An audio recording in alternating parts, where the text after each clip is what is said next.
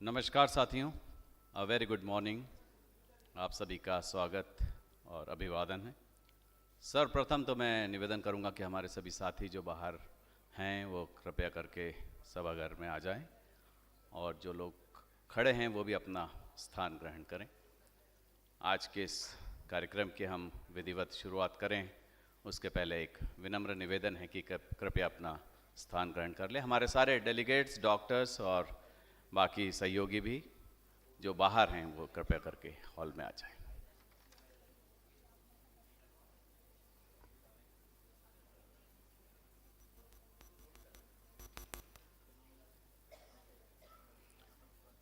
आज हम जिस कारण से यहाँ पर एकत्रित हैं और कल से जिसको लेकर वर्कशॉप कल थी और आज उसका एक एजुकेशनल प्रोग्राम है, CME है। फैज़ की लाइनों में कहूँ तो सुबह की आज जो रंगत है वो पहले तो ना थी, सुबह की आज जो रंगत है वो पहले तो ना थी, क्या खबर आज खरामा सरे गुलजार है कौन। तो गुलजार वो सब हैं जो हमारे डेलीगेट्स हैं, फैकल्टीज़ हैं, देश और विदेश सब जगह से आए हुए प्रख्यात डॉक्टर्स हैं और आप सभी भी, और उससे ये गुलजार है वर्कशॉप। कारण यह कि 8th एनुअल कॉन्फ्रेंस है ये भोपाल इंस्टीट्यूट ऑफ गैस्ट्रोएंटरोलॉजी की, गैस्ट्रोकेयर के तत्वाधान में यह कई सालों से यह सिलसिला चल रहा है और मेरे ख्याल से हम में से हर एक चिकित्सक, सर्जन, मेडिकल स्पेशलिस्ट, भोपाल प्रदेश और देश के अन्य क्षेत्रों से आने वाले डॉक्टर्स निश्चय ही ये महसूस करते होंगे कि यह बिग अपडेट और इसमें होने वाली गतिविधियाँ, पढ़ाई, सर्जिकल वर्कशॉप्स, लाइव वर्कशॉप्स एक हर साल कुछ नया दी जाती है, हर साल कुछ नया सोचने के लिए, मंथन करने के लिए एक विचार देती है और डॉक्टर्स को प्रमोट करती है अपने अपने क्षेत्र में जो वो काम कर रहे हैं उसके लिए।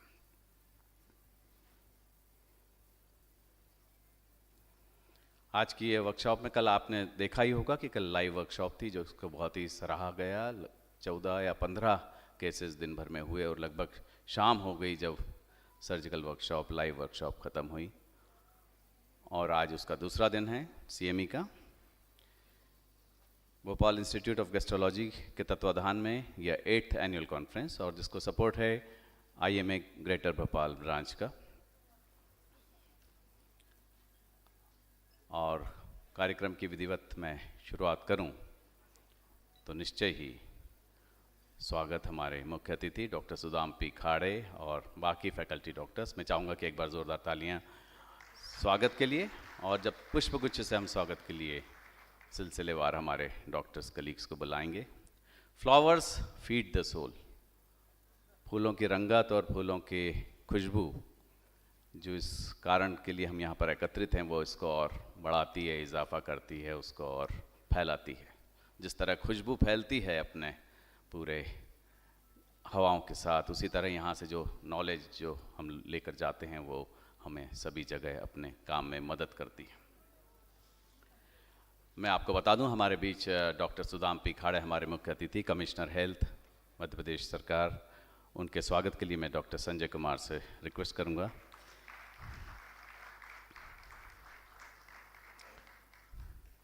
डॉक्टर सुदाम खाड़े, आप सबकी जानकारी के लिए मैं बता दूं कि MD मेडिसिन मेडिकल एक्सपर्ट हैं।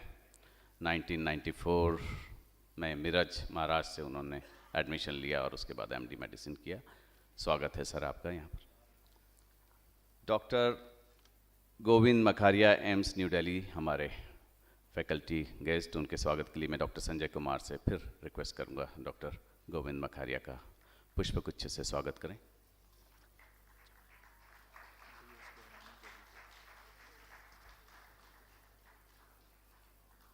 Doctor Ajay Duseja, head hepatology PGI Chandigarh हमारे अगले फैकल्टी गेस्ट हैं जिनका स्वागत डॉक्टर संजय कुमार करेंगे। डॉक्टर अजय दुसेजा अभी आ रहे हैं और आएंगे तब हम उनका दोबारा से सम्मान करेंगे। अभी मंच से उनका सम्मान हम करते हैं। डॉक्टर आकाश शुक्ला KEM मुंबई, वो भी अभी रास्ते में हैं और जैसे मैंने कहा कि सुबह का वक्त है और इसके पहले कि हम सब लोग तैयार हों दिन भर के मंथन के लिए, दिन भर के विचार विमर्श के लिए, तो कुछ समय हमारे साथियों को आने में लग सकता है। डॉक्टर अजय जैन का स्वागत करेंगे डॉक्टर नीतू कुमार।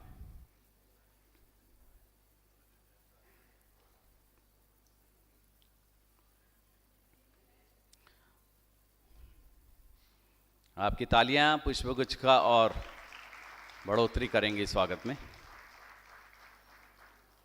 डॉक्टर अनुपम पाठक से निवेदन करूंगा कि वे डॉक्टर संदीप पांडे का सम्मान करें। डॉक्टर अनुपम पाठक।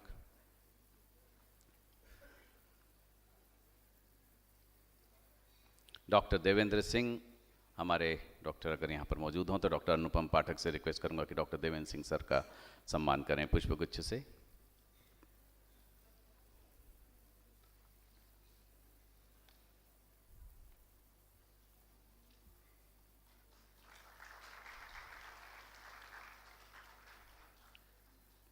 सभी साथियों से निवेदन है कि कृपया स्थान ग्रहण कर लें अपना। डॉक्टर मयंक भूषण पटेरिया से रिक्वेस्ट करूंगा कि डॉक्टर नीरज जैन का सम्मान करें। डॉक्टर मयंक।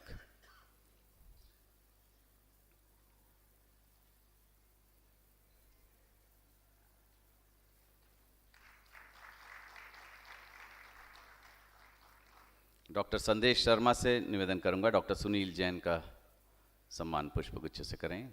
डॉक्टर संदेश शर्मा। डॉक्टर सलीम नायक का पुष्पगुच्छ से सम्मान करें, अगर डॉक्टर सलीम हमारे बीच मौजूद हैं तो। डॉक्टर मयंक जैन का सम्मान करेंगे डॉक्टर संदेश शर्मा।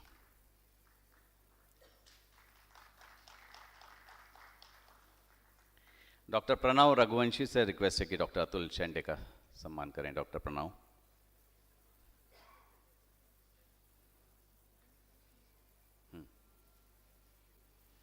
डॉक्टर प्रणव रघुवंशी से रिक्वेस्ट करूंगा डॉक्टर मयंक जैन का भी सम्मान करेंगे पुष्पगुच्छ से।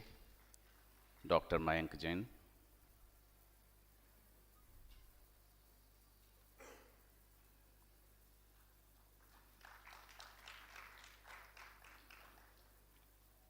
डॉक्टर रोहन गायकवाड़ से रिक्वेस्ट करूंगा डॉक्टर DS बहरानी का स्वागत करें। डॉक्टर रोहन।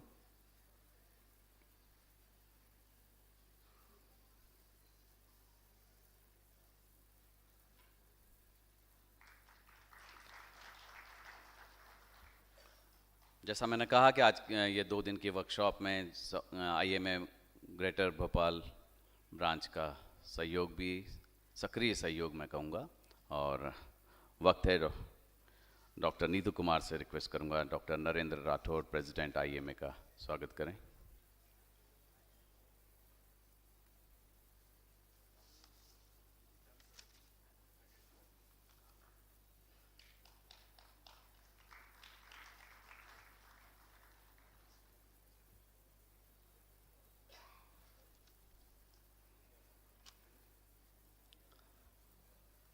साथियों, जैसा कहा गया है, art is I and science is we, और जब आर्ट और साइंस दोनों मिल जाएं तो हम समझ सकते हैं कि यह समागम अपनी उपलब्धियों के अलावा जो अपने मुकाम हैं उनकी तरफ एक मंजिल की तरफ एक कदम और बढ़ाता है। सरस्वती वंदना से शुरुआत करेंगे हम। मैं रिक्वेस्ट करूंगा डॉक्टर मनीषा खरे, डॉक्टर रश्मि आप्टे और डॉक्टर नीतू कुमार से कि कृपया सरस्वती वंदना से कार्यक्रम की शुरुआत करें।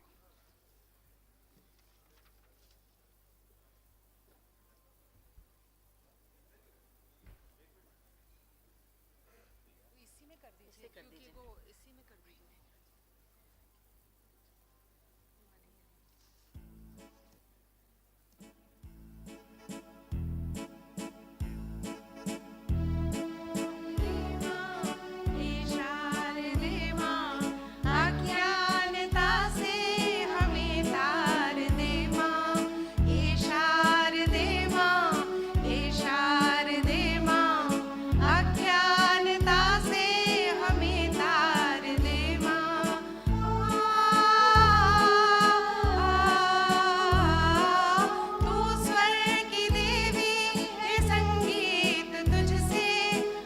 शब्द तेरा है, हर गीत तुझसे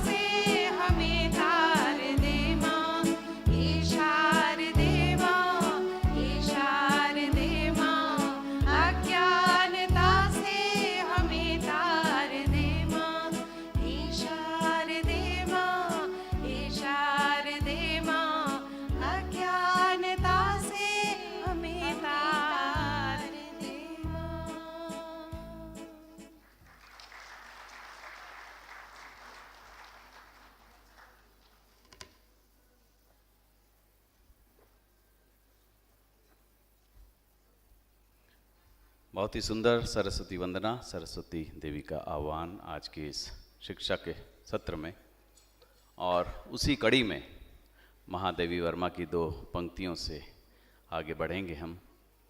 सब बुझे दीपक जला लूं, सब बुझे दीपक जला लूं, घिर रहा तम, आज दीपक रागिनी जला लूं।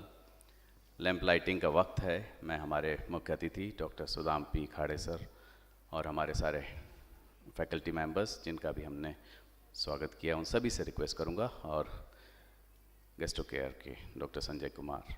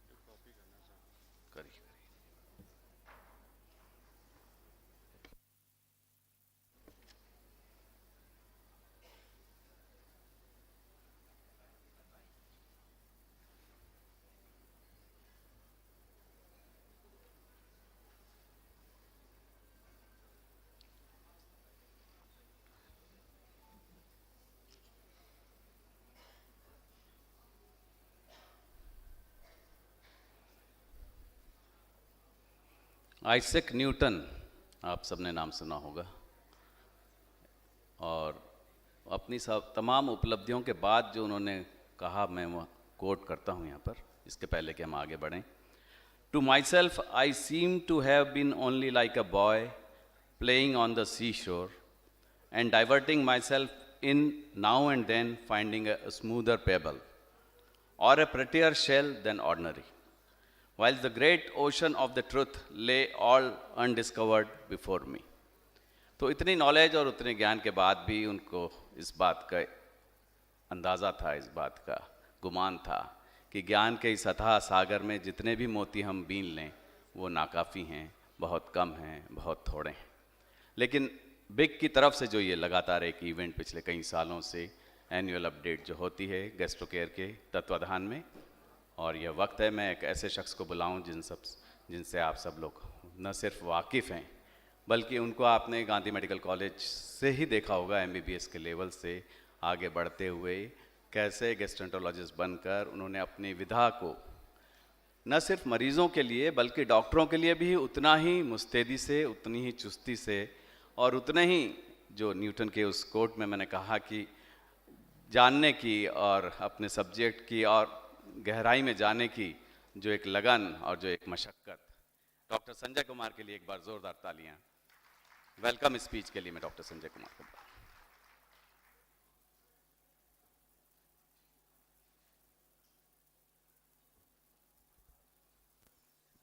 Thank you doctor Atul.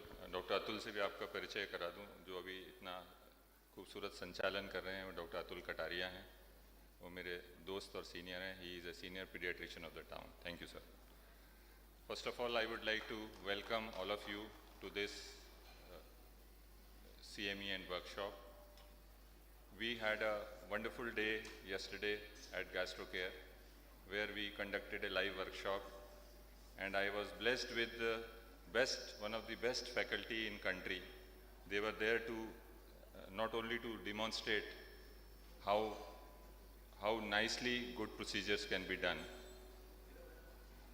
but all the attendees were also benefited equally because they could discuss with them various finer points about different endoscopic surgeries which were carried out. So since all those faculties, in fact, they lit the lamp yesterday, which is carried over by today's faculty. I would like to just name them and thank them who were there yesterday to guide us through the workshop.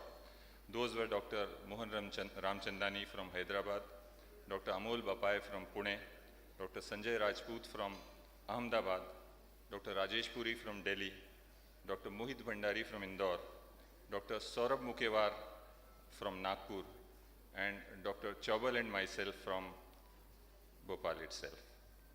So we had a lovely time yesterday, all the attendees enjoyed. Basically, I would like to just mention here that at GastroCare, where we started this center in 2012, it has been our endeavor to not only to do medical practice, not only to serve people as far as patient is concerned, we have tried to incorporate academics into our practice, because I strongly believe that you cannot do justice to your patients unless you are well informed.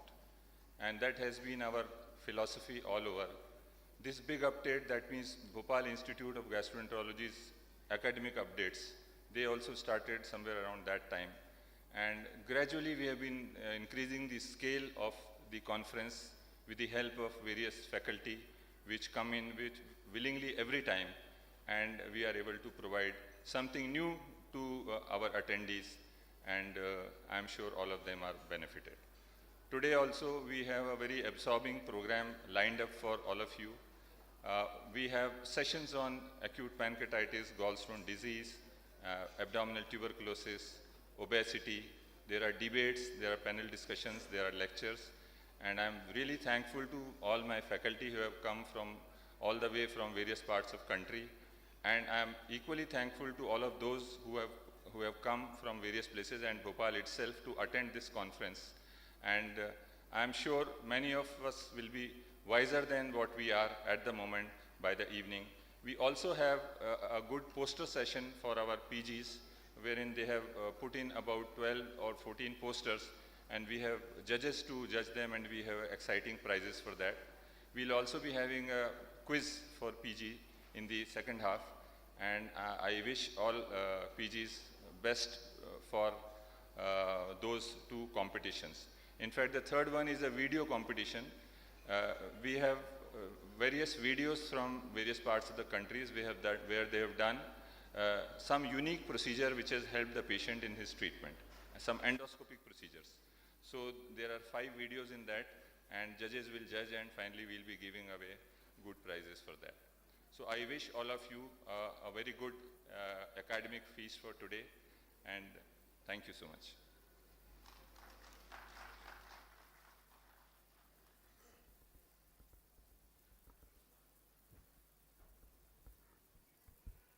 Thank you doctor Sanjay. और जैसा doctor Sanjay ने आपको बताया कि गैस्ट्रोकेयर के तत्वाधान में यह फीस्ट सिर्फ लिटरेरी वर्ड उसमें नहीं है, वाकई में it is a big feast and it is improving year by year.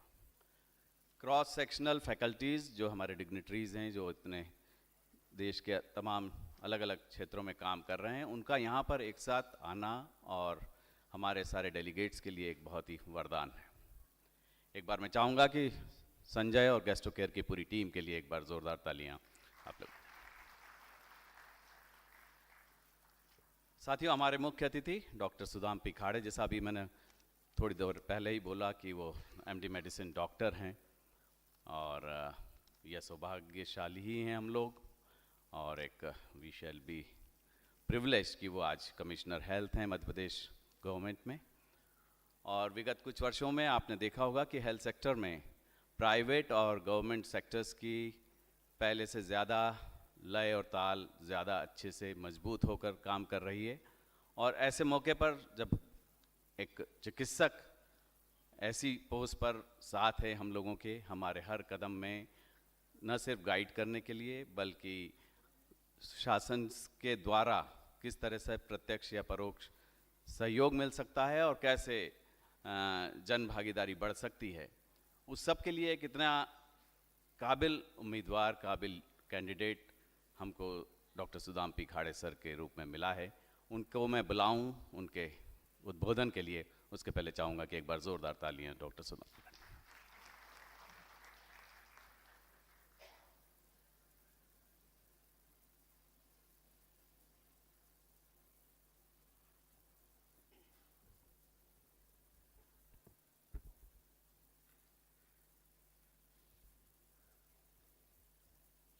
Big updates के आज के सीएमए के कॉन्फ्रेंस में उपस्थित देश विदेश और मध्य प्रदेश के सभी विशेषज्ञ,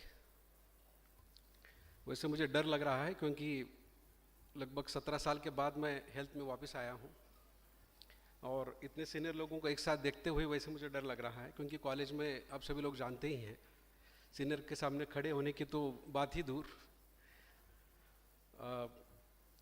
सभी का भोपाल में स्वागत है। एक चीज़ मुझे ध्यान में आई कि डॉक्टर कितना आत्मनिर्भर हो सकता है। एक तरफ आत्मनिर्भरता का पूरा मंत्र भारत में चल रहा है और सबसे ज़्यादा अगर किसी ने अपना, मुझे लगता है डॉक्टर ने अपनाया है, क्योंकि मैं सुबह से देख रहा हूँ यहाँ से वॉलंटियर्स डॉक्टर्स या उनके लोग हैं, या गाना गाने के लिए भी डॉक्टर ही हैं। इवेंट किसी के हाथ में छोड़ी ही नहीं, आपने किसी को दिया ही नहीं कोई मौका। और कल का मैं देख रहा था कि कितने ऑपरेशंस किए हैं। बहुत अच्छी बात है, क्योंकि वो जानते हैं कि अपना काम किसी पे छोड़ते नहीं हैं। दूसरी बात, मैं डॉक्टर संजय कुमार जी को धन्यवाद देना चाहूँगा, क्योंकि इतने संख्या में देश के नामी डॉक्टरों के साथ मुझे इंटरेक्ट करने का मौका मिला है। ये वाकई बहुत अच्छा है, क्योंकि मैं आज कार्यक्रम देख रहा था और मैं बहुत ज़्यादा नहीं बोलूँगा क्योंकि बहुत लाइनअप अच्छा प्रोग्राम है और आप सभी लोग सुनने के लिए उत्सुक होंगे।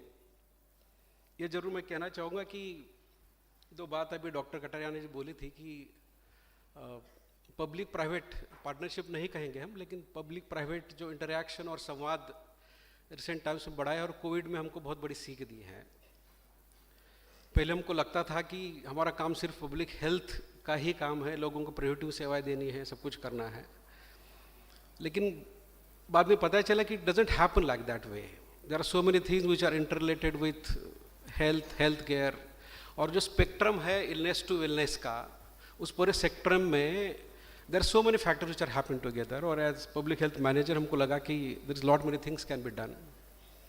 एक छोटा सा एग्जाम्पल देना चाहूँगा कि हमको लगा कि पब्लिक हेल्थ में हमारी डॉक्टर बहुत अच्छे होते हैं, they are very good at their work and everything, but जहाँ तक मैनेजर की बात आती है तो पता चला कि there are so much intrigued by the administrative problems and procedures.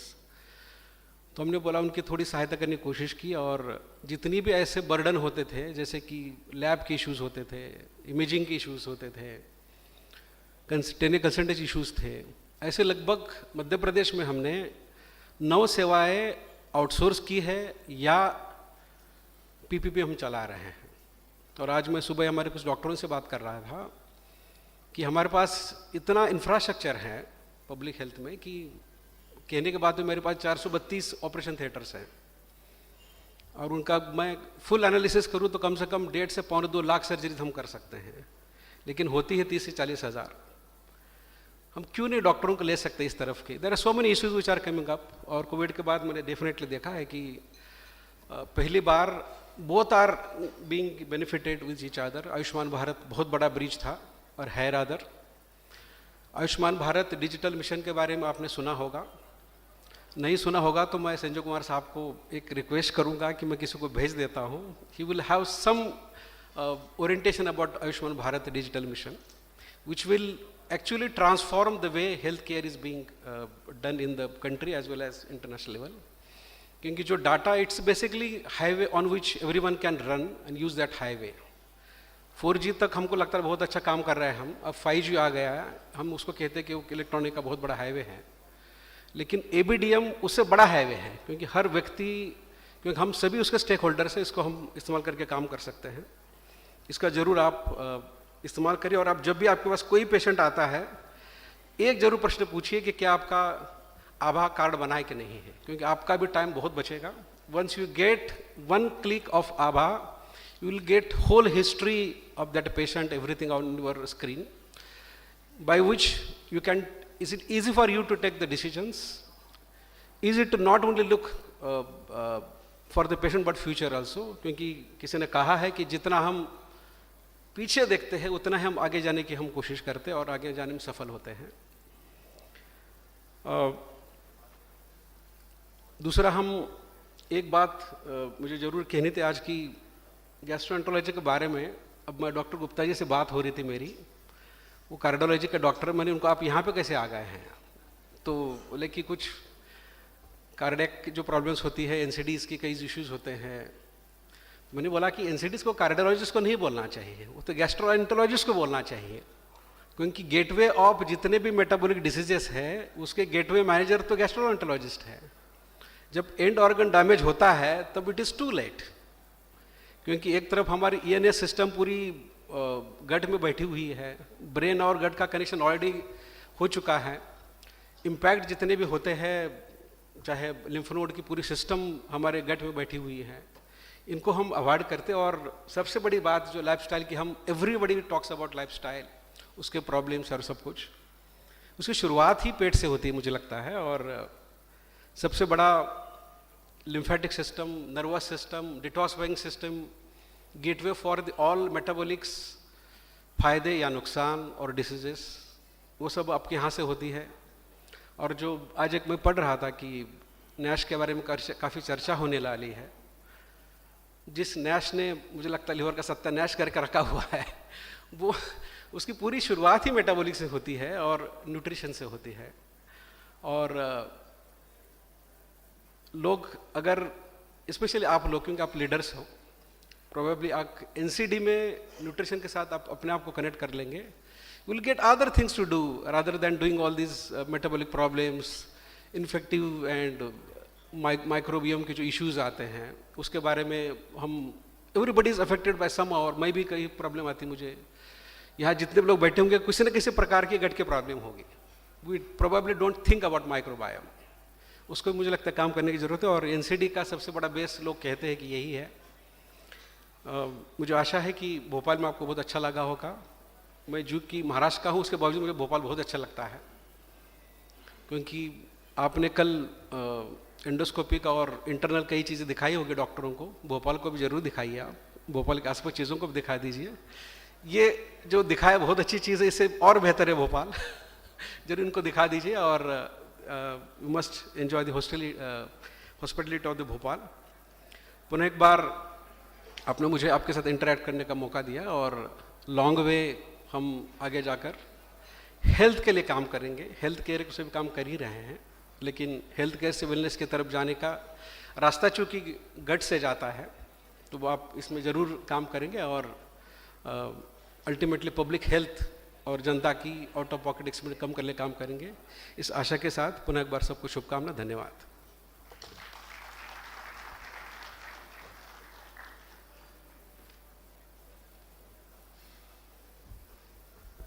Thank you doctor Sudam Khade sir.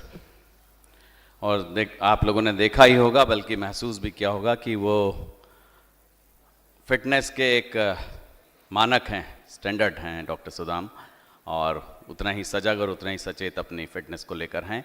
और निश्चित ही चिकित्सा शिक्षा, चिकित्सा स्वास्थ्य सेवाओं में वो फिटनेस हमें दिखने लगेगी आने वाले समय में। एब्डोमेन, जैसा उन्होंने कहा कि एब्डोमेन इज़ द रूट, तो पेंडोराज बॉक्स आप सबने सुना होगा, ग्रीक माइथोलॉजी का एक सिंबॉलिक वो है। और वो पेंडोराज बॉक्स खुले आज दिन भर के लिए। उसके पहले सिर्फ मार्क ट्वेन की एक कोट है, मैं आपको सुना देता हूँ। I have never let my schooling interfere with my education. तो आप सब लोग तमाम अपने अपनी जगह पर ख्यात चिकित्सक हैं, लेकिन आज अब आपकी पढ़ाई का पूरा दिन है। Wishing you all a wonderful academic feast day till evening. Thanks again, Dr. Sanjay Kumar, GastroCare team, and all the delegates for being here, and our special chief guest, Dr. Sudhampri Khade, sir, for giving the time and the deliberation. Thank you.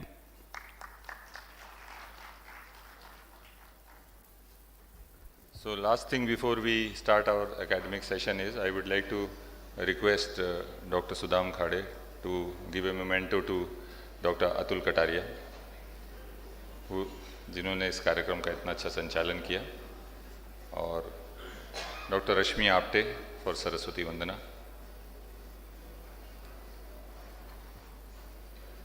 Doctor Manisha Khare,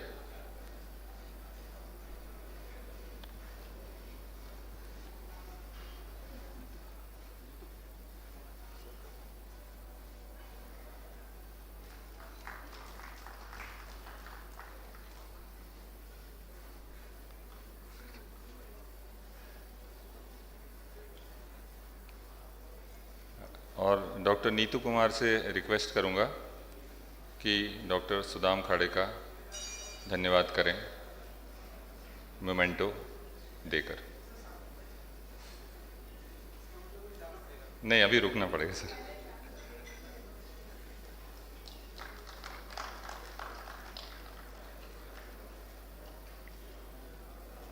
thank you sir. Thank you Neetu. I now hand over to the Master of Ceremony.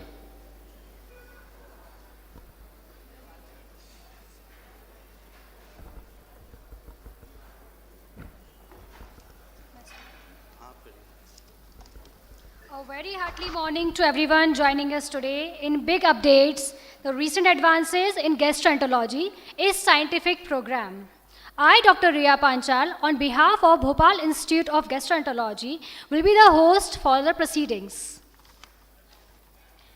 Medical education is not just a program for building knowledge and skills, but it's an experience which creates attitudes and expectations. So now it's the time for some new learnings. For this, we start the scientific sessions. The first scientific session, which is on biliopancreatic diseases, I would like to call the chairpersons, Dr. B.M. Loya sir, Dr. Subodh Varshney sir, Dr. Manish Jain sir, Dr. Krishna Anand sir. Dr. B.M. Loya is a surgeon from Adarsh Hospital, Bhopal. Dr. Subodh Varshney sir is a surgeon, GI surgeon from Siddhanta Hospital, Bhopal. Dr. Manish Jain sir is a senior consultant gastroenterologist from Asian Globus Hospital, Bhopal. Dr. Krishna Anand is a professor, HOD of Surgery Department in Allen Medical College, Bhopal.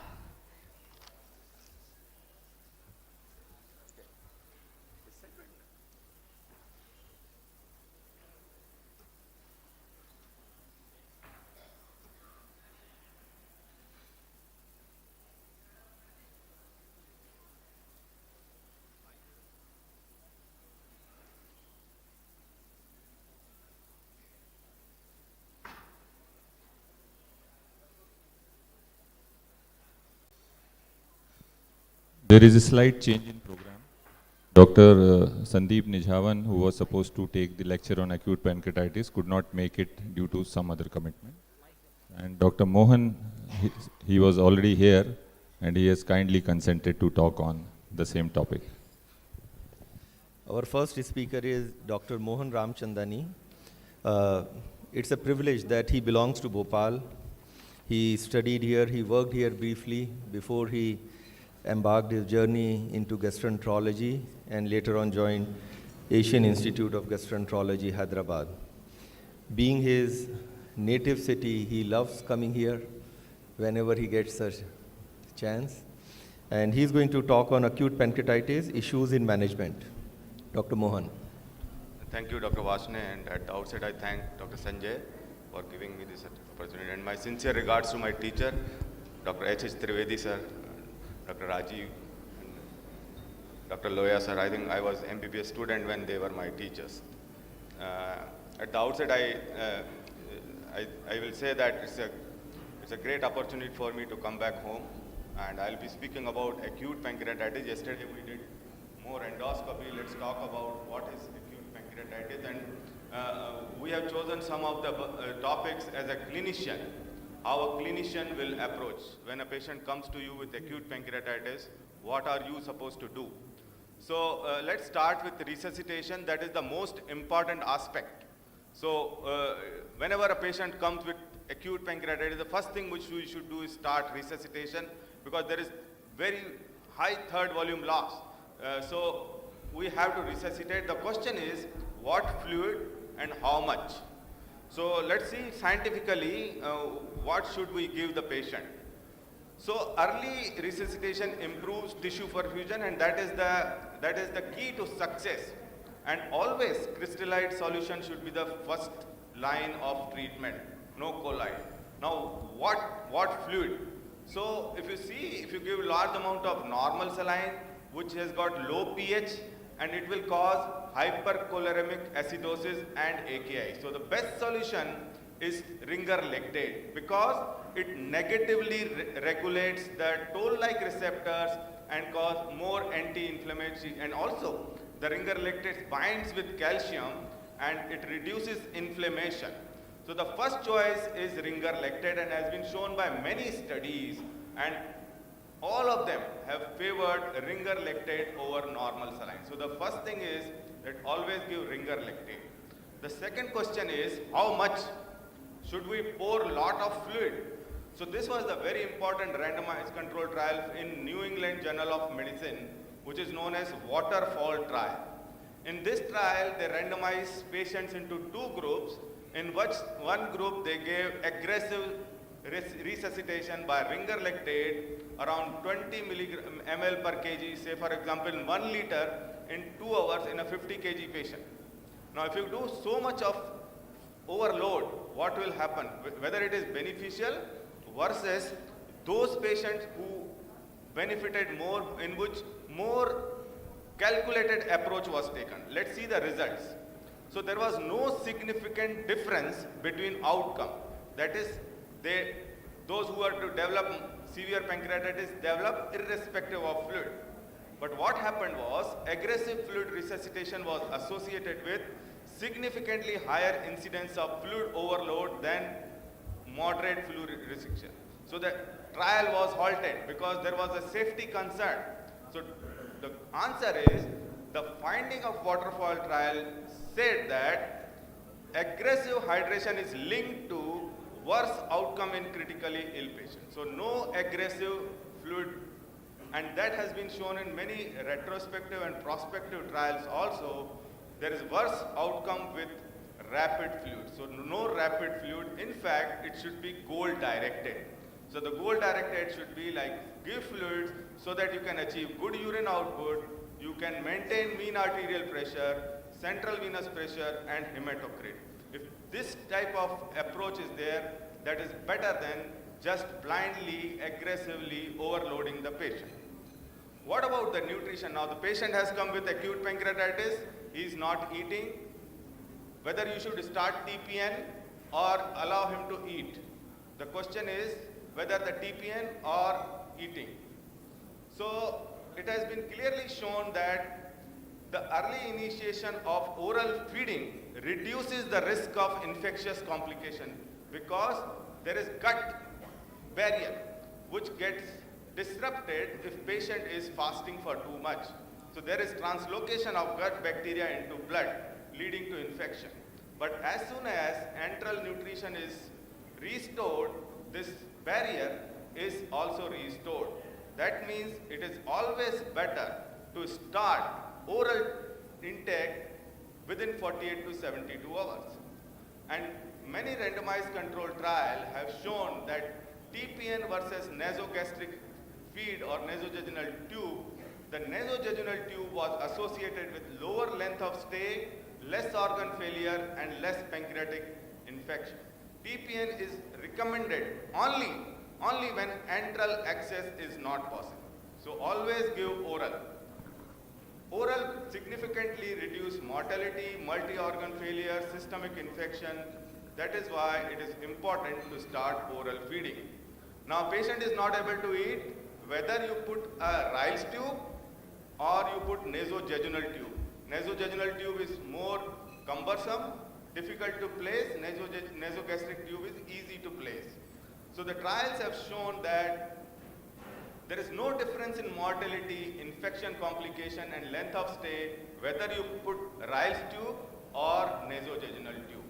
So as soon as patient comes, you can start Ryle's tube feeding, and that reduces the mortality. Now our aim always is start antibiotics. Now in acute pancreatitis, there are first place patient will have fever, have SIRS, systemic inflammatory response. That does not require antibiotic. So that is inflammatory. So initially inflammation, and later on if there is a necrosis in the pancreas, which is not always common. You do a good CT scan after 3 to 4 days, you can quantify there is necrosis or not. Now to prevent, when there is an infection of this necrosis, that happens in 3rd to 4th week, then that role of antibiotic comes. So the question is whether when the patient is in SIRS, systemic inflammatory response phase, can we start antibiotic and prevent infection of the necrosis? So prophylactic use of antibiotic is not recommended for acute pancreatitis without evidence of infection. In fact, you will do more harm if you start antibiotic prophylactically, because you will produce more drug-resistant bacteria and fungal infection. Of course, if there is extra pancreatic infections like UTI, pneumonia, bloodstream infection, then that's a different issue. But do not start antibiotic just to prevent infection of the necrosis. Now, when there is acute ongoing inflammation, so there is a theoretical chance that can you start antiproteolytic enzymes which prevent the digestion of adjacent organ. This is a theoretical thing. So ultrastatin is one enzyme which is commercially available and is a trypsin inhibitor. Can we start in early phase of pancreatitis which prevent further damage? We have some results, but the trials are not that robust.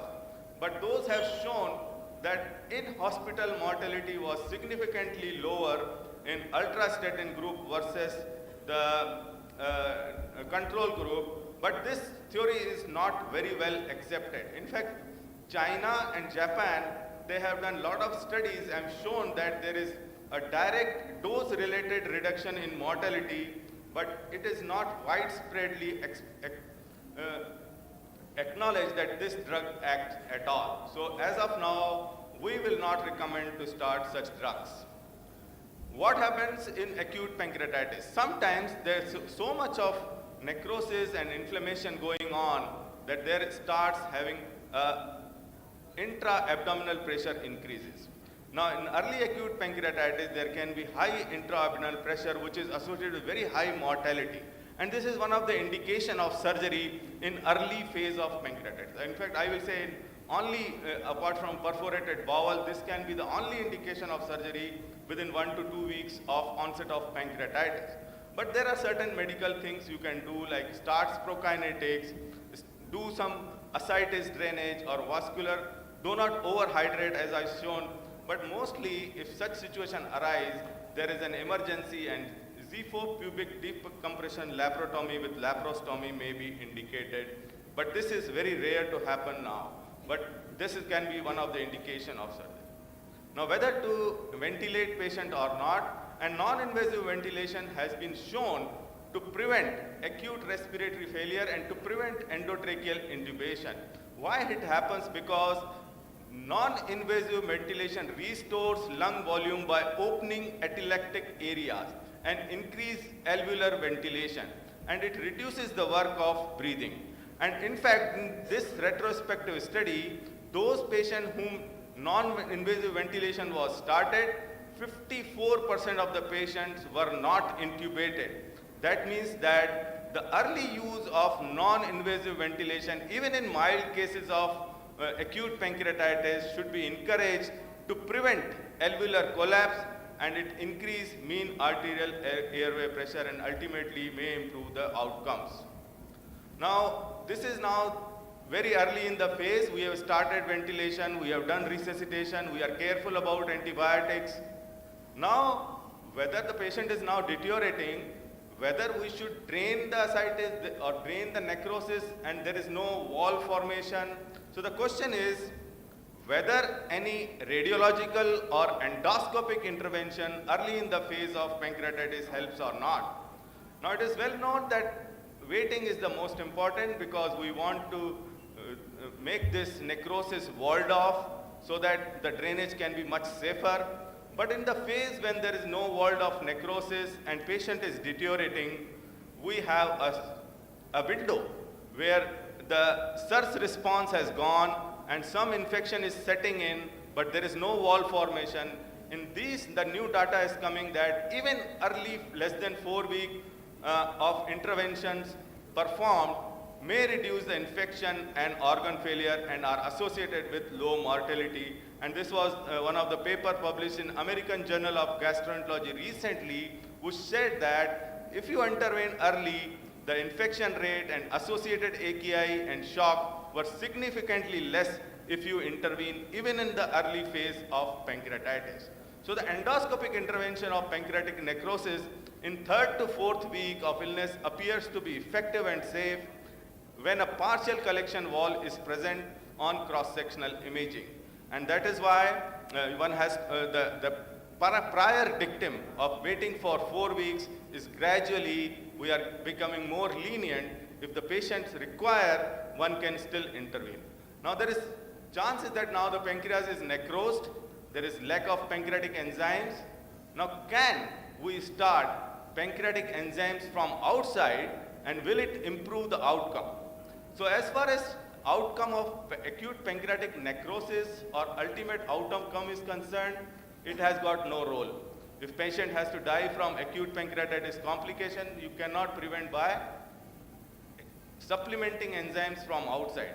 However, these enzyme supplementation leads to improvement of general course of the disease and health status. So one may think about starting pancreatic enzymes maybe at the discharge of patient, but it will not affect the ultimate outcome.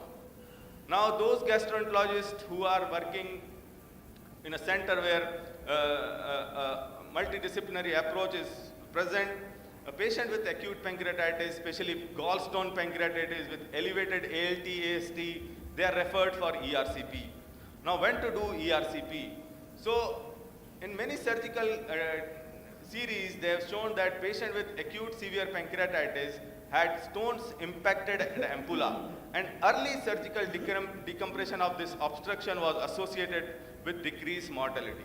But the real life scenario is that the gallstones are mostly passed off before you intervene, and it is unclear whether early ERCP will improve or not. So the present guidelines are the ERCP is not indicated in predicted mild pancreatitis, and it is not indicated, ERCP is only indicated, I'll say the only indicated in patients who have biliary pancreatitis and cholangitis, like pain, fever and jaundice.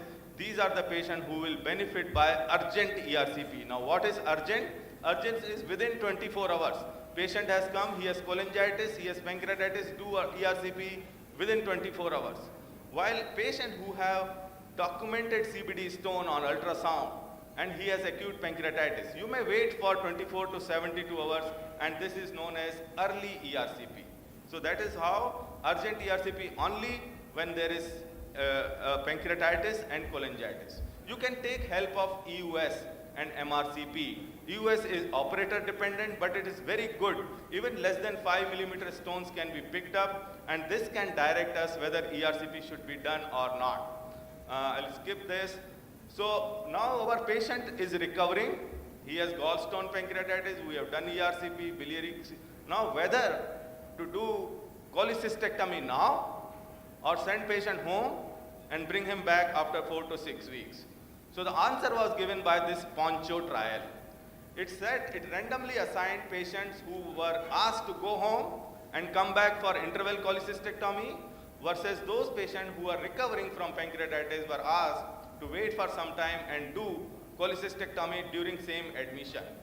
The mortality and acute readmissions for complication was the primary endpoint, and in interval group, those patients who were sent home had more complications versus those patients who were asked to do cholecystectomy in the same sitting. So the same admission cholecystectomy reduces the rate of recurrent gallstone related complications, and that's how this Poncho trial helped us. I think I don't have much time. I'll not go into the hypertriglyceridemia reduced acute pancreatitis 1, where there is a role of plasmapheresis, insulin infusion, heparin, hemofiltration, etc. I'll come back to the conclusion of my talk, and I will say that choice of fluid is ringer-lectate better than normal saline. Aggressive fluid resuscitation is associated with worst outcome. Enteral feeding should be started as soon as possible. Nasojejunal feed is equal to Ryle's tube. TPN is recommended only when enteral access is not available. Prophylactic use of antibiotic is not recommended. Ulnistatin type of drugs they may reduce, but we don't have good data. The early use of non-invasive ventilation, even in mild pancreatitis, helps. Intervention in the form of endoscopy or percutaneous drainage in 3rd to 4th week appears to be effective and safe. Enzyme supplementation may improve general course, but will not ultimate outcome is not affected. ERCP is indicated in patients with acute biliary pancreatitis and cholangitis. Cholecystectomy during index admission for mild biliary pancreatitis is indicated. Cholecystectomy should be delayed in patients who have persistent peripancreatic collections, and in hypertriglyceridemia one should act fast because reduction of anti-triglyceride improves ultimate outcome. With this, I'll end my talk, and I'll thank you for patience hearing. Thank you, Dr. Mohan, for an excellent presentation. I'll just kickstart the discussion. Majority of these patients who comes to us with acute pancreatitis, they have got a bile attack. So, how to identify the patient who needs ICU care, who are going to be severe? One, when to subject these patients for CT, early CT versus delayed? I think I'll answer the second question. The CT done, so there are dictums, there are rules for CT scan. Like a patient who comes with acute abdomen, they do not have the label of pancreatitis, and you are not able to diagnose whether it's pancreatitis or not. If that is the question, then it should be done immediately to see for what is the cause. But if the question is whether the pancreatitis is necrotic or interstitial pancreatitis, because the prognosis changed completely, then it should be done 3 days later, because necrosis takes time to set in, and that can be picked up by a CT scan. But if there is a hemorrhage and if there is a pseudoaneurysm, other answers can also be given by CT scan, which can be done as soon as the symptom arise. Regarding prediction of severe pancreatitis, there are many criteria, ransom criteria. I have not enumerated that, but I don't think anything is available bedside which can tell us that, okay, this patient will have. We take a lot of help from CRP and other things, but practicality is much less, I agree. Can we make a generalization, because there are plenty of criteria, a lot of confusion, lot of diagnostic prognostic scoring systems. So SIRS persisting for more than 48 hours and a patient with organ failure. If it is persisting for more than 2 days, so these are the patient who needs ICU care, they are high risk patient.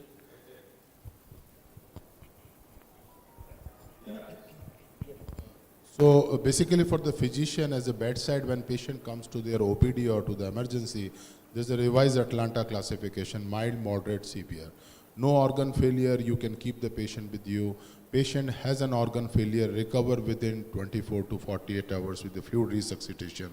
The patient has a moderately, he may stay there or can refer to a tertiary care center.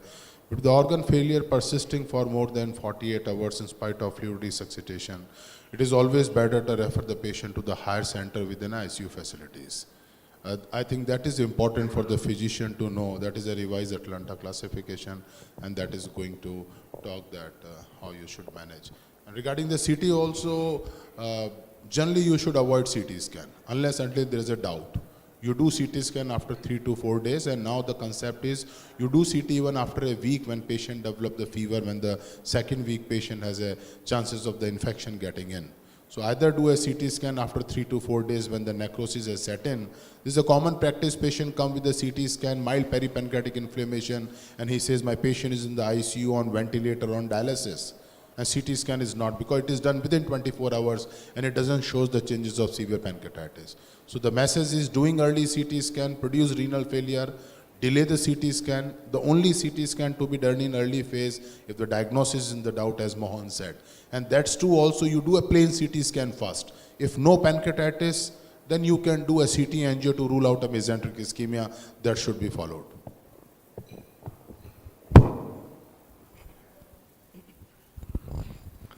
Mohan, I am a surgeon. So my question is, between the endoscopic drainage and a percutaneous radiological guided drainage, which one is better? Whenever we have a necrosis around the bowel, like say for lesser tract, endoscopy is much better than percutaneous because associated with less external pancreatic fistula.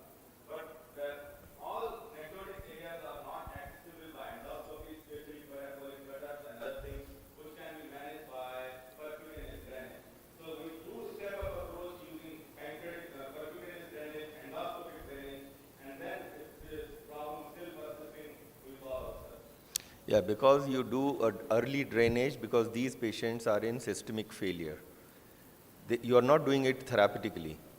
You are optimizing the patient. And these patients, the main aim is you want to reduce the sepsis or the SIRS. If you do endoscopic, you don't have any control over, you can't control the drainage. You can't flush it. You can't suck it. That's the biggest problem. The necrosis, see, necrosis is a sponge. It's never a hard tissue. And this sponge absorbs so much of pus that unless you suck it hard, you will never get the fluid out. The SIRS, you can always reduce the SIRS only by sucking it morning and evening, and you will be surprised that radiology says volume 200 ml of the necrosis, and you are still sucking out 150 mils of pus every day. So sir, question is not percutaneous and endoscopic, it will depend upon the duration.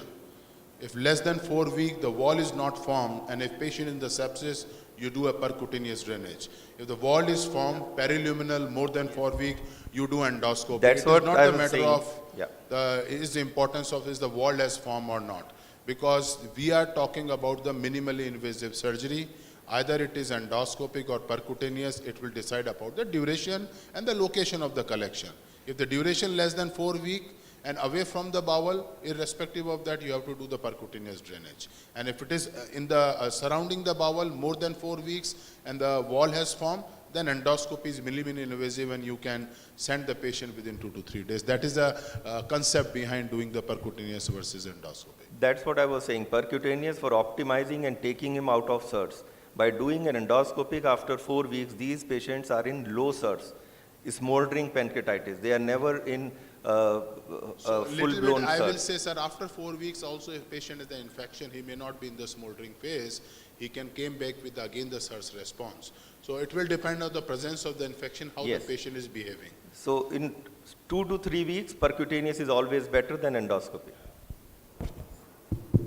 If I can interrupt, I mean, we are running late, so can we discuss later on at the time of lunch? Thank you, Mohan. Very vast topic, I know, and time limitations are there. You have summarized very nicely. Thank you.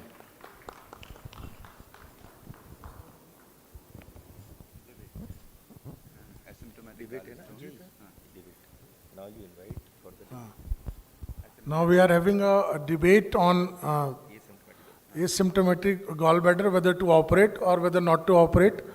So firstly, I would like to invite Dr. Ajit Sevkani. He is a gastroenterologist, gastrosurgeon. He is consultant GI laparoscopy and GI oncosurgeon from Bhopal. All Bhopal persons are well versed with him. His area of interest is advanced laparoscopy and hepatopancreatobiliary surgery. He will speak in favor of the topic that is asymptomatic gallbladder. Dr. Sevgani is one of the few surgeons who do laparoscopic Whipples.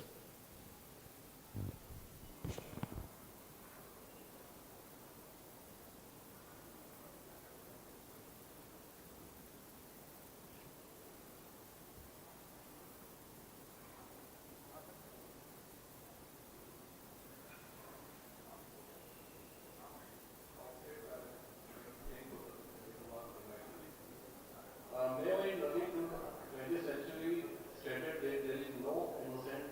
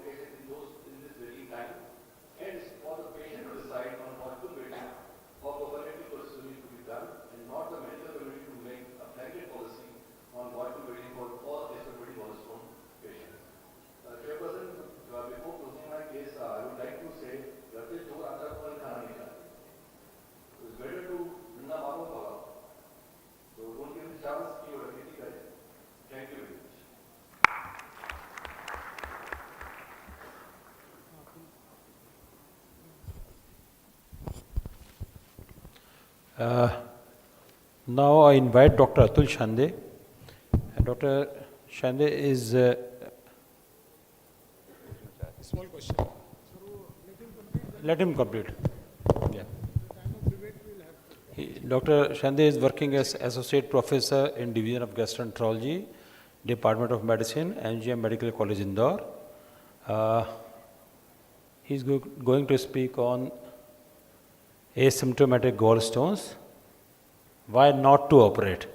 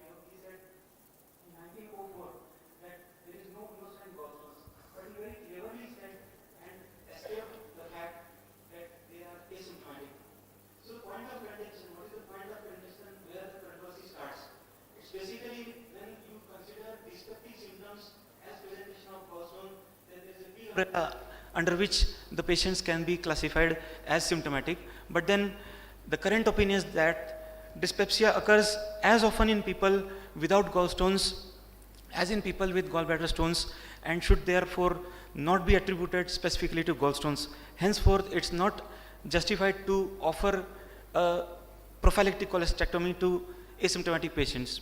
So what are the factors which are influencing cholecystectomy in asymptomatic gallstones? It is basically the referral bias after introduction of laparoscopic cholecystectomy among general practitioners. It is the increasing patient demand nowadays कि साहब laser surgery कर दीजिए हमारी उसमें चीरा नहीं लगता है. And then subsequently the feeling of dread. If you just go onto the Google and search regarding gallstones or for that matter any disease, non-alcoholic fatty liver disease, GRD, it is all at the end patients are coming to our clinics, साहब वो cancer तो नहीं हो जाएगा last में. So it is the social media infused fear and which is subsequently seconded by some few surgeons. I would like to reiterate this point. Few surgeons, they would always infuse the fear among the minds of patients that it's a pre-malignant condition and you should get it operated. And then subsequently the coverage of surgery in medical insurance has led to a boom in elective surgeries, that is prophylactic cholecystectomy. There are possible predictors of symptomatic gallstones. There is a long list of predictors of symptomaticity, but no meta-analysis or no large cohorts have shown any positive association which of these group of subset of patients would become symptomatic and at what time they will become symptomatic. So all patients who are less than 55 years of age, females, smokers, high BMI, gallstones more than 2 cm in diameter, gallstones less than 3 mm with a patent cystic duct and non-functioning gallbladder. There are few predictors of high risk of developing gallbladder cancers as well, but then as already said, there are no large data or body of evidence to support these factors. So with this outline, I would like to proceed that the natural history of gallbladder stones Basically, over a century, it's now more than a century that there is no major change in the natural history of disease, although historically and geographically there are no definite studies in India what is the actual prevalence of gallbladder stones, although the Gangetic belt is a high prevalent area for gallbladder stones. Majority of asymptomatic gallstones patients remain asymptomatic throughout their lives. Autopsy studies have shown that more than 90% of autopsied patients with gallstones died of unrelated causes. Death as an ultimate complication of asymptomatic gallstones is very, very rare. The longer the patients remain asymptomatic, the less likely they are to develop symptoms, and the majority of patients rarely develop severe, potentially life-threatening complication, and they have at least some few episodes of acute biliary pain before they come to us with complications. Bile duct injuries. There are excellent surgeons sitting out in this crowd, and with immense improvement in the learning and teaching skills with incorporation of artificial intelligence, various indocyanine green techniques to rule out bile duct injuries, the incidence of bile duct injuries are still higher, that is to the tune of 0.6 to 1% in most of the world data. And studies have shown that bile duct injuries are not related to the learning curve of the surgeon. From very big centers, 50% of surgeons at some point of time working at high volume centers with high experience would experience bile duct injuries in their career. There is a lot of economic, physical and psychological burden of bile duct injury. The spectrum varies from simple fistulas to strictures to secondary biliary cirrhosis to subsequently liver failure, transplant and death. The mortality rates are to the tune of 4 to 9%, which are not acceptable for a prophylactic cholecystectomy. Bile duct injury after laparoscopic cholecystectomy is the most common claim. There is a study from United Kingdom that NHS litigation authority, they are accepting the highest number of claims following bile duct injuries, and the highest proportion of claims and largest sums have been paid for these bile duct injuries. So I'll touch upon a very interesting aspect. I went to the literature and I wanted to compare a prophylactic surgery. I think prophylactic mastectomy is one of the best justified surgery in medical science. Prophylactic cholecystectomy is not. Lifetime risk of cancer for a lady who is BRCA1 gene mutation positive, she has a risk of around 80 to 90%.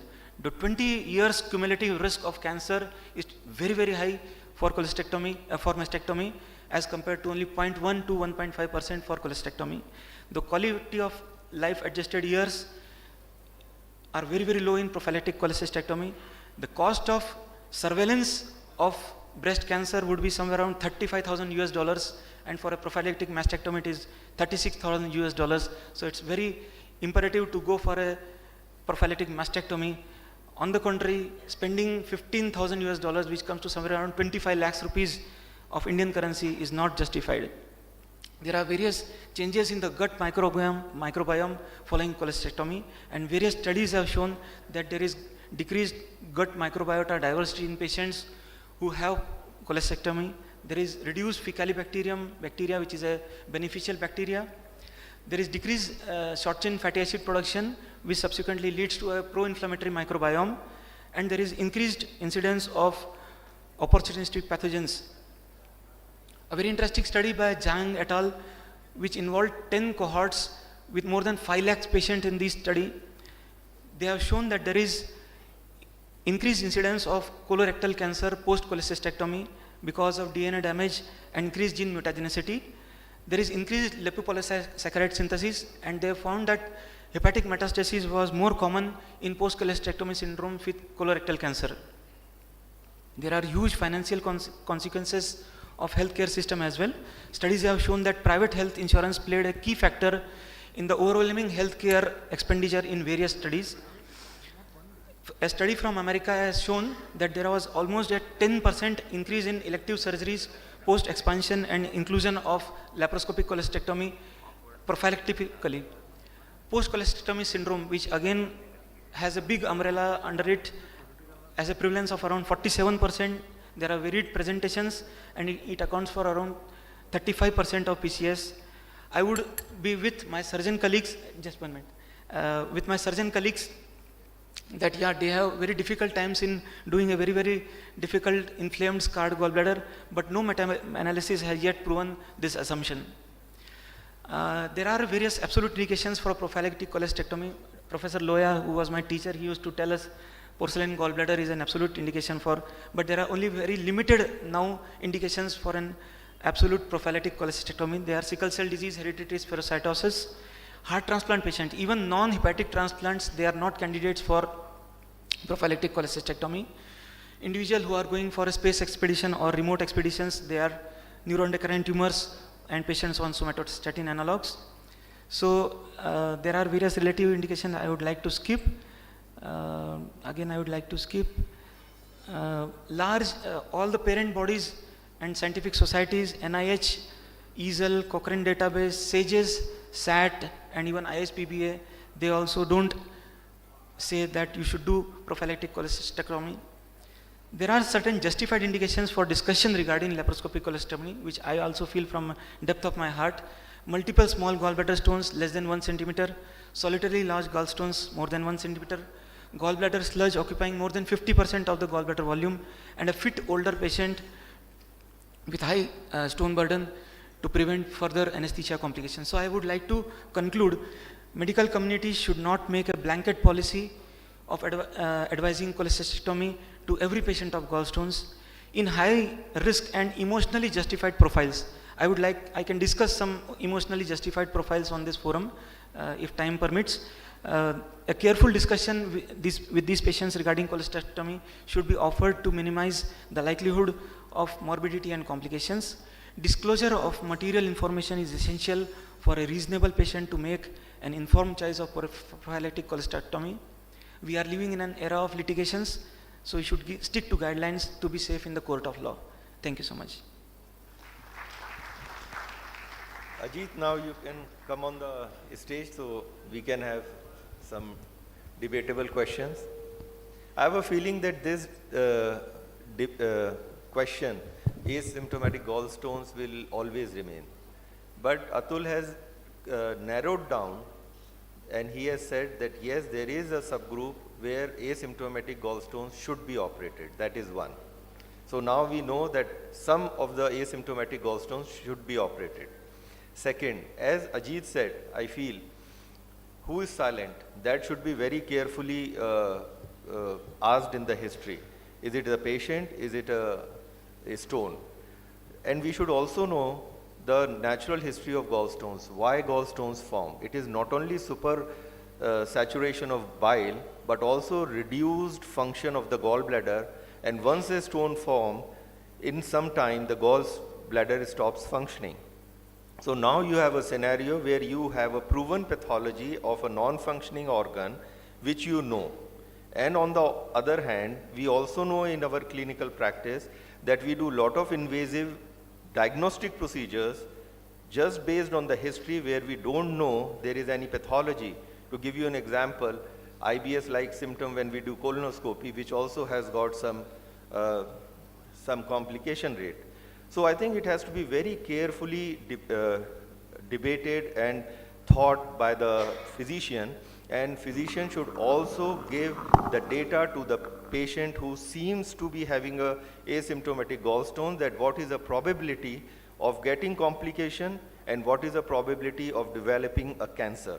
Here in India we don't, but in Chile we do asymptomatic gallstones, all gallbladders come out, because there this cancer rate is more than 12%. In India it is 1 to 2%. So I think this is what should be, both of you have put forward in your slides. You want to say something else, or if, yeah? I think at the outset, very good talk from both of you, but I think biggest war of the world have been fought when two rights were confronting each other. Regarding gallstone, I think my take is that it should be decided by the patient, because it is asymptomatic. But Dr. Atul, I would like to point one thing, that even if you are not operating, the patient is having a risk. And it's a substantial risk, maybe less than 5% of complications still is having. In surgery, the risk of CVD injury is less than 1% in expert hands. So both ways you are having that risk. So my personal will be that I will be more inclined towards getting surgery done, because there are a lot of patients, we also see that patient comes with GB malignancy, and if we take the history, she is knowing about her gallstones for last 5 years, but because they were asymptomatic, she didn't get operated. So I think that is the thing to be seen. And even legally, I think sir is very right that when the patient comes to my practices, that I always tell all the statistical data to the patient so that he or she should be aware about the potential complications. You are absolutely right. I also follow the same practice in my clinical practice, but then you need to be backed up by, suppose even a single case goes wrong and then that patient goes to the court of law, you are not backed by evidence, and that's the biggest thing now we are facing in our clinical practice. We are living in the era of litigation. You have strong body of evidence.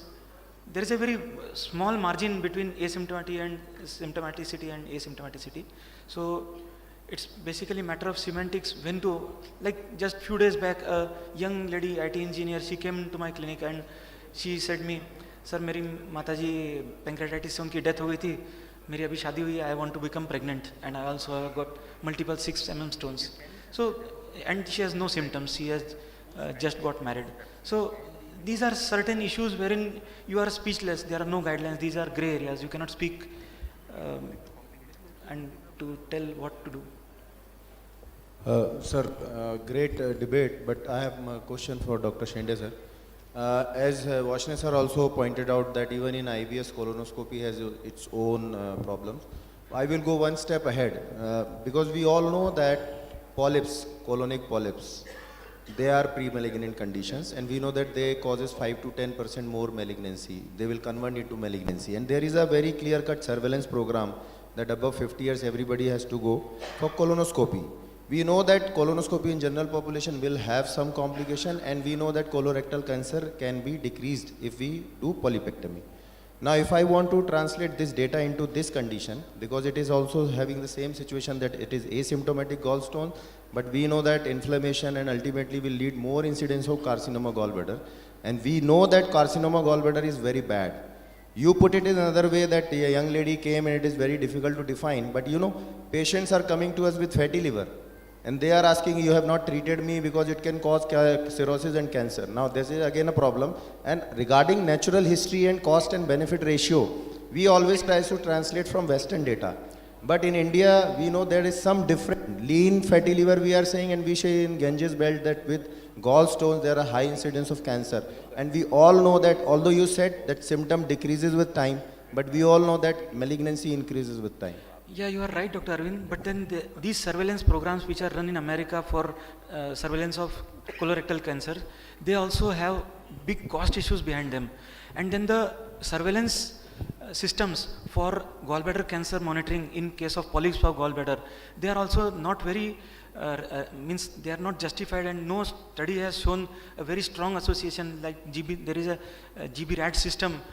But then the cost which goes into surveillance of these polyps or for that stones is, you are doing a sonography for 1,200 rupees in India, you are doing a colonoscopy for 8,000 rupees or 5,000 rupees somewhere in India, but then they are paying 2,40,000 in America. Everybody is insured, so they are paying hefty sums.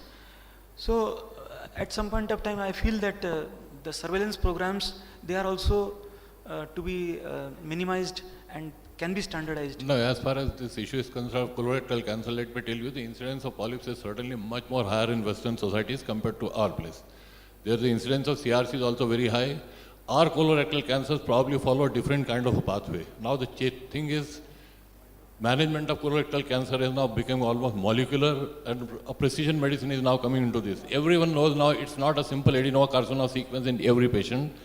There are multiple other pathways also, and different kind of colorectal cancers can have different prognostic, different kinds of prognosis depending on the molecular pathogenesis. That is besides the point, but this thing. And so that is one of the reasons why surveillance program for colorectal cancer is there in America. Now, so they have reduced for colonoscopy, it's now almost that everyone should have it after age of 45 years. They have reduced it by 5 years again, the current guideline. Now, as far as this issue, CA gallbladder is concerned, we have been discussing, and but what we have been experiencing in practice, all of us are there. It's just like a dictum that if you go to a barber shop, you will have a haircut. You go to a surgeon, he will advise surgery. Most important thing is, as Dr. Vaishnav has mentioned, a careful history is very, very important. Is it really truly asymptomatic gallstone? Many of the patients may have very subtle kinds of biliary colics. Not only that, many of these patients have features of functional dysphasia which is not connected to this particular problem. What is happening in clinical practice is it's a kind of a procrastinian attitude. I think all of you know who Procrustes was. Just to tell you from a Greek mythology, he was a giant who used to sit by a roadside keeping a rectangular block with him. Any human being going there, he would put him on the block, see this thing. If the person was taller, he would cut his limbs. If the person was shorter, he would stretch him so that he fits into the block. That means if you want to do a surgery, all the symptoms you must try to attribute it to the gallstones, which may or may not be there. So that is very important in clinical practice.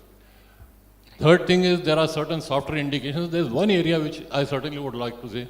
What about the diabetics who are really uncontrolled and have gallstones? There has been a lot of debate on whether these patients should be offered a prophylactic cholecystectomy or not, because the problems with emergency surgery, etc., and complications are higher in those particular situations. You have also pointed out in one of the slides that you did not show that there are certain gray areas and diabetic population is one. Yes, sir. So, due to shortage of time, we would like to close this session. And this debate, until it ends, I think asymptomatic gallstones, where the main concern is a bile duct injury and complication, so these should be sent to experienced surgeons so that it doesn't happen. Thank you. But even experienced surgeons, they have got complication rate of 0.5%. So this is, I think dyspepsia should be separated from symptom of gallstones. Dyspepsia, I think, is seldom because of gallstones. Thank you, sir. I request Dr. Shubhit Vaishnav sir to felicitate Dr. Mohan Ramchandani sir with the memento. I request Dr. Anil Jain sir to felicitate with the memento to Dr. Ajit Sevkani sir. I request Dr. B.M. Loya sir to felicitate Dr. Atul Shende sir with the memento. Now I request Dr. Rohan sir to felicitate our chairpersons.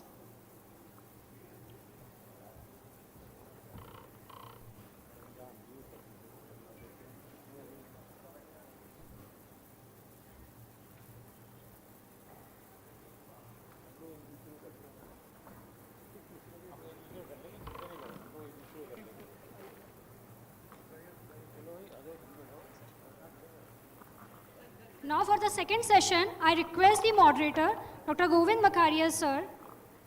He is a professor, Department of Gastroenterology and Human Nutrition, AIMS, New Delhi. And to chair the session, I request Dr. Pankaj Agrawal sir, Dr. D. Paramhans, Dr. Mahim Kosharia sir, Dr. Seema Mahant. Dr. Pankaj Agrawal is a senior physician, Parul Hospital, Bhopal. Dr. D. Paramhans is a professor, HOD, Department of Surgery from Vidisha.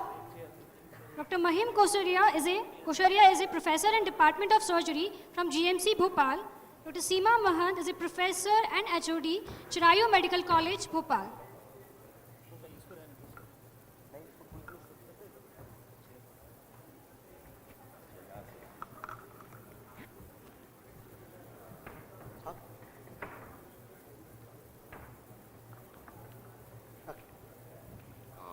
Just an announcement for all those who are giving their poster presentation. Be gathered at outside the hall during the lunch time, and the judges for poster session are Dr. C.C. Chaubal sir, Dr. Govind Makharia sir, and the Akash Shukla sir.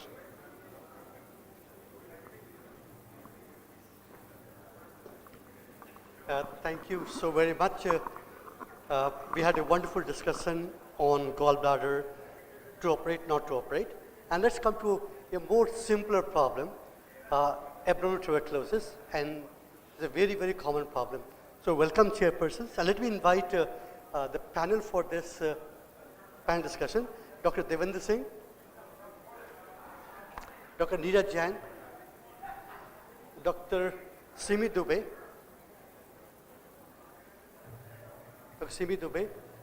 Dr. Vishal Gupta, and Dr. Kamlesh Taleshra. Dr. Kamlesh?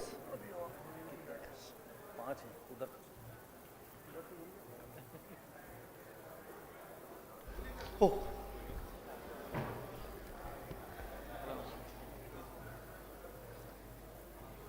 So welcome the panelists. So what we'll do, we take a case and we go along the case and see that how this case evolves. All set? Right. So the objective of this is to learn or recap the appropriate approach to a patient who have intestinal tuberculosis. So this is the patient who had a young girl who wanted to be a civil servant, came to a physician with a recurrent pain in abdomen for several months. She had intestinal colic and had a recurrent intestinal colic with obstructive features. She would have episodes of pain, will have blotting sensations, will have a feeling of gola formation in the abdomen. She also had occasional diarrhea, no weight loss, no fever, and no lump abdomen. She was investigated by a physician there. Her hemoglobin was 12.8 and the rest was normal. She underwent ultrasound, which shows thickened distal bowel loops and few measuring in lymph nodes. With these features, the physician started her on ATT. So let me ask Dr. Devendra Singh that is this a right strategy? Well, the short answer is no. Why? The long answer would be there has been an epidemiological transition of the competing diagnosis with such symptomatology over the last few decades. Somebody starting ATT with this clinical profile and this little evidence maybe 3-4 decades back would have been appropriate, but not anymore. Because it clearly shows that most of the symptoms, they are neither on this side nor on that side. And the other thing is that the patient has a focal disease. The patient has a distal terminal ileum involvement, which is accessible by coronoileoscopy. And we should actually look into that because some very important clues we can obtain by examining that area. Clues could be the type of involvement, the extent of involvement, and in addition, we can also obtain some tissue for further histopathological confirmation. And the other thing is that ATT is not a totally safe group of drugs. And we have seen that patients do have significant drug-induced liver injury because of ATT, and there have been instances where even with 7 days of ATT, people have developed acute liver failure. So I would say more evidence needed, not enough evidence to start ATT. I think the point well made, and let me also ask all of you, if you use ATT in this situation, just without more investigation, is it right strategy? Who will agree start ATT earlier, this patient? No? Right. So, and as he said, Dr. Singh said, that while ATT is a wonderful drug, no doubt about it, but if used for no indication, it's also hazardous. It can lead to ATT hepatitis. Most hepatitis recovers, but there are a number of patients who can develop drug-induced liver failure. And therefore, we must be aware that giving ATT is not, unless indicated, may not be a good strategy. So think before putting any patient on ATT, there has to be right indication. So at this point of time, let me ask Dr. Jain that what would be a different diagnosis? Hello. Oh, yeah. So if we see the patient, a young female with 7 months history of intestinal colics, ultrasound showing a thickening of distal bowel loops with raised DSR and mild anemia, she has a probability of stenotic disease of distal small bowel, and statistically we have tuberculosis most likely, but a very parallel situation of Crohn's disease has to be kept in mind.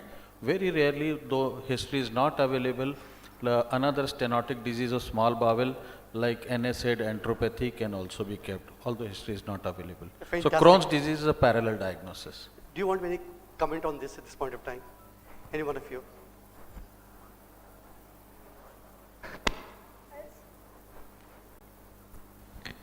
as he is saying that stenotic lesion in the small bowel, the first differential diagnosis according to the history. And in our country, tuberculosis is one of the most common cause of the stenotic lesion in the small intestine. So yes, by the incidence, as we think about the incidence, we can go for the tuberculosis of the small intestine. I think that TB is a very, very important differential diagnosis. Dr. Jain also said that TB and Crohn's will be two important differential. Let's give you a bit of glimpse that once disease evolves over time, what happens? Suppose, for example, if this is a patient who had a normal intestine, and as disease progresses, how symptoms will evolve. At what diameter of intestine the symptom appear. This is a cartoon to tell you that as the diameter decreases, over time, the symptoms will appear. So at start, there may not be any symptom. For example, at this lumen, there won't be any symptom. If you look at this part, there will not be any symptom at this part, but as the disease progresses, there will be symptom. A symptom will have only colic, then becomes a classical partial obstruction. Subsequently, as symptom progresses, the disease progresses, symptom will also progress. So the point is, at this point of time, we know that this patient had an intestinal disease, some form. We need to know what is the site of disease. And for that, it could be small intestine, it could be large intestine, or it could be both. For large intestine, the colonoscopy is the test of choice. And once you do colonoscopy, you will see the site of lesion, how much is affected, what the type of lesions they are there, and also if there are strictures or not. And if you find a lesion, you will take biopsy from them, multiple biopsies, not only for histology, but also for tubercular infection diagnosis, including staining, gene expert, and A/B culture. Now coming to small intestine. To look at small intestine, we have multiple techniques. That's a barium follow-through, small wave angiography, CT angiography, MR angiography, and also enteroscopy. And at this point in time, let me ask Dr. Taleshra to talk on that what test we use. First, let me ask all of you, which test do you do? CT scan, how many people say CT or MR? CT angiography or MR angiography? Same. Rajesh, you're saying both. Angiography. Right. So, Dr. Taleshra.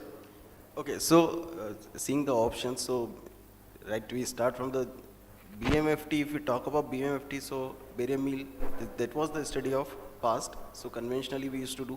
The problem with the BMFT was so problem with barium studies is we are very well looking at the lumen, but we are not getting information of what's happening with the wall, and more precisely what's happening outside the wall. So that's a big limitation of barium studies. Coming to CCT or CT enterography. So there may be a question, many a times for the acute abdomen it will be a CCT. But here when we are specifically talking of the suspicion is raised, there may be stenosis. We are looking for stenosis. We are looking for bowel. So how CCT differ from CT enterography? So just for the students also sitting over there. So this is a slight difference in the CCT is a generalized study for abdomen evaluation. So here we are not timing the contrast. We are giving contrast many a times at the manual injections, or at times we are giving with the injector with the slow speeds of 2 to 3 ml per second. And the acquisition we are acquiring at the equilibrium phase or the late venous phase, so that we get information of artery, portal venous system, veins, as well as the visceral organs. Now how here, when we are talking of the enterography, so how we are differing in enterography? So enterography emphasizes on the two things. One thing is obtaining the optimal bowel distension, best possible bowel distension, so that we get exact idea of any stenosis, partial stenosis, subacute thing that we get. And second thing is acquiring the scanning in the exact enteral phase. So enteral phase is almost similar to pancreatic phase, where we get a study after 50 seconds of injection of contrast. And so here contrast injection will also be with the injector, possibly at the rate of 4 ml per second. So we get exactly excellent information of bowel. We can in the multiplanar reconstruction, we can construct the bowel so that we can see pictures just like conventional angiography as well. And along with that, we get information outside the bowel, of the mural, of the wall. So if time allows, just one line for the MR angiography. MR angiography vis-a-vis CT angiography. So we know MR is excellent when it comes to soft tissue resolution, soft tissue contrast. So when it comes to very early mucosal enhancement or something about the wall, MR may be better in some cases. But now CT is standard because it is excellent when consistently giving you very accurate images because it is fast. In MR, we will get many a times motion artifacts. So MR images won't be so optimal in all the cases. So CT angiography definitely is the ideal scenario.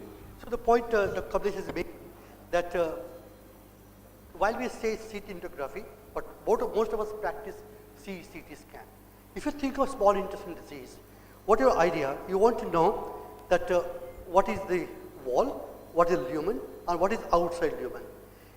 If you do a CT scan, as Dr. Teresa said, the lumen is collapsed. You cannot see intraluminal pathology. For that, you have to distend intestine. It means CT angiography. So when we all think of small intestine, do CT angiography rather than CCT. Both are same, little cost difference, but that gives you wonderful idea about the small intestine. And once you look at the CT angiography, you will look at location, stricture, the single stricture, multiple stricture, and also activity of the lesion. And also we look at mesentery, if there's a lot of vascularity, which is a part of Crohn's disease, and look at lymph nodes. If you find that there is stricture and lymph node, which is cavitation, nothing but tuberculosis. So moving further, so coming back to index patient, so this girl who was 21 years old, she underwent C1 colonoscopy and found to have a typical garden variety type of a lesion, at ileocecal lesion. There's an ulcerated lesion in the ileocecal area, and we could not enter the terminal ileum. We took biopsies, and biopsies showed acute chronic inflammation, no granuloma, AB was negative, gene expert was also negative. So she also underwent a CT angiography and showing the lesion in the terminal ileum. Here there is a stricture here, and this is dilated, there is stricture here, and there are no major lymph nodes with stricture. Also the point is that if you think of tuberculosis and doing CT angiography, always do CT chest together. Because many times you can find lesion in the chest which can confirm tuberculosis. Same go, CT angiography plus CT chest. Will you agree, Dr. Teresa? Yes, sir. And will you allow me, sir? So, okay. So see how beautifully we can see. It is the ileocecal junction we can see. And this is the terminal ileum. We can see dilated terminal ileum here very well, along with the wall thickening. And here is this is the cecum, which is showing. Here is the strictural hypertrophic type of ulcerative hypertrophic. So here is the cecal thickening, contracted cecum, and we can see very well ileocecal junction with dilated terminal ileum, which is also showing the wall pathology. So this is the beauty of CT angiography. All right, so moving further.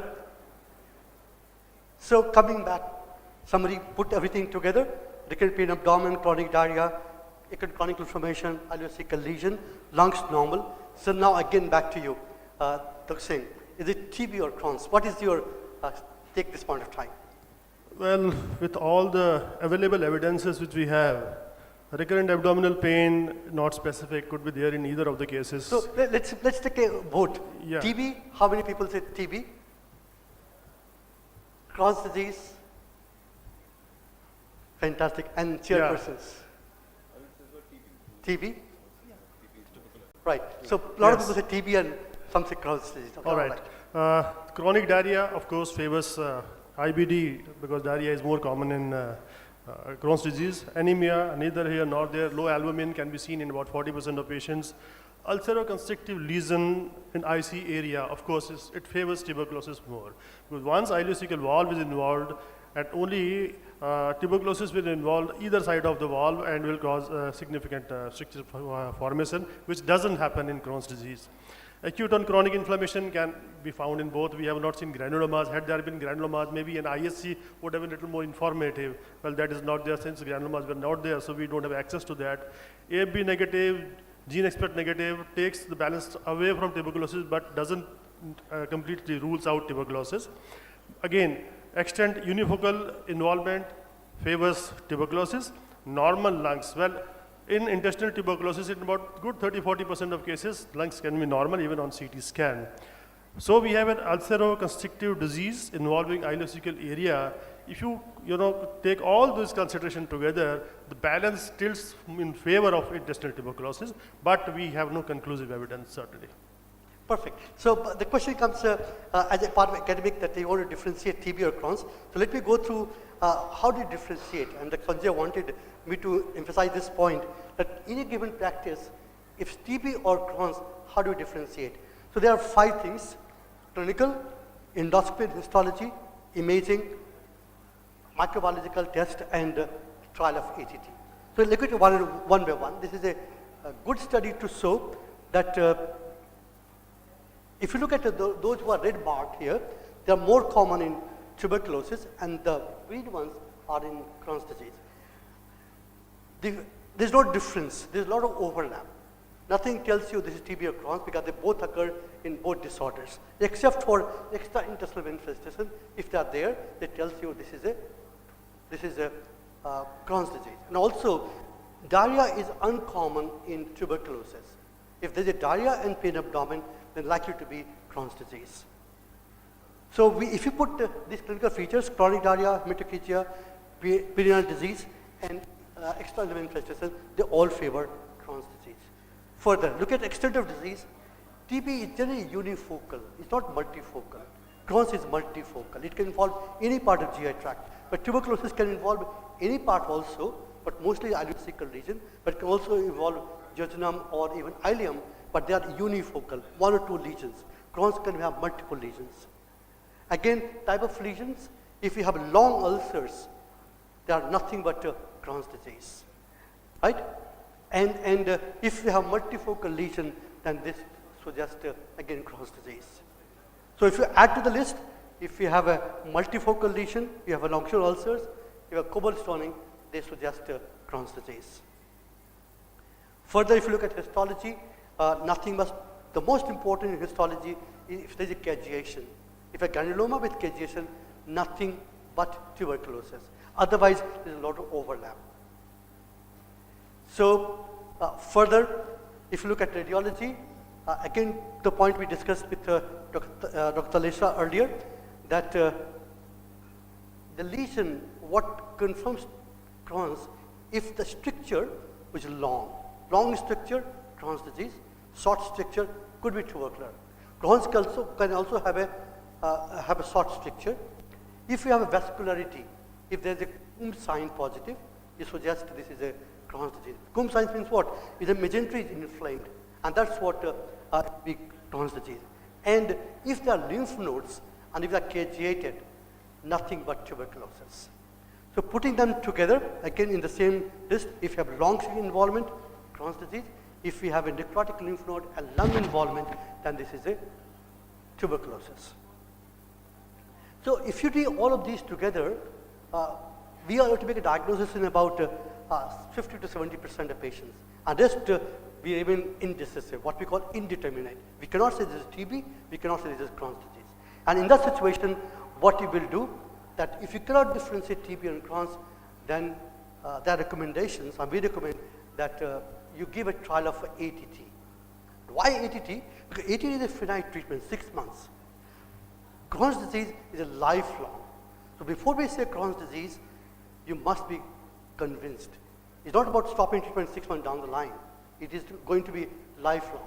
Therefore, making a Crohn's diagnosis is a responsibility because you're committing a lifelong treatment and giving immunosuppression in them.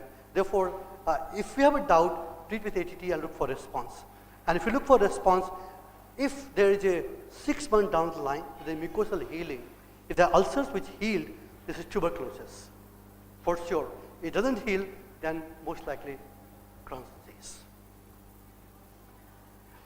There's also a question, if the patient is sick, not so well, and you're doubtful, TB or Crohn's, what do you do? Situation. Any one of you? Do you do both? Let me ask this question. Do you do both or treat both TB, steroids, both, and ATT? Certainly not. Both. If you are starting both, you don't know when to start Crohn's therapy, right? When to stop Crohn's therapy rather. So it is better that you err on the side of tuberculosis, start ATT, rather than erring on the side of Crohn's and starting steroid, which can be catastrophic for the patient.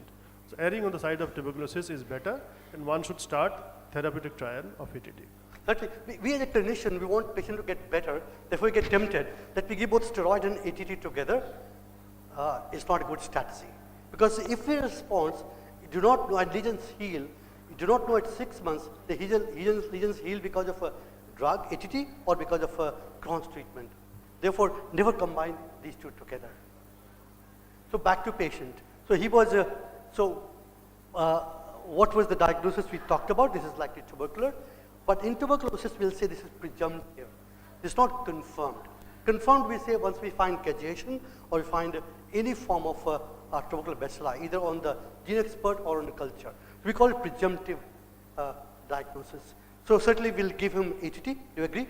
So if you give ATT, how long to treat this patient? Suppose this is tuberculosis, how long to give? Maybe I'll start with chairpersons.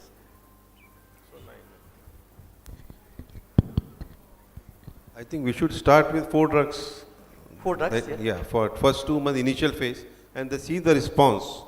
If patient is responding well, then we should continue and antitubercular therapy further on. Otherwise, we stop and think about Crohn's. How long to give? How long treatment? 4 months, 6 months, 9 months? 9 months. 9 months. 9 months is standard treatment. So let me ask, 6 months, how many people? 9 months? Still 12 months. So now the guidelines. There's a study from multiple centers in India. We compared 6 months versus 9 months. 6 months is as good as 9 months. And there's a systematic review, Cochrane review, was done by Dr. Vinita, who was my colleague at AIIMS.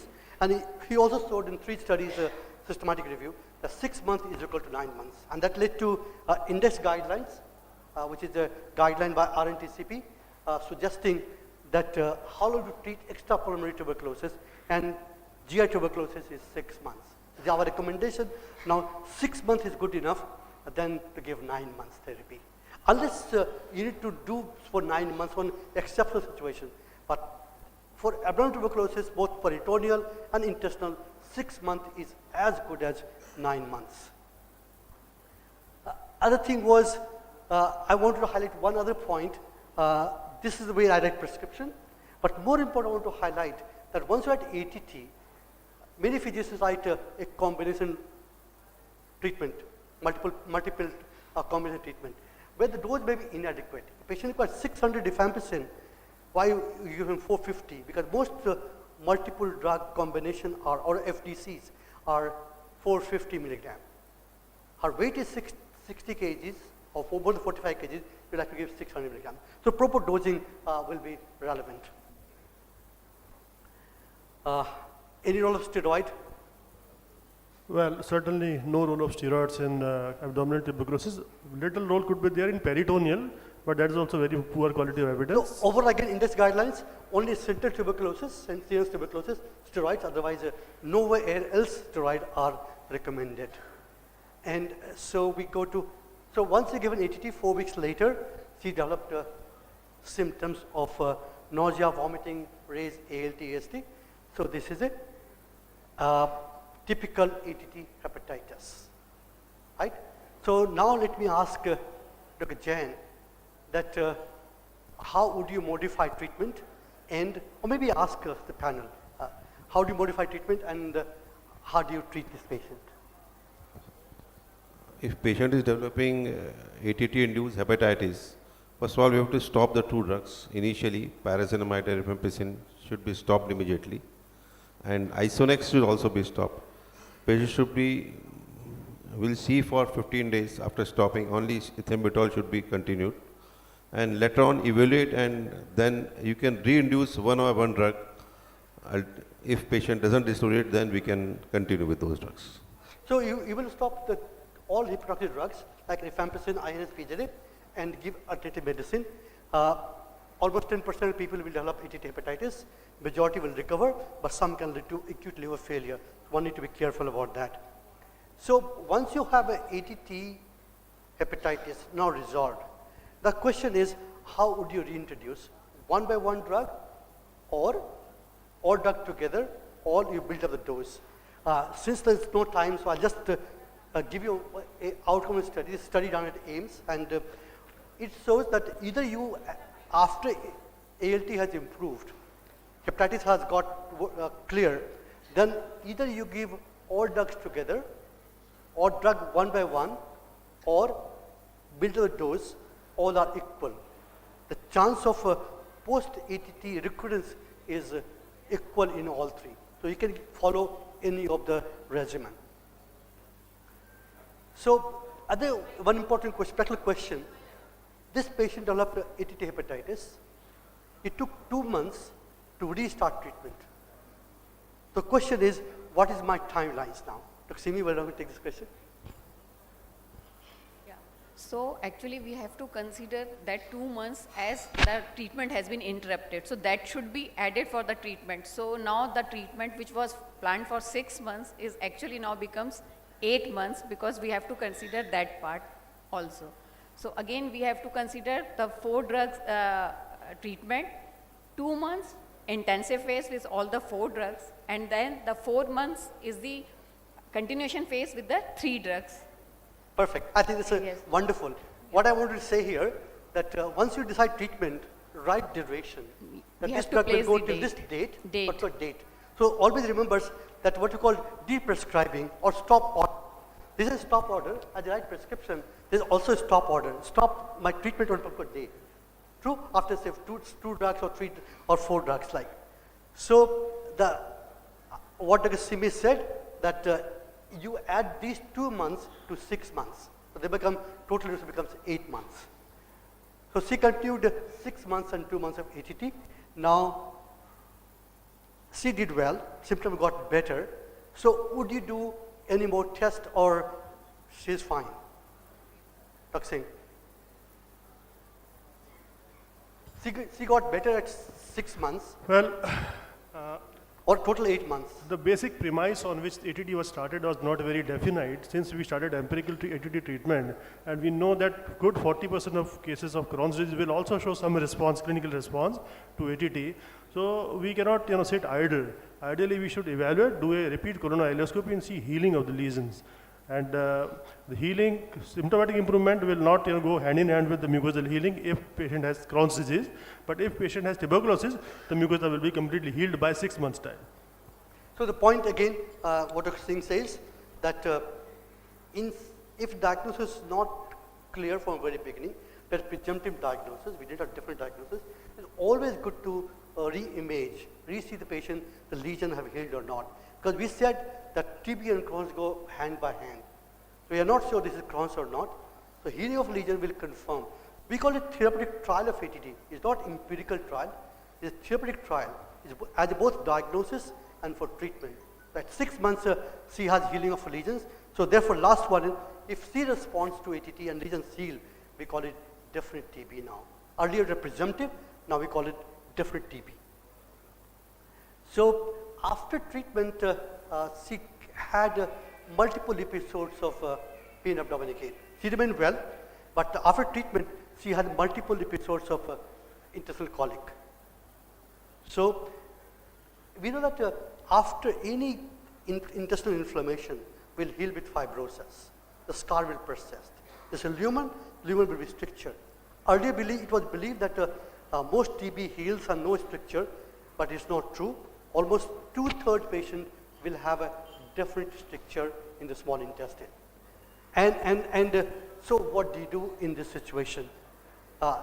Dietary modification. So all these patients should be given advice, dietary modification, avoid high fiber diet, avoid seeds, because the chana and what we call any seed which is there, like orange seed, they can lead to obstruction. So avoid large seed and chew well. 3 advice must be given to all patients. So 12 months later, she came again. This time symptoms were more, and X-ray showed air fluid levels. So she had a partial bowel obstruction at this point of time. So this could be Dr. Vishal, that now she has come with obstruction. What would you do? Surgery or no surgery? So I am representing the minority of surgeons group in this conference. So overall, now the patient has earned surgical intervention, some kind of intervention. As a surgeon, I would advise the surgical intervention because patient has already developed some kind of obstructive symptoms. Actually, 1 year back, the symptoms started with the obstruction also.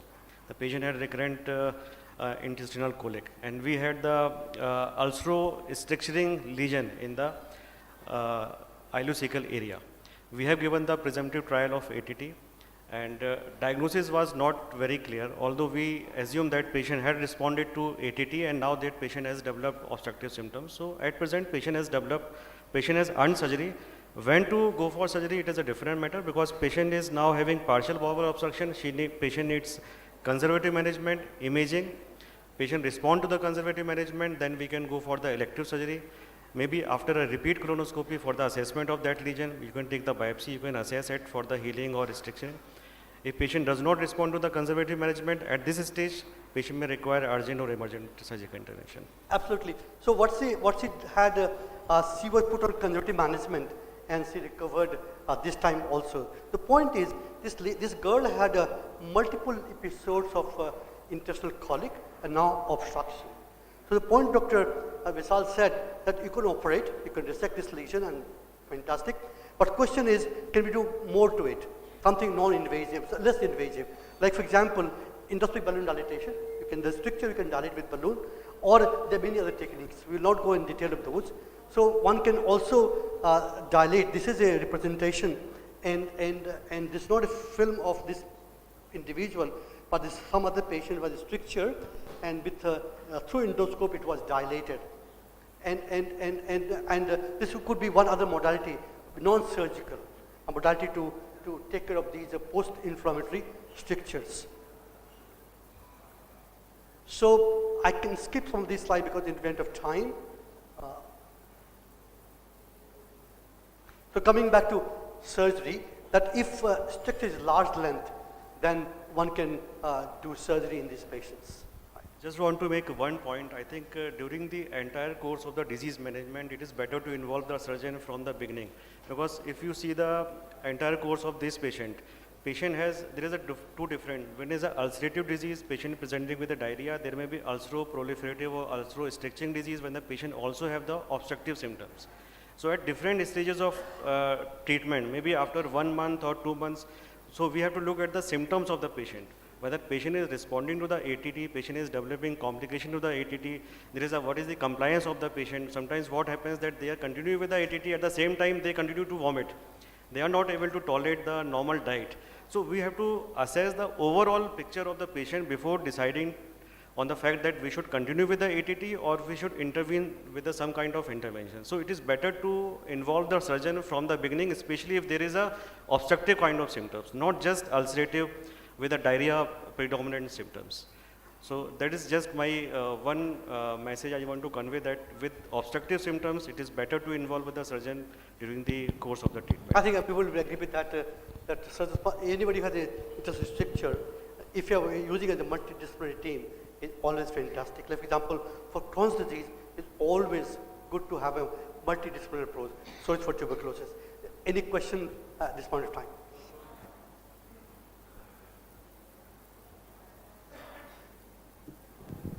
Now, this is regarding the continuing battle, I would say, whether to give a therapeutic trial or not.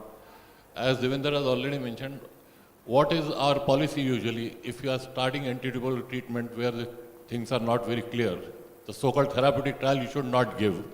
But in spite of all the evaluations, if everything is still negative, you start treatment. Now you are saying that you repeat a colonoscopy at 6 months. If it has completely healed, then of course, it is there. But the thing is, my policy is usually like to get a repeat colonoscopy after say about 3 months. Significant healing is there, you continue treatment in that particular situation. But if you wait for 6 months to see the complete healing, you have already given the full treatment or antitubercular therapy in that particular situation. Sir, actually, directives are, if the patient is responding well, you repeat after 6 months. If patient is not responding, if it is tuberculosis, the ulcer or the inflammation would heal completely by 2 months' time. So it is reasonable in those who are not responding to repeat a colonoscopy within 2 to 3 months' time. If it has not healed, you move to the other side, treat Crohn's. But if the patient has completely got this mucosal healing done, then of course it remains tuberculosis. No, is the clinical response identical? If no to clinical response, then early. If No, no, clinical response, then late. No, the patient is responding, say, clinically is I think responding. we can but- stop crosstalk. Just to summarize, that if your presumptive diagnosis is tuberculosis, there's no need to do interval colonoscopy at 2 months. If presumptive diagnosis is more like Crohn's disease, certainly we would not like to prolong treatment with ATT for a long time. Our diagnosis was presumptive, we had like mostly tuberculosis. Therefore, one can do colonoscopy at 6 months to see the healing of lesion. If it's Crohn's disease, you will do early colonoscopy. Last question before we have to close. Just one question. There has been some study, I think from your center only, that if by mistake these patients of Crohn's are treated by tuberculosis, they may respond partially. But the incidence of stricturing is higher in those particular situations. What is the reason? The reason is not clear, most likely because people believe, or we also believes that ATT is also a fibrogenic, right? So, and second, that you prolong the treatment, and therefore you are not giving right treatment you are stopping the right treatment for a long time. 2 reasons for that. So, but once you diagnose presumptively tuberculosis, then probably one can do, but I would skip, I do colonoscopy 6 months in this lady, not otherwise. Last question and then. So my question was regarding tailoring the dose of the ATT for the patient. Now the problem is that we have to send all the patients for DOTS, the directly observed therapy. There the dose is not in our control. And this especially problem occurs when the patient develops post-AKT like liver injury, and you have to stop medicines and add on medicines in a serial manner. And they don't get those medicines thereafter. And they are not available in the market for them to buy either. So how do we... It's an absolutely wonderful observation that DOTS have a different fixed regimens, and there's less scope for a kind of liberties. They are very fixed regimens. Even we find a lot of difficulty, especially those who have acute hepatitis, and then how to manage them. So those periods, they buy medicine from outside, but I won't recommend that. So they're not available outside anymore to buy. Yeah, sir, I just want to add this, that yeah, that's true that the duration of treatment of antitubercular therapy is 6 months, but again, it is based on the case-to-case basis. So it is not very hard and fast that it should be stopped immediately after 6 months. You have to assess the patients, and recent guidelines issued by Ministry of Health and Family Welfare also says, if required, you can extend that treatment up to 9 months. So it depends upon case-to-case basis, and similarly after 6 months you have to assess the patients and find out how the healing is going on in these patients. Absolutely. Personal experience on that we did colonoscopy, as I said, in 2 months' time. Tubercular, at 2 months' time, lesions are already healed by that. But we give for 6 months. But lesions are not healing, then you probably think, is it drug-resistant tuberculosis? Is it Crohn's? Chairpersons, any points? Patients with stricture formation, they has to be subjected for surgery, because these patients comes to you with subacute intestinal obstruction or may present to you with acute obstruction and recurrent abdominal pain. And once a stricture is formed, these patients must be subjected for either stricturoplasty, depending upon the disease segments, how many strictures are there and the condition of the patients. Completely agree. But only thing that we have a new technology now that there's stricture, and you can reach stricture by scopes, like terminal stricture one can by colonoscope, or even small intestine you can reach by now introscopes, which are we can see the whole intestine now. So that could also be one possible option, that non-invasive direct stricture, because stricture will form for sure after tuberculosis, but only some strictures become severely symptomatic. So those strictures which are multiple time obstruction happening, you treat it once, again happens, you can dilate. If dilatation is not available, because dilatation may not be available everywhere, in every small city of our country, system may not be available. In that case, surgery was a good option. But in our scenario, cost constant is always there for recurrent balloon dilatation. One time. I think just one comments from surgeon side I will like to add, because we are encountering a lot of patients still which are in the form of active or chronic type of the intestinal tuberculosis in all 4 kind of varieties. Even ascitic forms are there, even miliary settling are there, strictures are there, and so many conditions. But we have found that ultimately the chronicity, it involves the ileocecal junction, and those fibrous or fibrinous bands are always there. And it is not only the stricture. Sometimes we also find there is a long bands, thick bands, which involve the whole of the ileocecal up to the ascending colon area. So the whole ileocolic zone, which involves in the formation of the lump formation most of the time, then we finally, even the medicines, whatever anti-tuberculosis drugs we give, they ultimately don't respond for a longer time. So we have to, this ileocecal junction once becomes the culprit, we have to dissect, resect rather, and remove and do the ileo-ascending RA. And we have seen the minimum 20 years follow-up still today with our patients. We have still relieved by the symptoms of intestinal obstruction or recurrent intestinal colics. So my recommendation in this is, if there are chronic patients with ileocecal tuberculosis, we must opt for the ileo-ascending RA. Thank you very much. All right. So thank you so very much. There is one question. I think we can discuss during lunch. Thank you so very much for wonderful discussion. I would request the chairpersons and moderators to stay for just 7-8 minutes. I'm just intervening. First of all, I would like to thank Dr. Govind for a really masterly panel discussion. He has conducted it so well. Please give him a big hand. I mean, that is the entire motto of such conferences, that we can discuss any topic in such detail. I'm sure all of us are benefited by this discussion. Extremely thankful to you, Dr. Govind, for this wonderful panel discussion. Thank you. So we'll have the memento presenting ceremony a little later. Actually, Dr. Puri has a flight, and he has a very brief presentation. Before the endoscopy video digest, I requested him to present endoscopy in today's age. So this is a very brief topic, and he's covering for Dr. Anil Arora, who could not make it due to illness. So Dr. Puri, if you want to catch flight, you have to be really quick. So as you all know, endoscopy has really evolved in last 2 decades, and we had wonderful endoscopy procedures done yesterday at GastroCare. But today we did not include any endoscopy lectures as such, but we are having certain good videos, 5 good videos, which will be there in next session. So this can be just a prelude to that endoscopy video digest session. Is that ready, Dr. Puri?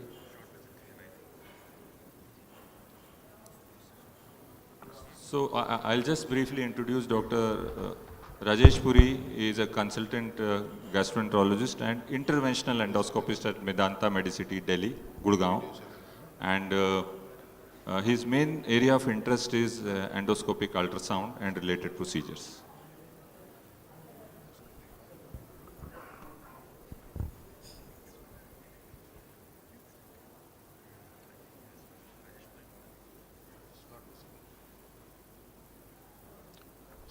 Good afternoon, everyone.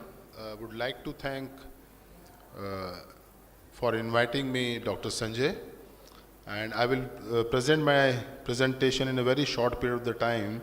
And in the previous talk, it was nicely discussed, the management of the patient should always be multidisciplinary, rather than saying that the endoscopy is the treatment or the surgery is the treatment. The most important is the patient is in the center, and we should talk in benefit of the patient. And in the last 30 years, you have evolved from the open surgery to the laparoscopic surgery to a robotic surgery to minimally invasive endoscopy. And endoscopy is no more like an upper GI and colon. It has moved to a minimally invasive surgery. And the recent advances has been in the form of to see the better. And better means the magnification has gone up to the tune of 240 or 520. We can see the surface and mucosal pattern, and we can diagnose the malignancy very early, and we can see the microscopic detail. To visualize the area which is not seen, like small intestine, bile duct and the pancreatic duct, to look outside the gut wall with an endoscopic ultrasound. So most of you have seen this endoscopic images, but if you see now, With a magnification endoscope, a better surface pattern, better vascular pattern, we can diagnose the early cancer. And once you diagnose the early cancer, it has a high success rate for the treatment of malignancy. Similarly, this is a video now endoscope with the 520 magnification, meaning that you can examine the microscopic nature of the lesion and you can plan, are you dealing with the hyperplastic polyp or adenomatous polyp or a malignancy, and what is the depth of malignancy. That is going to decide what should be the treatment. Now regarding the small bowel, we have done yesterday, you have heard about the double balloon enteroscopy, 2 balloon and you can see the entire small intestine. Similarly, it can be done from the antegrade route as well as from the retrograde route. Recently, we have a spiral enteroscope. And what is the difference? In a single balloon and the double balloon, it is a too much burden on endoscopy and it's going to take around 1 to 1.5 hours and it requires an antegrade and the retrograde route. But with a spiral, there is a machine attached on the shaft of the scope and the machine works. Doctor has to just put a foot on the switch pedal as you are driving the car, and within 40 minutes you are going to scan from mouth to the ileocecal area. So the area which was not visible can be examined without any exert on endoscopies. The second advantage is it has a large therapeutic channel, so polypectomy, APC, or you can do the clipping of the lesions. Capsule endoscopy, this is a minimally invasive technique, which is a capsule of 11 into 22 millimeters, swallow with the water. Over a period of 8 hours, it gives 60,000 photographs of the small intestine. So those patients who are not fit because of the cardiorespiratory problem, you can see the capsule endoscopy and you are able to give the diagnosis. These are the few images. Now about the bile duct, we have a thin cholangioscope which goes from an ERCP scope. They are called as a baby scope, which goes through the therapeutic channel of the ERCP scope. And you go inside the bile duct, you can look at the stricture. Earlier there was a problem, are you dealing with the benign stricture or malignant? You can do the targeted biopsies and you can give the diagnosis, and that helps in the management of the patient. Another important advantage is, now there is no stone which is left by an endoscopist. Earlier, people used to talk stone more than 2 centimeter require a lab CBD exploration, but now a stone of 3 centimeter can be crushed with the laser lithotripsy, and you can give the CBD clearance in more than 99% of the cases. So these are the advances which has happened. A few words about the endoscopic ultrasound. The difference from the CT and MRI, it gives the 5 pattern layer of the gut wall. So for the T staging of the cancer, this is a very good modality. For the subepithelial lesion from which layer it is originating, you can find out this patient can be treated with endoscopy or with the surgery. The most common indication is a mediastinal lymph node for the physicians, where we can take the FNAC as well as we can take the biopsies also. So mediastinal lymphadenopathy of any origin, either it is a tuberculosis, sarcoidosis, metastasis or lymphoma, we can give both cytological as well as histological diagnosis. Similarly, a node of 5 millimeter. The size is not important.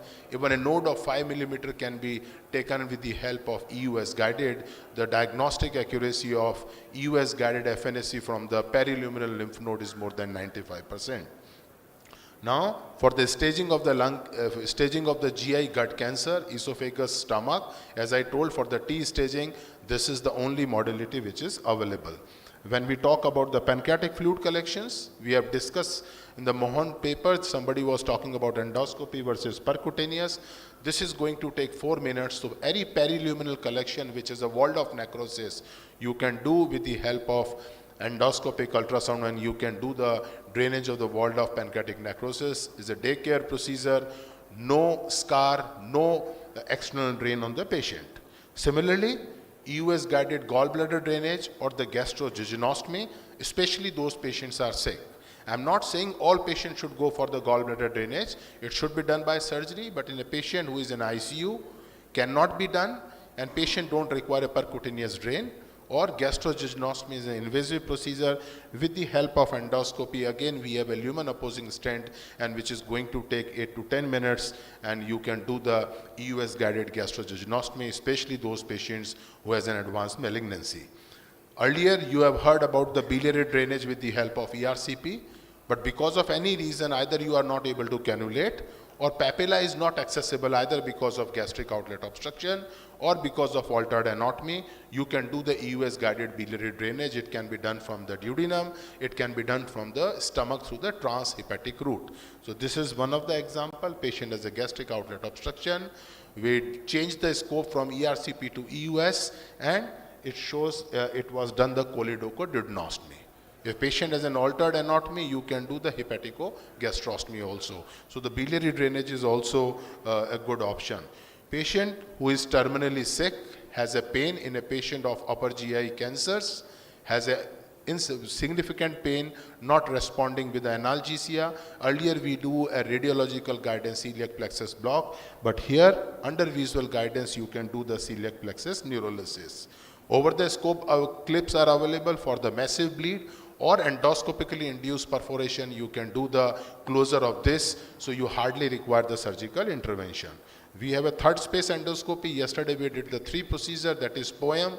Earlier it was required a surgical. With the help of POEM procedure, you can do this procedure within half an hour to 40 minutes, and it has a good rewarding to the patients, and the accuracy is up to the tune of 95%, as good as surgery. So this is the circular myotomy and the longitudinal myotomy you are doing, and once you do the myotomy, you can close the defect from where you have done.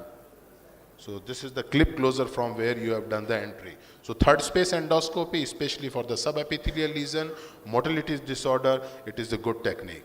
Now we have a full thickness device also. We can do the full thickness resections. So this is a neuroendocrine tumor or T2 or T3 stage of the disease, which is patient cannot go for the surgery. We have a full thickness device. It gives from serosa to serosa complete resection and the closure during the same time. So risk of perforation is also very less. Endoscopic bariatric procedure, as well as for the diabetes control, we have a various balloons which is available. These balloons are refill balloon or they are swallowable balloon with a different company makes. They are useful especially in the patient who has a BMI of 25 to 35. Same for the GERD, we have got a arms GERDEX. Patient who has a Hill's grade 1 and 2, you can do the endoscopic treatment of the reflux disease. So thank you for the patient's hearing, and I invite everyone for the next month. We are doing a therapeutic interventional conference for the pancreatobiliary. If anybody is keen, they can join us. Thank you.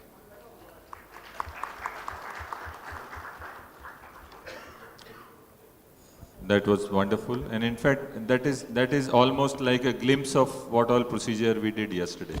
So this is what endoscopy is in today's era. So sorry, in the 10 minutes I have given, each topic has a separate talk, but definitely therapeutic endoscopy has evolved right from upper GI colon to the minimally invasive surgery.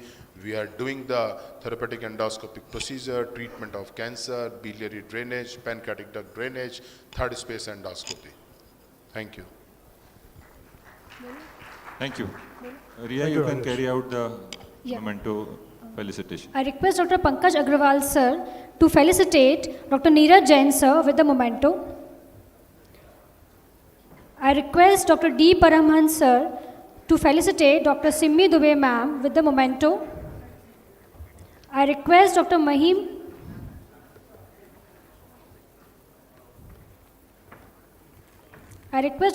Kosharia sir to felicitate Dr. Vishal Gupta sir with the memento.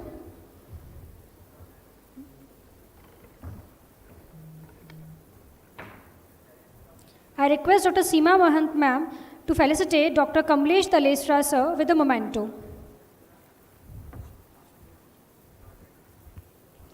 I request Dr. Pankaj Agrawal sir to present memento to Dr. Govind Makharia sir.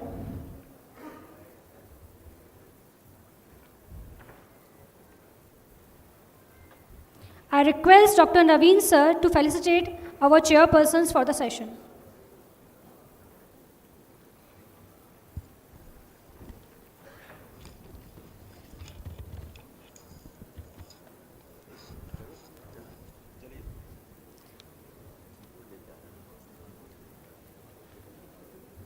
Dr. Devendra Singh sir already received the memento yesterday. Thank you, sir.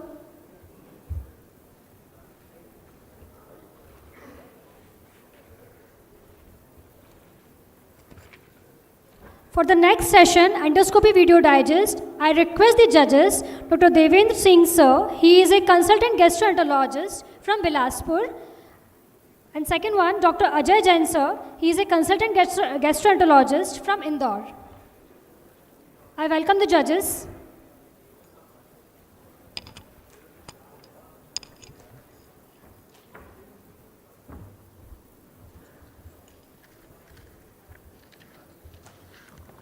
Hello. Dr. Ajay Jain and Dr. Devinder will join in a moment. Till then, we can start the presentations. I think the first video is by Dr. Saurabh Mukewar. Dr. Saurabh is a consultant gastroenterologist and a very avid endoscopist at Midas, Nagpur. So as the format of video digest is, the entire time given is about 8 minutes. 6 minutes is for presentation, out of which we require 3 minutes of video at least. 6 minutes of presentation, in which 3 minutes should be video, and last 2 minutes for discussion. Dr. Saurabh. A very good afternoon to all of you. I'm Dr. Saurabh Mukewar. Thank you, Dr. Sanjay Kumar, for inviting me and having me here. It's a great audience, and it's a beautiful city. This is my second time to come to Bhopal. So I'll be talking about 2 cases here in this video digest of US-guided enteroenterostomies. So I know the audience is full of surgeons and physicians also. So this is the new technology like Dr. Puri showed you. I'll have some couple of interesting patients that we will present. Oh, I see. Okay. So I'll wait for the chairpersons to come, and then we'll start the presentation.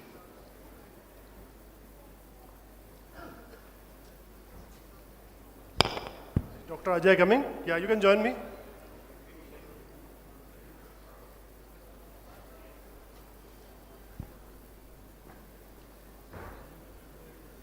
Yeah, Saurabh, please proceed. Yes, thank you, sir. All right, so the first patient we have is a 58-year-old gentleman. He had a history of CA esophagus in July 2021, received neoadjuvant chemotherapy, and a radical surgery in November 2021 with total gastrectomy and esophagojejunostomy. Post-operatively received chemotherapy. Surveillance CT and PET CT showed no recurrence, but presented with abdominal pain and vomiting in January of this year to us, to a surgeon actually. And this is the CT scan. And what you see here on the left is dilated intrahepatic ducts. And the small bowel loop coming from the liver is diffusely dilated. I think you can appreciate that. And because this was a complex surgical anatomy, I'll show you a cartoon to show exactly what was going on. So this patient had afferent loop syndrome. So now, just to illustrate the point, this is esophagus, and there's an esophagojejunostomy anastomosis here. This is a hepaticojejunostomy because the stomach is removed, and here is a jejunojejunostomy. Okay, so the food is coming from here, it's going down, and the biliary secretions are coming from here, and it's going down here. Now, in this particular case, this point over here, actually, I don't think you can see this. I'll use the pointer. Sorry. Yeah. All right, never mind. So at the bottom where the anastomosis is from the jejunum, thank you. So at the bottom where the anastomosis is from the jejunum, that is the location, okay, is the location where there was a kink, and therefore there was obstruction. The bile was not flowing smoothly, and therefore the patient also had elevated LFTs and vomiting. So standard EGD, you could not reach the location, although we could have used double balloon enteroscopy. And basically the first anastomosis was okay. And you see the LFTs, the bilirubin is 6.7 and alk phos is elevated. So in this particular patient, what we decided, now the surgeon, who's an oncosurgeon, did not want any surgical intervention.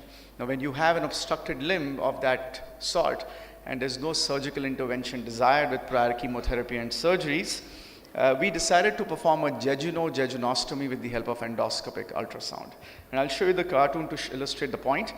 You see the stent, the plan is to place a stent from the dilated loop is connected to the standard jejunum that will allow all the contents to get decompressed. And this is how it was done. With the help of echo endoscope, which is a US scope, we are looking at the limb, which was a dilated segment, and we distend it. We use normal saline and some contrast to distend the small intestine. And following that, we use a special stent. Now this particular stent has cautery on top of the stent, and it punctures through the wall of the jejunum pretty smoothly, and you'll see that in a moment here. So this is the stent going across. So the procedure itself barely takes, the actual procedure here takes about 30 to 40 seconds, and the preparation perhaps another 10-15 minutes. So this is a stent being deployed across.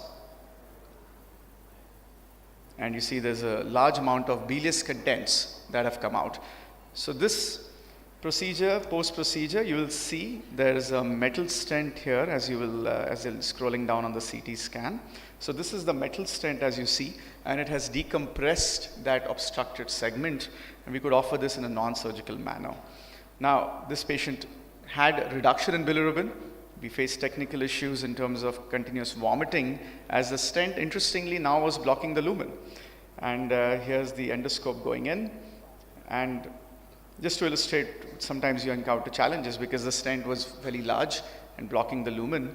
And what we placed is a nasojejunal feeding tube, and then allowed this area to settle. And then now the patient is doing fine, eating well, no vomiting, liver tests are good. So this was my first case, and I'll quickly go through a second case, a sort of more standard case here. 73-year-old gentleman with a prior history of diabetes, hypertension, coronary artery disease, PTCA, recurrent peptic ulcer, very, very interesting case. 15 years, recurrent ulcers, multiple evaluation, nothing turned out. He had gastrectomy, GJ, Roux-en-Y surgery, and a bad ulcer was found just beyond the jejunum. Standard treatment options, injection adrenaline, did not take care of it. So ultimately what we ended up doing in this patient, and you'll see here, this is a large amount of blood in the stomach, and the scope is advanced, and you see soon across the anastomosis site. And this is the visible vessel with the ulcer. And what we did here is place the OTSC clip. It's a very unique clip, beautiful clip, works very well. Despite 4 regular endoscopic maneuvers did not work, surgeons don't want to operate after 3 surgeries. We put a clip, and that took care of the bleed. However, now this problem's occurred. This patient had vomiting, large volume bilious vomiting. And as we put the endoscope through, the problem was that clip had, although stopped the bleed, took care of the vessel, it caused what we call as gastric outlet obstruction, because now all that small bowel was taken inside the clip. Now here you see the clip is nicely placed, but there's no way an exit for the food to go down. So what we decided to do was put a nasojejunal feeding tube and said maybe give it some time and let it settle, and maybe we'll salvage this. So now with difficulty the scope is going further down. So we placed nasojejunal feeding tube, removed the tube. He still had vomiting symptoms, unfortunately. So in this particular case, what we did was a gastrojejunostomy with the help of a US. Again, our surgeons were not keen to do surgery. So we go ahead with the endoscope, put a wire, put a tube. Now this tube is used to distend the intestine. Now here the tube is being placed, and that we distend the intestine here, the jejunum. And with the help of the echo endoscope, we go in. Now we wanted to ensure that we get the right lumen just beyond the clip, and we managed to get it. This is the small bowel just beyond the clip. And here we are performing a gastrojejunostomy with the same stent as I showed you earlier. And following deployment, again, just a few seconds here, there. So that's the stent placed, and it's improved. Right. So this patient did well again, and eventually had resolution of all symptoms. So I'll end my cases here. Happy to take any questions. Thank you.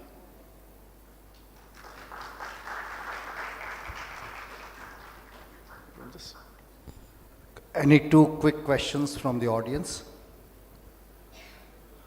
So, Saurabh, these days you are taking the role of surgeons. So how often you do this endoscopic ultrasound guided gastrojejunostomy other than in malignant gastric outlet obstruction? So Right. So that, which benign conditions are the indications for you? yes. So the part of the reason to show was we are aware of malignant obstructions where we do GJs. Now we've been doing it for benign indications. So one would be certainly high surgical risk, which would be a unstable coronary artery disease or any other condition which would make surgery a challenge. Second would be technical issues for surgery, radiations, multiple surgeries. Those would be two indications where we would prefer this. And third would be an alternate option to surgery when patients don't want to undergo, because we have good long-term outcomes in benign indications as well, where 3 and 5 year outcomes have been pretty good for even benign gastric outlet obstructions. Certainly for malignant obstructions, it's an option which we are familiar with, and we can certainly use them in malignant obstructions. The main cost is a barrier. It is an expensive stent, so insurance, affordability, then you can do it. But yes, that's a good point. Yeah. Why do you say that those cases which are challenges for surgery will remain challenges for you also, because you also do it under intubation and anesthesia? True. So I think the duration of surgeries, a procedure is much shorter, because we are looking at a 10-minute procedure. So we are saying 10-minute versus a fairly longer surgical procedure. Yeah.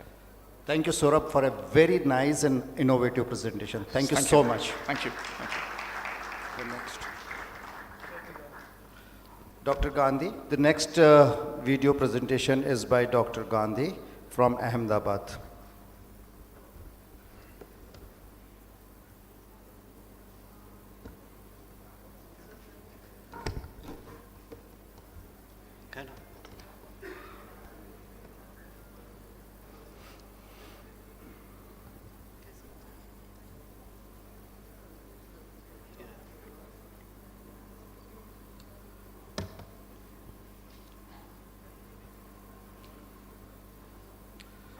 Dr. Gandhi, Dr. Chetty, here I am on this side, stage, this side. So your time is 6 minutes. If you exceed, the marks will be deducted. Yes. Okay.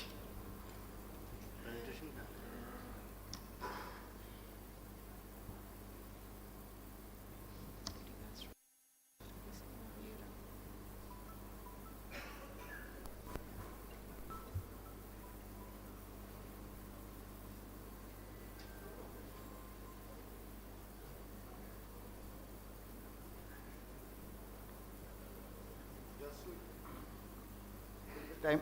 Okay. A very good afternoon to all of you. I am Dr. Chaiti Gandhi.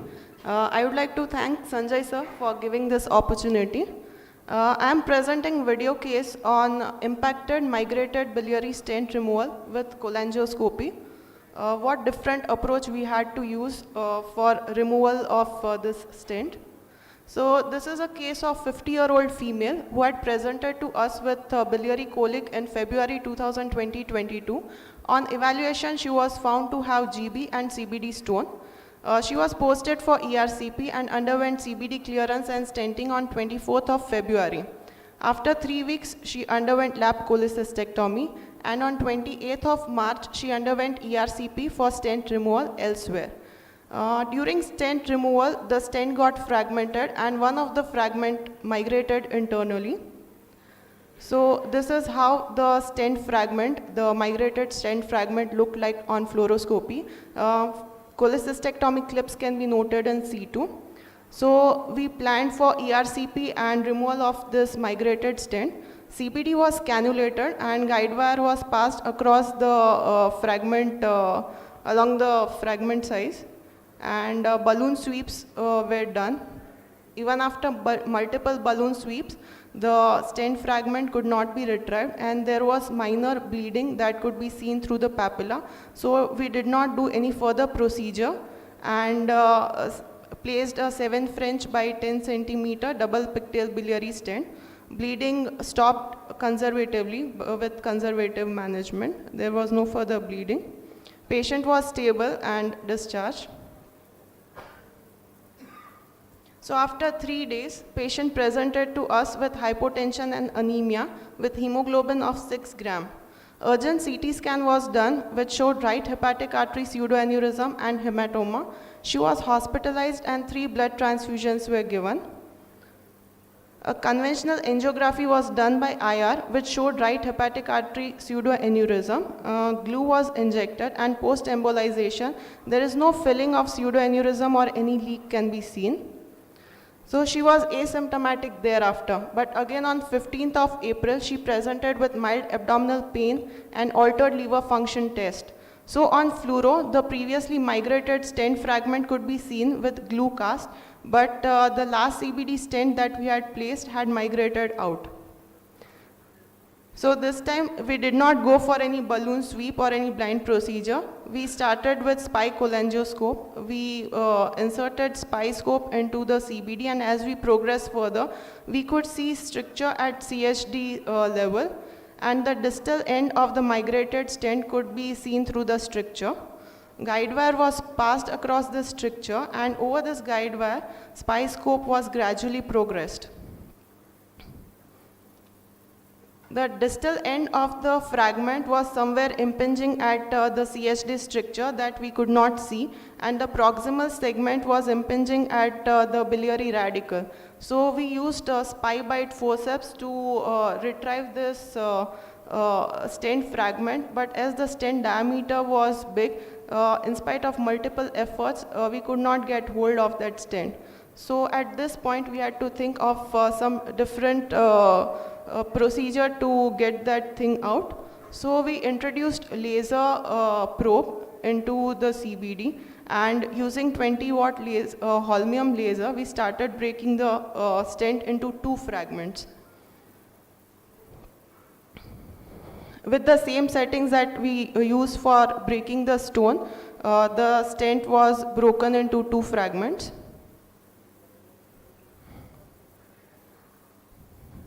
Now the stent has broken.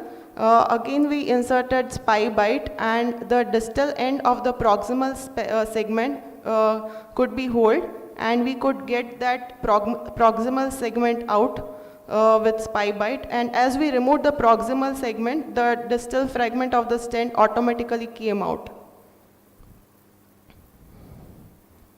Again we placed a guide wire across the stricture and placed a 10 French 10 centimeter double pigtail biliary stent.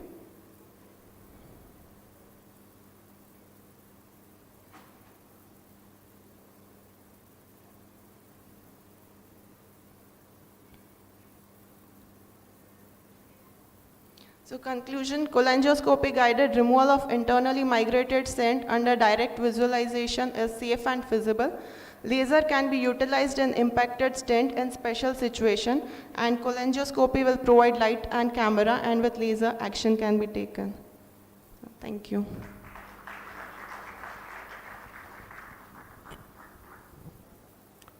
Well, what happened to the stricture? You had another stent placed? Yes, sir. We placed another 10 French biliary stent. And what is your plan? What could be the reason for the stricture? Because of the migrated stent that is continuously impinging on the CBD wall, that might have caused stricture, sir. Any plan of putting a covered metallic stent to remodel the stricture, or you are going to leave it as such? So after follow-up, after 8 weeks, the cholangiogram showed normal CBD, and we could retrieve that stent, sir. So this stricture was because of the edema?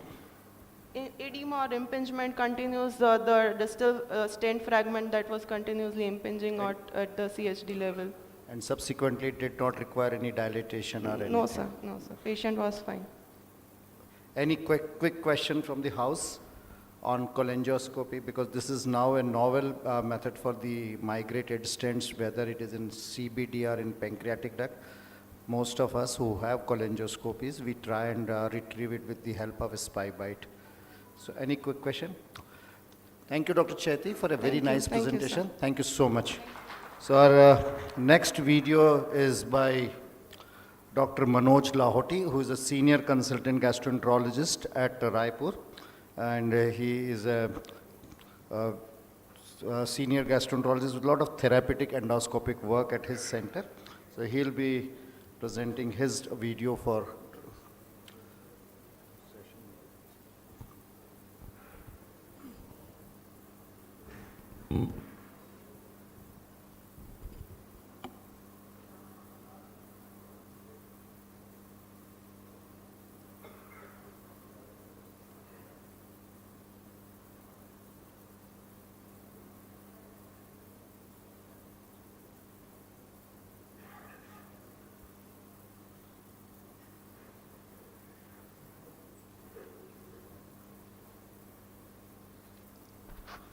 Good afternoon. At the outset, I would like to congratulate Dr. Sanjay Kumar and entire team of GastroCare Hospital for organizing such a wonderful conference and great gathering. I would like to extend my sincere thanks to Dr. Sanjay Kumar for giving me this opportunity to present a short video to this August gathering. So before coming to the video, let me give a brief history of the patient.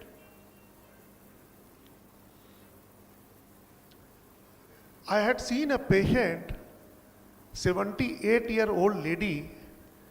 She was bedridden and she was having multiple comorbid conditions in the form of bilateral hip replacement, hemiarthroplasty of hip, and recent fracture of neck of femur. She was hypertensive since last 20 years.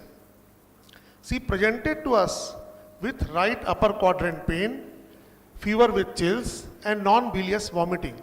She was on many drugs, especially telmisartan, amlodipine for hypertension, metoprolol and ecosprin for cardiac prophylaxis, and she was on rivaroxaban. As she was bedridden, she was given rivaroxaban for DVT prophylaxis. At the time of admission, she was found conscious oriented and her pulse was 128 per minute. It was irregular. She was in AF. She was in shock. BP was 80-50. Respiratory rate was 46 per minute. She was febrile and saturation was 92 on room air. She was having pallor and systemic examination showed per abdomen examination Murphy sign positive and there was no free fluid. Lab values, she was having leukocytosis of 25,000, predominantly neutrophil, platelet count was normal, creatinine was mildly elevated, 1.9, she was having hyponatremia and her procalcitonin and CRP was very much elevated and LFT was normal except low albumin and INR was also deranged, 1.9, 1.8. ABG was suggestive of metabolic acidosis, pH was 7.2 with bicarb of 12. The ultrasound which was done showed over-distended gallbladder and it was filled with sludge. And ECG was suggestive of an atrial fibrillation with fast ventricular rate. The CT was done, you can see that there is an over-distended gallbladder and there is a close proximity with the stomach and duodenum. There is no perforation. So at this juncture, we admitted the patient with optimal medical treatment started, antibiotics started and urgent surgical consultation was sought as we were dealing with acute acalculous cholecystitis with septic shock, with atrial fibrillation, with fast ventricular rate. Her anticoagulant rivaroxaban was stopped. So despite of 48 hours of medical treatment, her medical condition deteriorating. Bilirubin rose to more than 2, respiratory function declined and she needed NIV support. She went into altered sensorium and vasopressor doses started building up. At this juncture, surgeons were unwilling to touch and only thing was some alternative option for gallbladder decompression. As we all know that acute cholecystitis, whether it is calculous or acalculous, the treatment is laparoscopic cholecystectomy and it is the gold standard. But what are the contraindications of lap chole? When the ASA is more than 3, when the patient has significant thrombocytopenia, coagulopathy, advanced malignancy and cirrhosis of liver. According to Tokyo 2018 guidelines, my patient falls into grade 3 severe acute cholecystitis, since there was organ dysfunction. There was cardiovascular, neurological, renal and hepatic dysfunction. And if you don't treat cholecystitis, about 20% will develop gangrenous cholecystitis and 10% will develop gallbladder perforation, which will lead to death. So, for surgically unfit patient, what are the options? We have an external drainage by percutaneous drainage, or we have an internal drainage either by ERCP or by transmural drainage using the EUS. Percutaneous drainage, we have seen it is available since 1970 and it is an age-old procedure. It is very safe, very effective. It is quick. It can be done bedside with little sedation, and it preserves normal anatomy of gallbladder. So surgeons are happy. They can do laparoscopic cholecystectomy at a later date. So it's a very important bridge therapy. But what are the problems with PCD? Percutaneous drainage has the most important problem is that post-procedure pain, length of hospital stay, and with initial clinical success, after few days, the catheter gets blocked. Either there is a stent blockage or there is a stent migration, and that is up to the tune of 10 to 15%. So recurrent admission, recurrent intervention, and recurrent cholecystitis is common to the tune of 25 to 50%. Then another way to drain gallbladder is transpapillary gallbladder drainage using ERCP. But it is technically challenging because cystic duct is very difficult to cannulate, especially in a very sick patient, and there is always a risk of blockage of the stent because so we proceeded with EUS guided gallbladder drainage.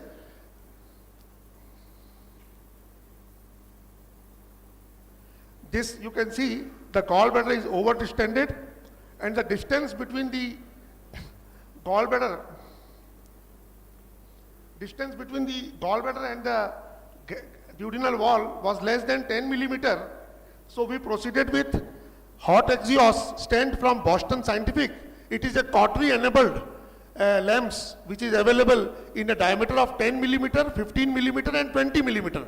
So with that much wider diameter, the decompression of gallbladder is very quick.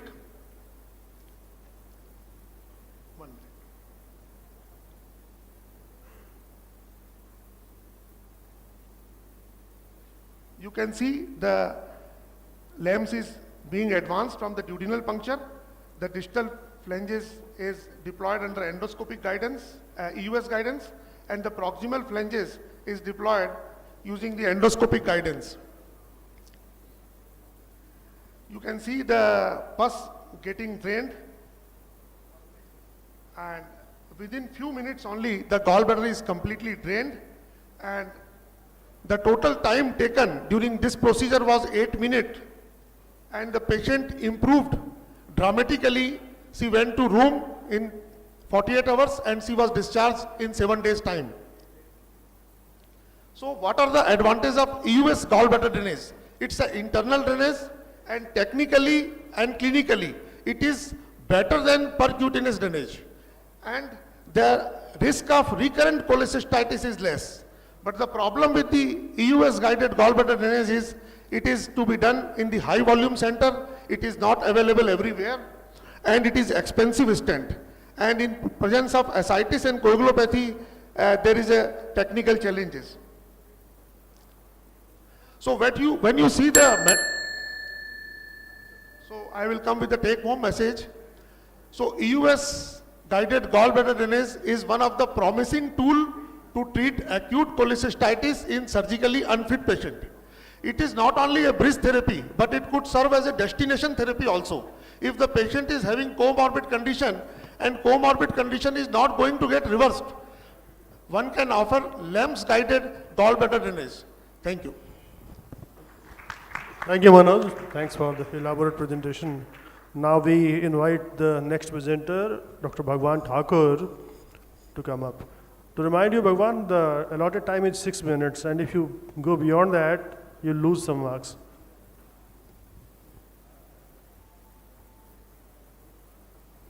At the outset, I thank Dr. Sanjay and the team GastroCare for giving me this opportunity. I will try to stick my time, maybe 1 minute less. We'll give you some bonus.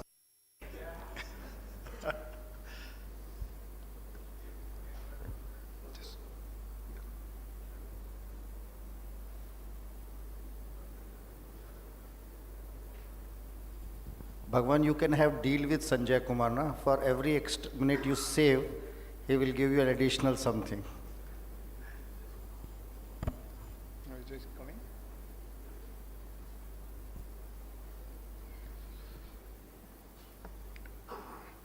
So I start with, this is a 53-year-old lady who had a gallbladder cancer with metastasis, and she was treated at cancer hospital. And she actually presented to one of the hospital with my colleague with passage of black stools for 3 days. She was given transfusions, and she was on hemodynamic support, and she was referred for upper GI endoscopy. Here, Dr. Mohit, one of my colleagues, he did an upper GI endoscopy, and what he found that there is a large ulcer, most likely which was filled with clot in the bulb of the duodenum, and he could not do much about it. And after seeing the thing, he called me up, and then we decided to repeat the endoscopy and see what we can do in that.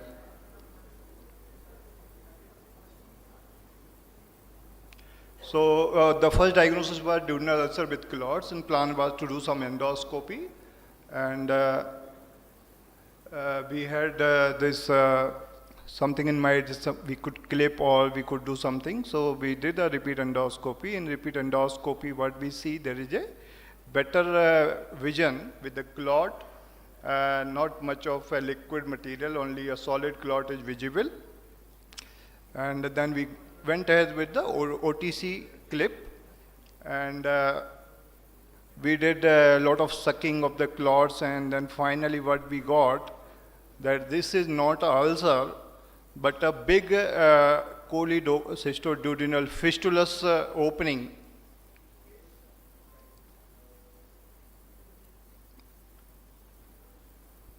You can see the opening, and it's a big opening, and I was worried if this is going to help or not, because, but after sucking and removing the clots, we successfully put this OTSC clip.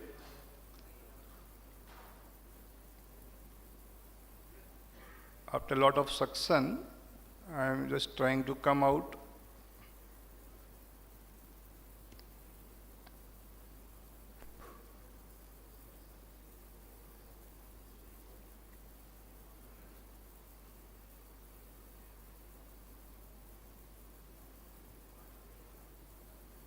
Now you can see the clip is successfully deployed here, and we cleaned it up, and finally we got a good view without any fistulous opening and clot.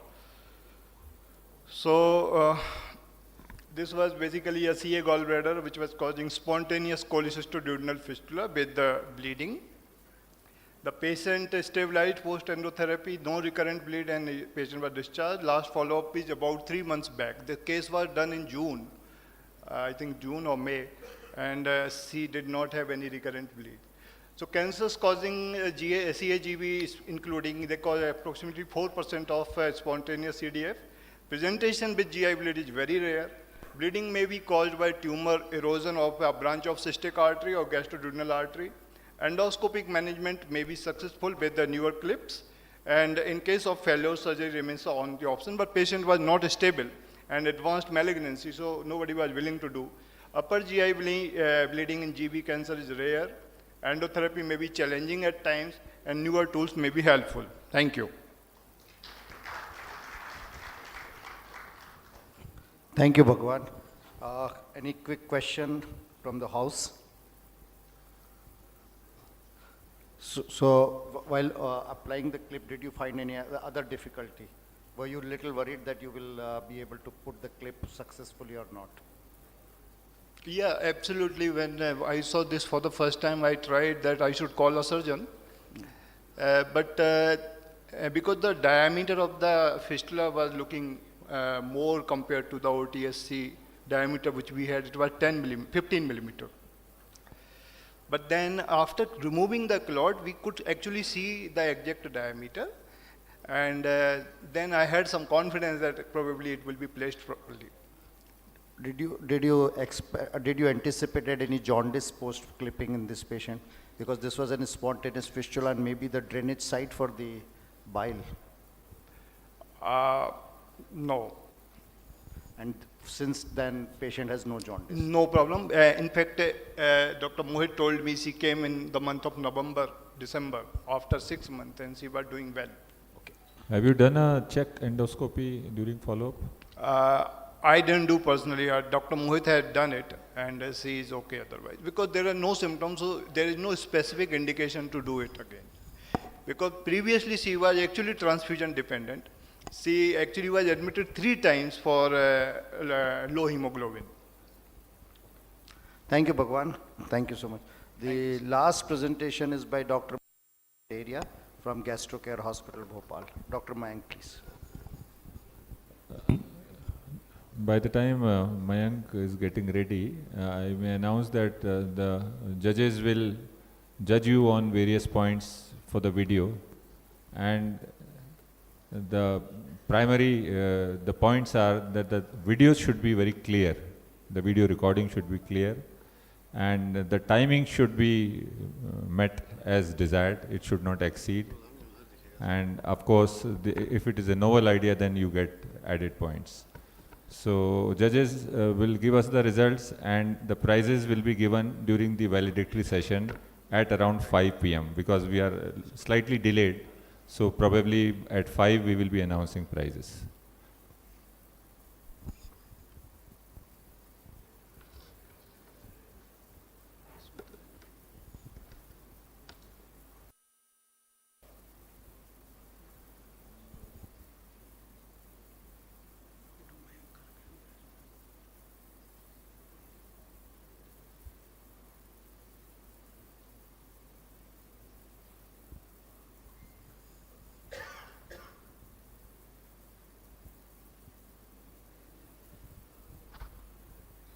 Thank you, Sanjay sir, for giving me such opportunity. I am presenting a case with endoscopic management of large postoperative esophagopleural fistula. This is a case 28-year male doctor. He is doctor by occupation, referred with complaint of progressive dysphagia for solid for 1 month, associated with progressive weight loss and vomiting. On evaluation, there was proliferative growth at gastroesophageal junction, which was moderately differentiated adenocarcinoma on histopathological examination, and case was operable. Patient underwent distal esophagectomy with partial gastrectomy and gastric pull-up on 5th of December outside, and ICD and on right side, and rice tube was placed intraoperatively. Post-operatively, ICD drain output was 1 to 1.5 liter per day in view of suspected chylus leak. Lymphangiogram was done, which was normal. On post-op day 12, drain output was hemorrhagic. For evaluation of this, his CCT chest with positive contrast was done, which was suggestive of esophago right pleural fistula, and his upper GI endoscopy was, this is CT scan with positive oral contrast. You can see contrast accumulating in right pleural cavity with contrast lining esophageal lumen. His upper GI endoscopy was done on 19th of December. This is the video of endoscopy. You can see we are entering in esophagus, and this is the true esophagus, neo-esophagus, in which artery is going, and there is a large fistula's opening, size of which is approximately, length is 4 centimeter. It was between 30 to 34 centimeter from upper incisor, and width of this is approximately 3 to 4 centimeter. And you can see secretions, purulent secretion in this inside with some granulation tissue, and margins of this fistula apparently epithelialized and with friable tissue. So first we tried application of hemoclips. and our intention was to close this large defect by application of successive hemoclip, but the maximum available hemoclip diameter external width of the hemoclip was 16 mm. So, but the defect, the diameter of defect was very large as compared to the outer diameter of hemoclip. So, it was not successful. The motive, the second available option was OTSC clip application, but the available OTSC clip in the market with external diameter of up to 16 mm. So, it is also not feasible. You can see application of hemoclip. But due to friability of tissue and larger size of defect, it was unsuccessful.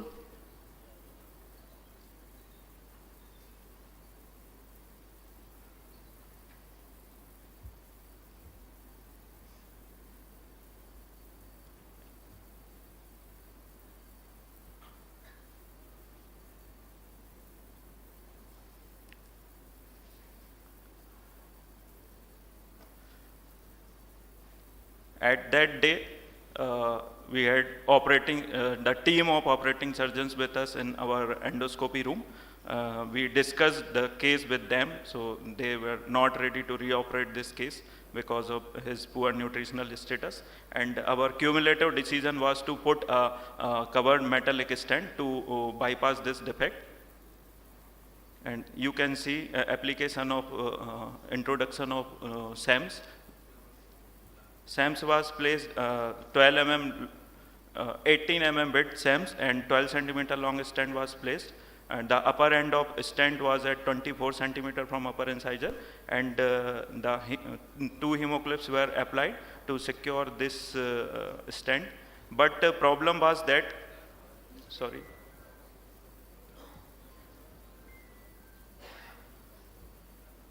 whether this stent will stay with only hemoclip application. So at the day of application of stent, we didn't had OTSC clip. So we called patient after 2 days for application of stent fixed device, which is made by Obesco and over the scope clip.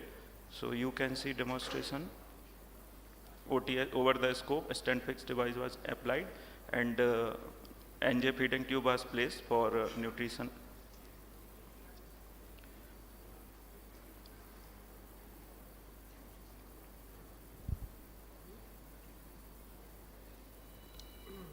Here we can see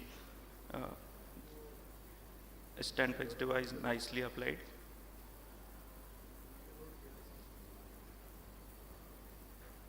And lastly, we did NG placement. CT scan performed 7 days after placement of stent. We can see contrast directly going in the stent and stomach without any significant leak. Here I want to quote an study for stent fixed device. 12 cases were recruited in this study, and technical success rate was almost 100%, and clinical success rate was 93% for fixation of stent. Post SAMS placement, drain output was decreased gradually till 50 ml per day over a period of 20 days. His Riles tube was removed 1 month later after SAMS placement. As per recent follow-up, post-procedure 90 days, he is tolerating oral feed very well with static weight, and patient is on adjuvant chemotherapy at present.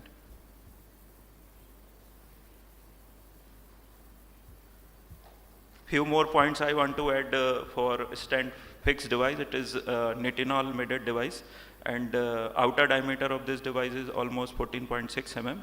And for removal of this device, we need extra instruments which call stent cutter and a removable kit, which consists of DC current source and retrieval kits.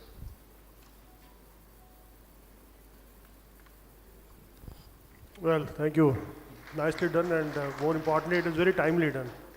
Okay, thanks. And any quick questions from the audience, because we are running short of time, so we don't want to delay it any further. So how are you going to remove this stent after some time? Sir, we need a stent cutter device for breakage of this OTSC clip, a stent fixed device, which consists of 4 parts, stent cutter and DC source and retrieval device.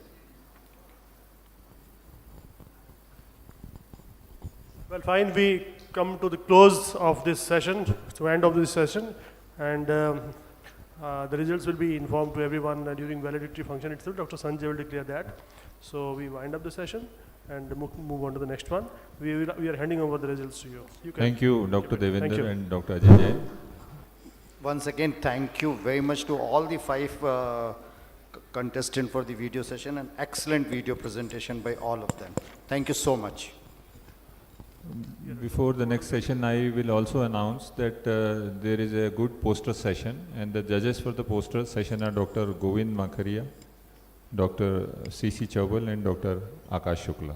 So they will be taking rounds after Dr. Akash's lecture. So presenters should be ready, and they are near their posters.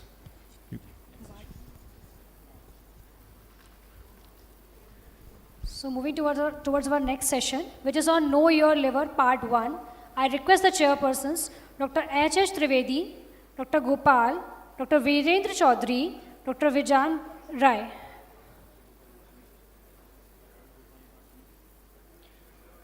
Dr. H.H. Trivedi is a renowned physician of MP and India, internal medicine specialist, Bansal Hospital, Bhopal. Dr. Gopal is a senior physician, Sage Apollo Hospital, Bhopal. Dr. Virendra Chaudhary is a senior gastroenterologist, Gut Hospital, Bhopal. Dr. Vijan Rai is a professor, HOD, Gastroenterology, GMC, Bhopal.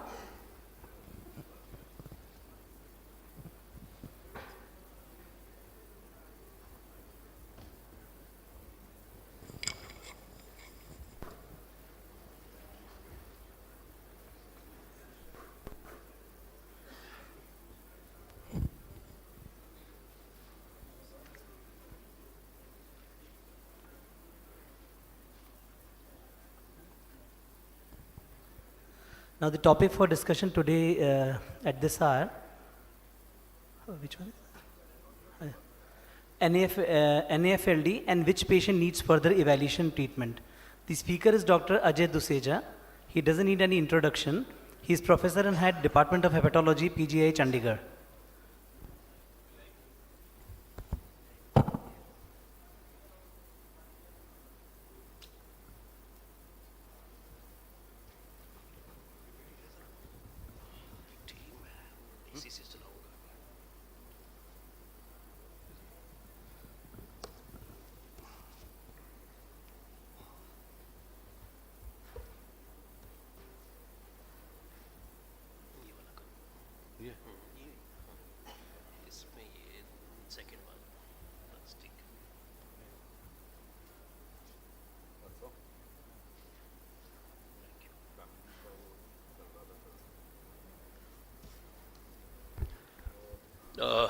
Good afternoon, everyone. At the outset, my sincere thanks to my friend Sanjay for giving me this opportunity to be here in this very wonderful meeting. And I bring greetings to all of you from PGI Chandigarh and also from INAZL, the Indian National Association for Study of Liver.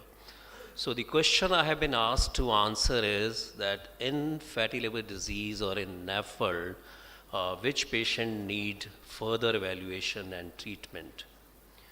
So I thought over this, and finally, I came to the conclusion that all patients with fatty liver disease actually would need further evaluation, and everybody would need treatment. Why I'm saying this is based on some data, and I'll just show you and quickly take you, through this presentation. The first thing we need to understand is that all fatty liver disease are not same. And unless you evaluate them and unless you stratify them, it will not be possible for you to, say, which patient stands where, whether it is just NAFL or what we call simple steatosis, or whether it is, gone into NASH with fibrosis, cirrhosis, and all the full spectrum. So the evaluation obviously has to be done in everybody. And once you have evaluated, and depending upon the severity of the liver disease, you would then decide whether that's the patient who's the candidate only for lifestyle interventions, or do you need to give him some, NASH specific pharmacotherapy as well. So this, as I said, this will all depend on the evaluation and the stratification. So the question is then, what kind of stratification, how do you evaluate them, and what kind of treatment is again to be given to them. So again, in general, we see fatty liver so commonly, and I'll show you maybe one slide on the Indian data as well. But whenever a patient with fatty liver comes to you, he may come to you just because of incidental detection on ultrasound, and which basically he got it done maybe for dyspeptic symptoms or maybe for elevated liver enzymes or something like that. So if that is the scenario, you cannot presume that fatty liver disease is nothing but NAFLD. There are certain other causes of fatty liver also, which obviously needs exclusion before you call somebody as NAFLD, because NAFLD still today is a diagnosis of exclusion. So which actually means that obviously you need to take the history of alcohol, which is obviously, as I said, by definition, it's a non-alcoholic fatty liver disease. In our part of the country, hepatitis C, Geno 3 is very common, so we always exclude, hepatitis C. Look at the profile of the patient, especially young fatty livers. I think Wilsonian would also need exclusion. More important than that is, the history of steatogenic drugs is very, very important. There are various drugs, which cause fat in the liver, and, some of them are, corticosteroids, methotrexate, amiodarone, tamoxifen. I think all this needs to be asked, as I said before. These all become, secondary causes of fatty liver, and by definition, NAFLD we call it, which is so closely associated with, metabolic risk factors or metabolic syndrome. So as I said, this is the spectrum. You can have just fat in the liver, which we now call it as NAFL, or some of these can progress on to NASH with fibrosis, cirrhosis, and it's all the complications. But the other thing which also needs to be, kept in mind is that fatty liver disease is maybe one, manifestation of all these metabolic risk vectors. So patient has come to you in totality. It's not only the fatty liver which you have to see, because in the early part of the fatty liver disease, when the liver disease is not very severe and there is not much of fibrosis, most of these patients, would die of, either cardiovascular disease or malignancy. It's only when the liver disease, progresses into, severe fibrosis or cirrhosis or advanced fibrosis that they start having complications and mortality because of liver disease. So so a holistic approach is very, very important. And because of the metabolic syndrome, they could have chronic kidney disease, they can have cardiovascular disease, they can have bone disease, they can have some malignancy. So I think the evaluation has to be done in totality, not only looking at the fatty liver. I think that would be another message which I would like to give. I think again, before I go into the evaluation, I think most of you are aware about the kind of prevalence of fatty liver disease you have in this country, and I'm pretty sure it is not less here. In Chandigarh, at least, we see every second or third person, has non-alcoholic fatty liver disease. Let's not talk about the alcohol here. So it's the non-alcoholic, and this is the systematic review and the meta-analysis which is published very recently from All India Institute of 50 studies with 25,000 patients, and look at the prevalence in adults is around 38.6, close to 40%, and even in children it's around 35%. So very high prevalence. But what I'm saying is that all fatty liver disease are not same. These all prevalence studies may just looked at the fatty liver.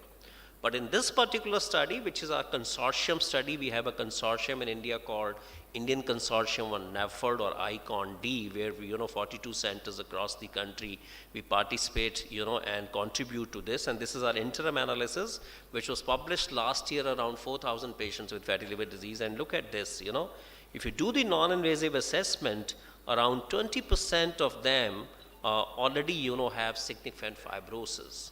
And when you look at the fibroscans in them, 30% of them had a value which was more than 8 kilopascal, suggesting significant fibrosis, and 10% of them were already cirrhotics. And they did not know it. They came to the liver clinics of different centers only as fatty liver. It's only on evaluation you find that these patients have advanced fibrosis or cirrhosis. So that's what I'm saying. This evaluation is very, very important, because the ultrasound will only show you fatty liver. It may not show you, especially this kind of fibrosis, which would be picked up on, FibroScan and various other non-invasive modalities. So I'll start with a case, and typically which you must be seeing in a clinical practice, and then I think that will help you in understanding about the evaluation and the management of these patients. So this is a 51 years gentleman with diabetes, hypertension, average body weight of 90 to 95 kg in last 10 years, and the ultrasound was done for dyspepsia, and it showed hepatomegaly with steatosis. And examination again showed that he had obesity. Again, I think you should use the Indian cutoffs for overweight and obesity, with 23 as normal, 23 to 25 as overweight, and more than 25 as obesity. Similarly, for central obesity, the 90 centimeter is the cutoff for males, and 80 centimeter for females. I think these are the cutoffs which you should be using in your clinical practice. So he was hypertensive, but on examination he was normotensive that time. So again he was worked up. Look at his platelets, even though normal, 150 to 450,000, we will take it as normal, but they are on the lower side. They should, immediately start coming. So platelets are very, very important part, which tells you about the ongoing hepatic fibrosis. Then is the enzymes are not much elevated, very minimally elevated, just 50 and 48. But look at this, the AST is slightly more than ALT. That's another, thing which should immediately come to your mind, that are we dealing with only just plain and simple fatty liver, or it is just beyond that, and he could be having fibrosis in the liver. His, other, synthetic functions, albumin was fine, and his, triglycerides were elevated, HDL was low, but then he was worked up. As I said, we will always do viral markers in them, exclude hepatitis B, hepatitis C. If the enzymes are elevated, and depending upon the clinical profile, we also do autoimmune and, the celiac workup, and then depending upon the age, young patient, we can also need to exclude Wilsonian, as I said, and in slightly older patients, more than 55, we also do an iron profile. All this are, as I said, secondary causes need to be excluded. So finally, this was done on him, but then are you getting a sense of it? Because he had fatty liver, his platelets are slightly on the lower side, his AST, ALT are slightly elevated, and AST is more than ALT. So this is what we are getting, and his triglycerides are elevated. So now what further, and what should you be thinking about the severity of fatty liver in this particular patient? So as I said, these things are very, very important. Age is a very important, determinant of severity of fatty liver disease.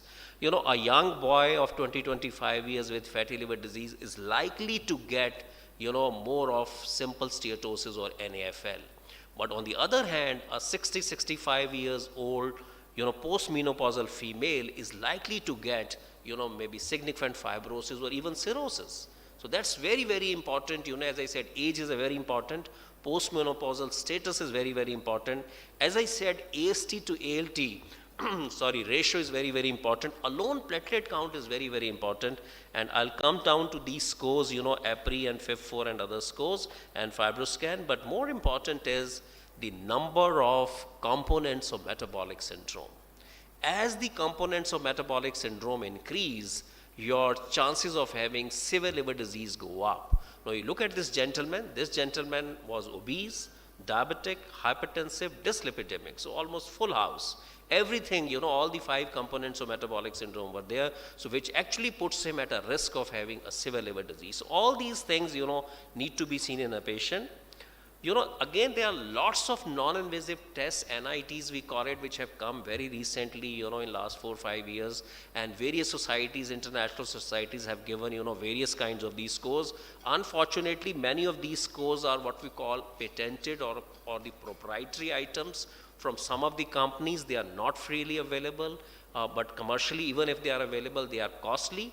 So I think we very recently, last month have come out with, our own Indian guidelines, so-called the INASL guidelines on fatty liver disease. This is published only last month in JCH, which is our official journal. So there we have given a very simple algorithm about the evaluation, which is more patient-friendly and which is more suitable for Indian settings So what we are saying is that if you are found to have fatty liver incidentally because of dyspepsia like this patient, or we are even suggesting that high risk patients like metabolic syndrome, diabetes, obesity can even be screened for fatty liver, and once you have that, you must rule out first obviously the secondary causes.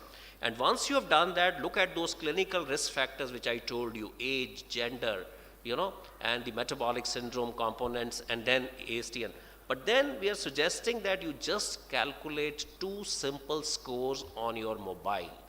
One score is called APRI and other is called FIF4. What is the APRI? APRI is AST to platelet ratio index. How to calculate that? I'll just show you. And other is FIF4, which is fibrosis 4 score.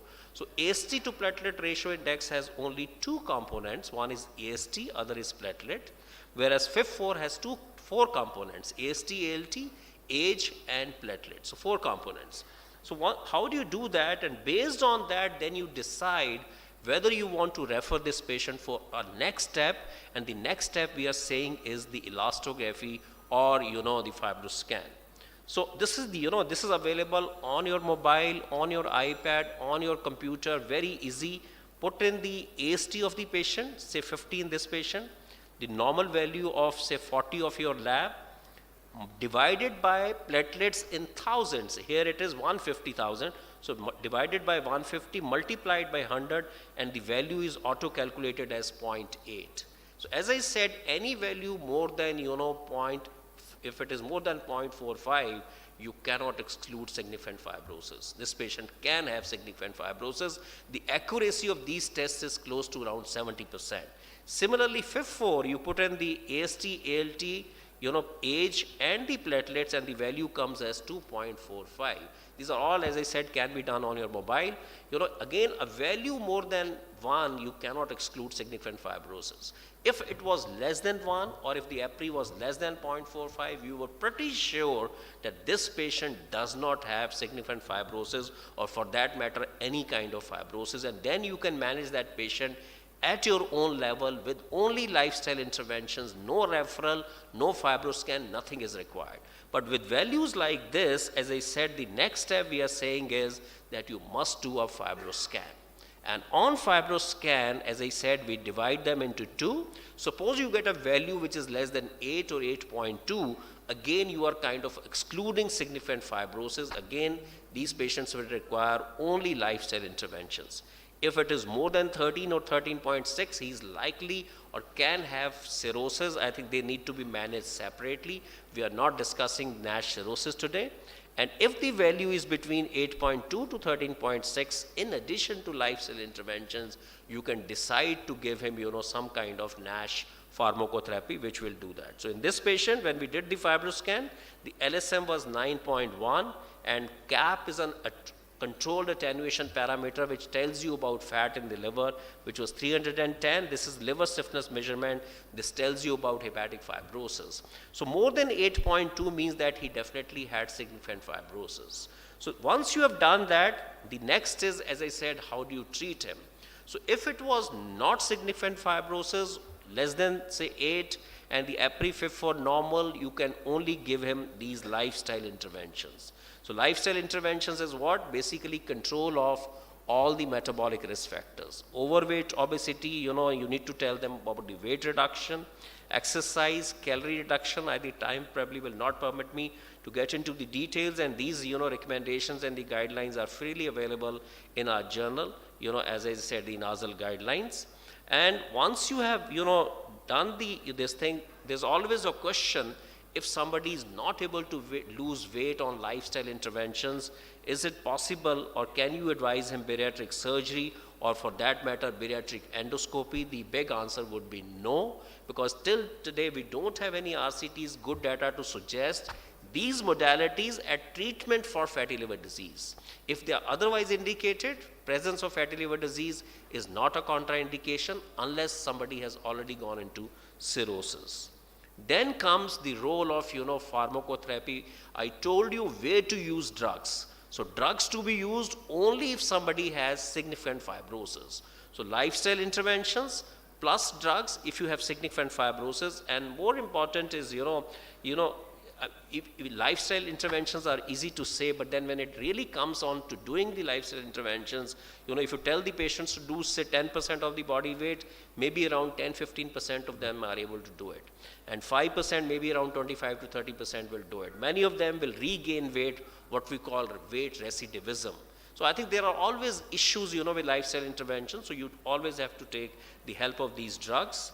So as I told you, if your patient is falling into this category, in addition to lifestyle interventions, you can give them NASH-specific pharmacotherapy.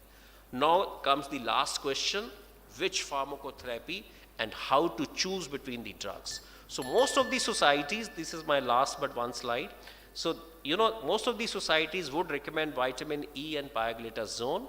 In addition, in India, because the saroglitazar is available only in India, we are also recommending saroglitazar, and all these can be done in addition to lifestyle interventions in patients with F1 to F3 fibrosis, in situations where you either have a biopsy-proven NASH with or without significant fibrosis, or even on non-invasive assessment, if you think that this patient is likely to have significant fibrosis, you can take a decision about, this thing.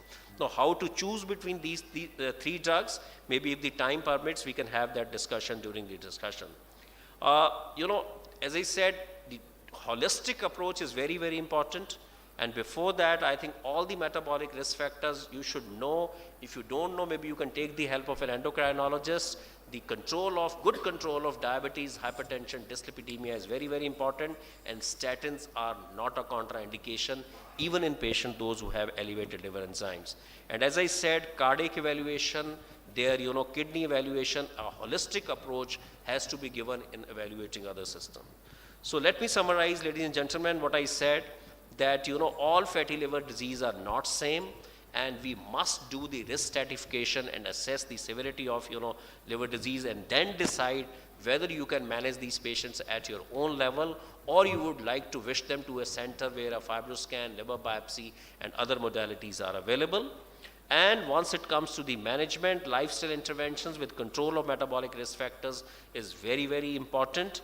Pharmacotherapy to be given only in patients, those who have either histological NASH, or if on non-invasive testing, if you find that somebody has significant fibrosis, but mind it, this is all without cirrhosis.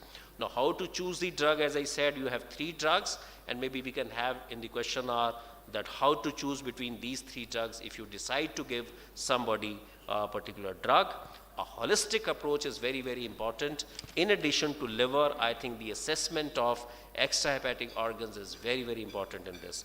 I'll also take this opportunity to invite all of you to our annual conference of INAZL, which is happening 3rd to 6th August in Bhubaneswar, Mayfair.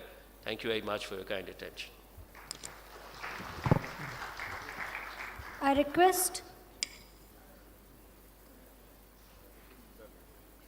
Thank you very much, Dr. Rizal, for a nice lecture. Now, in the last slide, you have said that the terminology of NAFLD should be maintained. Now, there are a lot of articles now they are coming that the nomenclature should be changed from the NAFLD to MAFLD. What is your opinion? Because you have listed very specifically written the nomenclature of the terminology should be maintained in NAFLD. So, thank you very much, sir. I think I purposefully actually excluded those slides, but somehow in the summary you could read the first sentence there. In 2 years back, and with the onset of COVID, also came another issue about a terminology called metabolic dysfunction associated fatty liver disease. In short, it is called MAFLD. So there was a group of experts which suggested that since NAFLD is a negative definition, you have to exclude so many things in this, and it is so closely associated with metabolic syndrome and metabolic risk factors, we should change this terminology from NAFLD to MAFLD. So last 2-3 years, everybody has been debating.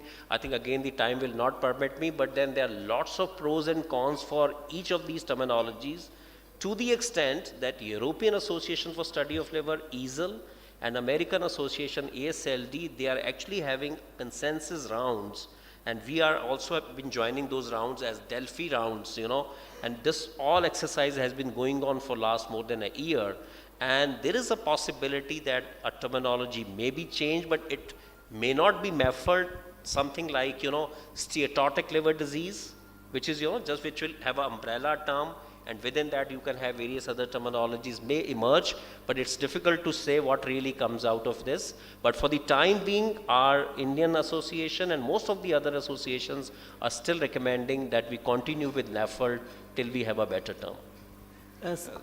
Sir, one question from my side. Yes, please. Ajay sir, as it is a diagnosis of exclusion, so to what extent do you go for excluding the diagnosis?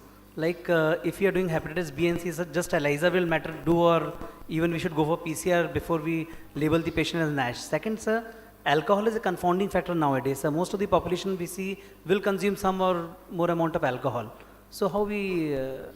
No, I think both your questions are very valid, and these were some of the issues which MAFLD community was saying, because alcohol is always there.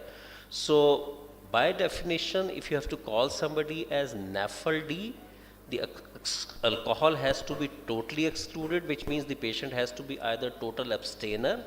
If not, then the recommendations are less than 20 grams per day.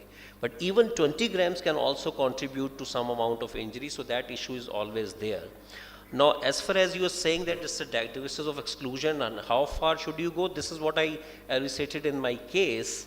Depending upon the clinical scenario, if somebody has metabolic syndrome and has fatty liver disease, there are obviously chances that it is most likely going to be NAFLD. But for clinical purposes, I would suggest that you must do viral markers. That's very, very important. Hepatitis B and C should be excluded. And rest of the things can be done only as per the clinical indication. But hepatitis C and B should be done in all. Yes, Sachin. Sir, what's your opinion about newer drugs like GLP-1 analog and SGLT2 inhibitors in NAFLD as per? Absolutely. Again, as I said, I discussed only about the current drugs which are, being listed, but a lot of drugs which are in pipeline and which are in, are the future of this thing. And you said about the two drugs, there's a very good data which is coming up for the sake of audience. GLP-1 agonists are the drugs, maybe if there are some physicians here, the drugs like liraglutide and semaglutide.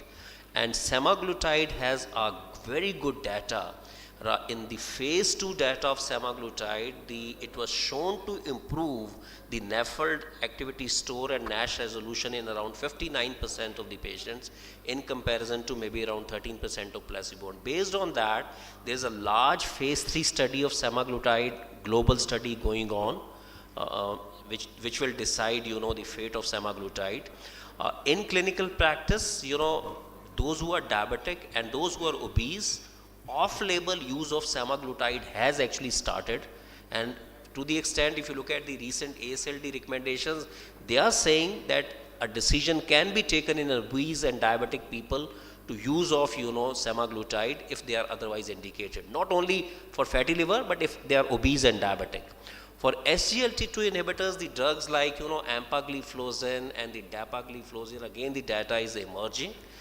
But there's no good histology-based data with SGLT2 inhibitors. But again, very good drugs because they also cause weight loss, they cause glycosuria, good diabetes control. But we are awaiting histology data for SGLT2 inhibitors. Thank you, sir, for quite enlightening talk. I will take rest of the question during lunch session. Thank you very much, sir. Thank you very much. Thank you. Thank you.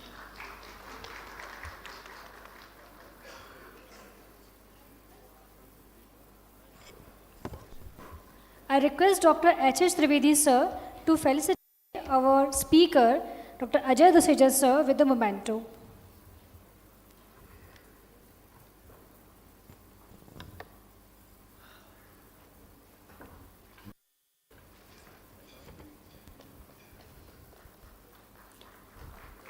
I request Dr. Pranav sir to felicitate our chairpersons.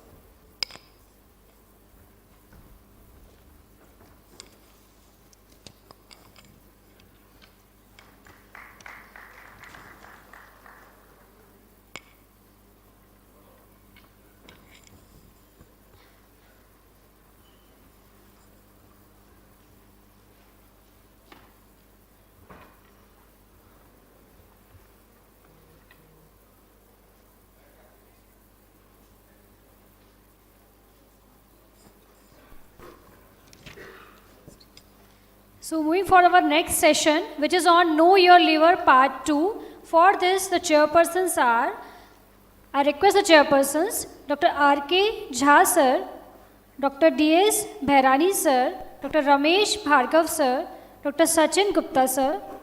Dr. R.K. Jha is a professor and HOD Internal Medicine, SAMS, Indore. Dr. D.S. Bhairani is a senior physician, Jabalpur. Dr. Ramesh Bhargav is a senior physician, Bhopal. Dr. Sachin Gupta is a consultant hepatologist from Bhopal.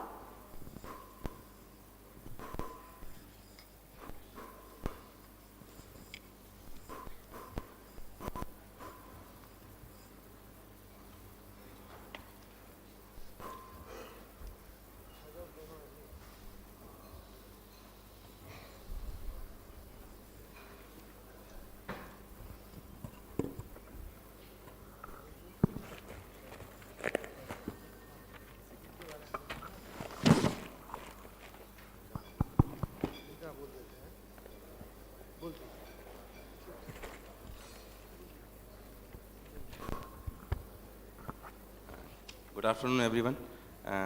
So actually, the next talk is on acute on chronic liver failure.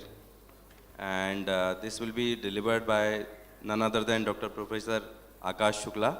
He is HOD Gastroenterology at KEM Hospital and Seth GS Medical College, Mumbai. Also Director of Hepatology at Sir H.N. Reliance Foundation Hospital, Mumbai. And he has published about 110 papers, written 15 international and treatment guidelines for liver diseases. So, Dr. Akash, please. Good afternoon, everybody. At the outset, I must thank Dr. Sanjay Kumar for inviting me here back to my hometown, and thank you, chairpersons, for those kind words of introduction. Can I have my slides, please?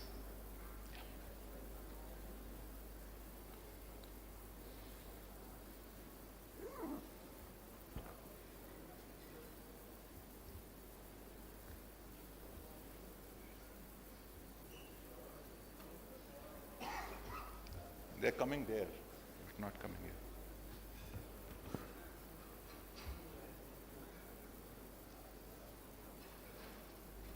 उधर आ रहा है यार, हाँ आ रहा है, नहीं आ रहा।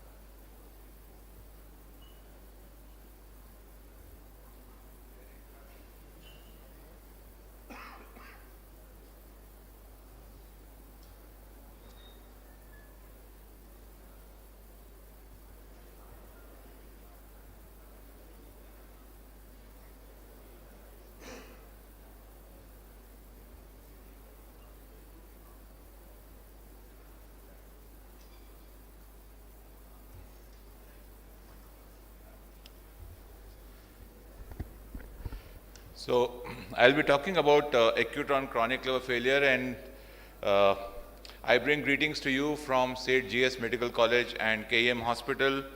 We have a wonderful faculty there, and also greetings from Department of Hepatology at Sir H.N. Reliance Foundation Hospital. So what is the basic concept of ACLF and ALF? You have a normal liver where you get an acute insult on the liver and the liver fails. This is acute liver failure. You have already an abnormal liver, a pathological liver for a long time, and on top of it you get an acute insult and then the liver fails. This is called as acute on chronic liver failure. So this is the basic difference between the two. The key thing here is the liver has to fail. How do we define the liver failure? How do we define the acute insult? We will see in the next few slides, and why we require this concept. So the key components are that there should be a rapid deterioration of the liver function. That is what we see. And these patients develop not only liver failure, but they also develop failure of other organs subsequently. So it starts off with liver, but then you will have other organs involved, and that is why these patients have a very high risk of mortality. So the apasal definition is you have acute insult of the liver which manifests as jaundice and coagulopathy. So you should have a bilirubin more than 5 and INR of more than 1.5. And this should be complicated within 4 weeks with the development of ascites and or encephalopathy. The diagnosis of the previous chronic liver disease may have been there or not there, but the liver disease should be present. And this is associated with a high mortality at 90 days. The Europeans have a slightly different definition, but the concept remains the same.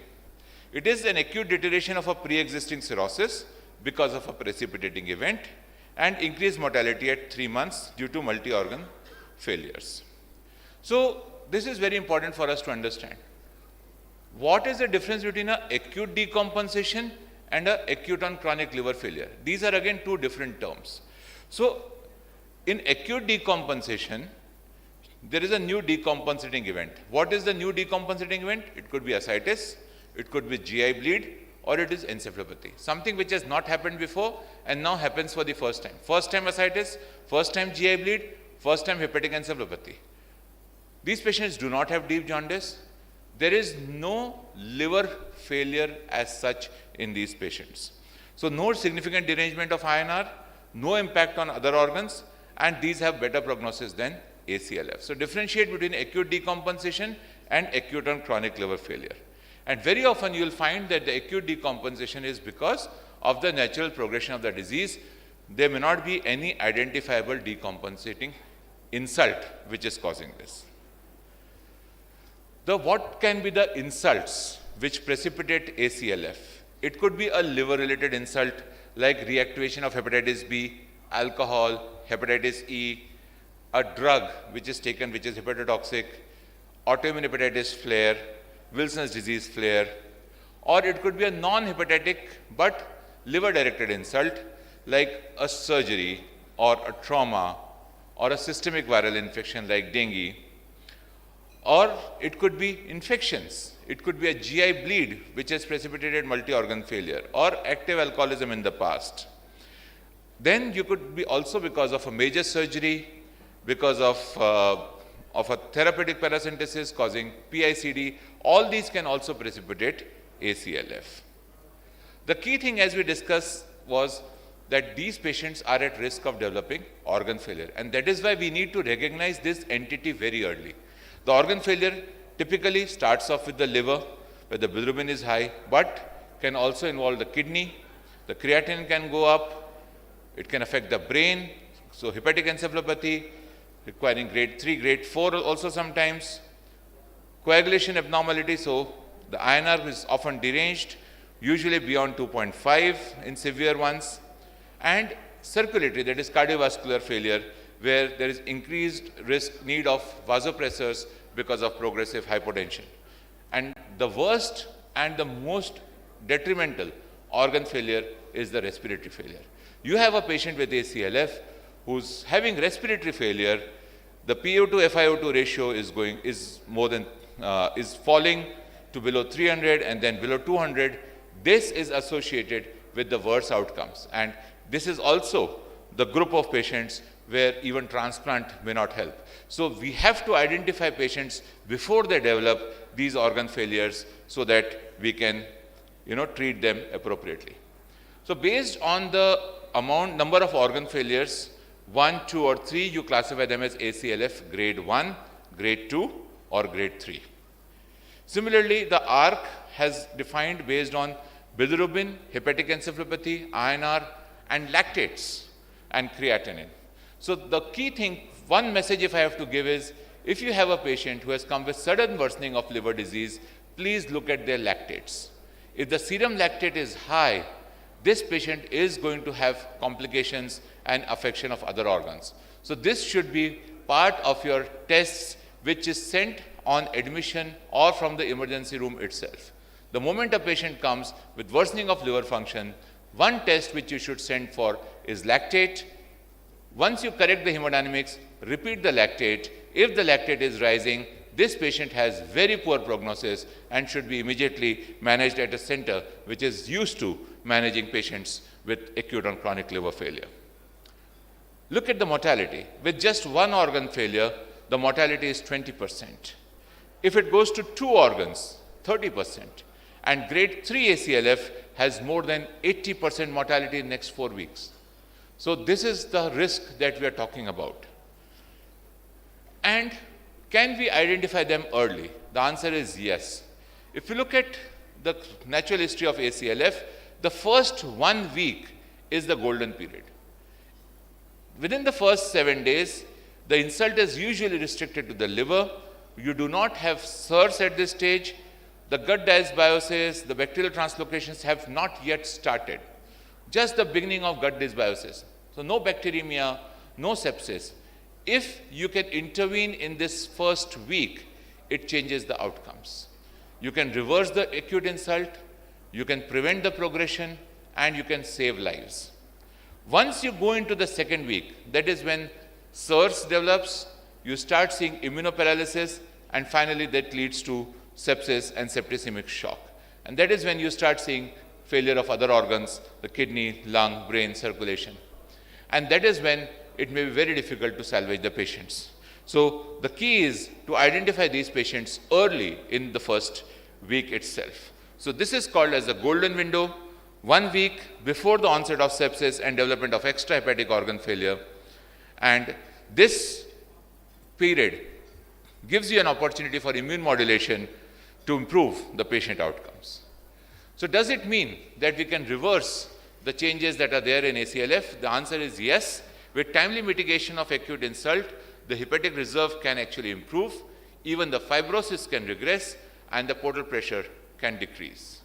70% of survivors at day 90 show reversibility and maintain this status for more than a year. The reversibility is defined as reversal of bilirubin coming down below 5, INR coming down below 1.5, and no HE with or without resolution of ascites. So you can actually reverse ACLF if you manage them early and manage them well. Once they develop organ failure, this is Indian data, you can see with ACLF3, the risk of mortality is more than 80%. So this is from our own population. Once the number of organ failure is 3 or above, it is very difficult to salvage these patients without transplant, and even with transplant, these patients will have worse outcomes as compared to others. So how do we really approach these ACLF patients? So you admit them in an ICU, nutrition, treatment of precipitating event, treatment of infections, support of failing organs, and liver transplant in the right candidates. So for every organ, you have a specific strategy. So you look at the problems which you are aware of, you're familiar with, and you have a specific intervention targets for this. Nutrition is of paramount importance. You have to ensure calories. Very difficult to feed these patients orally, and very often you'll have to put in a nasojejunal tube or a nasogastric tube to feed them. Do it on the first day. Do not delay it. Try for 3-4 days. The patient's acceptance also for a nasogastric tube, nasojejunal tube is maximum if you put it on the first day. If you try for 2-3 days and then try to tell them once they're familiar with the environment, usually you will get a negative consent. So put the trials tube on the first day itself, and parenteral feeding should be avoided as much as possible because you can actually worsen the liver function, especially if you have lipid-based formulations. So then if you are giving parenteral nutrition, it has to be non-lipid-based formulation. So, and you must give a late night feed. So use trickle feeds during the night. That will help improve the outcomes in your patients with ACLF. So give them very small 20-30 ml per hour feed, which goes on even during the night time. Treat the precipitating events. For hepatitis B, you have nukes which you can use, and at day 15, look at whether the DNA levels have fallen down or not. If the DNA levels have fallen down on day 15, good chance that this patient will survive without a transplant. For alcoholic hepatitis, precipitating as ACLF, in early stages, you can still think of giving steroids if you have a biopsy-proven severe alcoholic hepatitis. Do not give steroids empirically to these patients. There is a high risk that you will precipitate sepsis, or if there is just a natural progression or a non-hepatic insult, then you will actually cause more harm to the patient than benefit. In, of course, those patients who do not respond, you can offer transplant, or you can go for experimental therapies like FMT. So, what about autoimmune hepatitis? So, can we give steroids in those patients who present with ACLF and autoimmune hepatitis? The answer is yes, you can if you start it early, and in those patients who still have not developed, maybe around 2.5, if the encephalopathy is only grade 1, then you can still give steroids, but these patients should be parallelly waited for transplant. If the patient doesn't improve in the first 5 to 7 days, then you must transplant them. Do not waste more time. So right from the first day, while you are starting steroids, you keep your option of transplant open, start working up. In 7 days, if the patient improves, good. Doesn't improve, your transplant is ready. Bacterial infections is a major problem, present in almost 1/3 of patients at presentation itself. And if you follow them up for 2 weeks, almost everybody would develop if they have a progressive disease. And it predicts the development of organ failure. So we have to be very aggressive, frequently send cultures, start empirical antibiotics, and you must keep on doing cultures and change your antibiotics according to what you grow on cultures. Fungal infections is another major problem in these patients. And if you have a patient with sepsis who is not responding within 48 hours, suspect that there could be a fungal infection. Very often, we will start empirical antifungals in patients who are worsening rapidly. We can use galactomannan or beta-glucan, but they're not very reliable. We have to support each of these organs with specific therapies, and it is beyond the scope to discuss this entire thing, but there are golden principles for management of each of these organs. And while you're reversing the acute insult, you can offer therapy for each of the organs and buy time for either transplant or for spontaneous recovery. So if you have a specific therapy for etiology, you offer it. If the patient has extrahepatic organ failure and patient is not improving in the first 4 to 7 days, then these patients should go for transplant. While we do a transplant, it's not going to happen the next day. You decide today and tomorrow transplant will happen. You have to bridge these patients. So in the absence of liver transplant, bridge therapy is available for bridging these patients, which includes either plasma exchange, liver dialysis, which is like Mars, SPAD, Prometheus, or now what we use CRRT very routinely in those who have high lactate levels, severe encephalopathy, and other complications. And there are bioartificial liver devices which are not widely available. Transplantation is something which has changed the way we look at these patients. It has improved the outcomes in a lot of patients. Patients who are on 3 inotropes, patients who are in sepsis which is uncontrolled, patients who have a lung infection, patients who are on ventilator and requiring high supports, high FiO2, they are not the candidates for transplant. Those are the patients where you should not transplant. You have already missed the window. Please do not offer transplant to them. The outcomes of transplants are excellent in ACLF patients. Now, very often we are doing also simultaneous liver kidney transplant in patients with ACLF if the kidney is unlikely to improve, especially in patients who are diabetic and also have diabetic chronic kidney disease. So to summarize, my dear friends, we have several definitions, but they are complementary rather than competitive. The outcomes of ACLF is determined by the severity of liver failure and extrahepatic organ failure. please look for these patients in the first week, the golden window. Treat very aggressively in this first week. The basics of critical care are of paramount importance, especially the nutrition. The acute event should be treated wherever possible and reversible, and liver transplant remains the most definitive therapy for patients with severe ACLF. Thank you very much. I'll be happy to have questions. Thank you, sir. Thank you for the excellent lecture. You have given the elaborate description of the topic, what has been assigned to you. See if there is any question, one or two quick questions. Yeah, Akash. Quickly, I would like to know your experience of plex in patient with ACLF. I mean, we have had some patients who in fact deteriorated after plex. Some of them do have improvement in terms of decrease in bilirubin, but no other improvement. The other thing I wanted to know is the policy, antibiotic policy for ACLF. Do all patients you start antibiotics? It is said that if any cirrhotic is admitted for any reason in the ward, you start them on antibiotic. Is that true? So I think with regards to plex, I think it is not something which can be used indiscriminately. So there are some certain conditions, certain situations where you would never use plasma exchange. So you don't use it if the patient is in fluid overload, if there is pulmonary edema, if the patient is in ARDS. These are the patients where plex can actually cause more harm. Second is, if the patient has already got an infection, then these patients are going to worsen. Those patients where you are not sure that there is no infection, please do not offer plex, because we know that plasma exchange, despite whatever the literature says, in real life, plasma exchange is associated with increased risk of sepsis.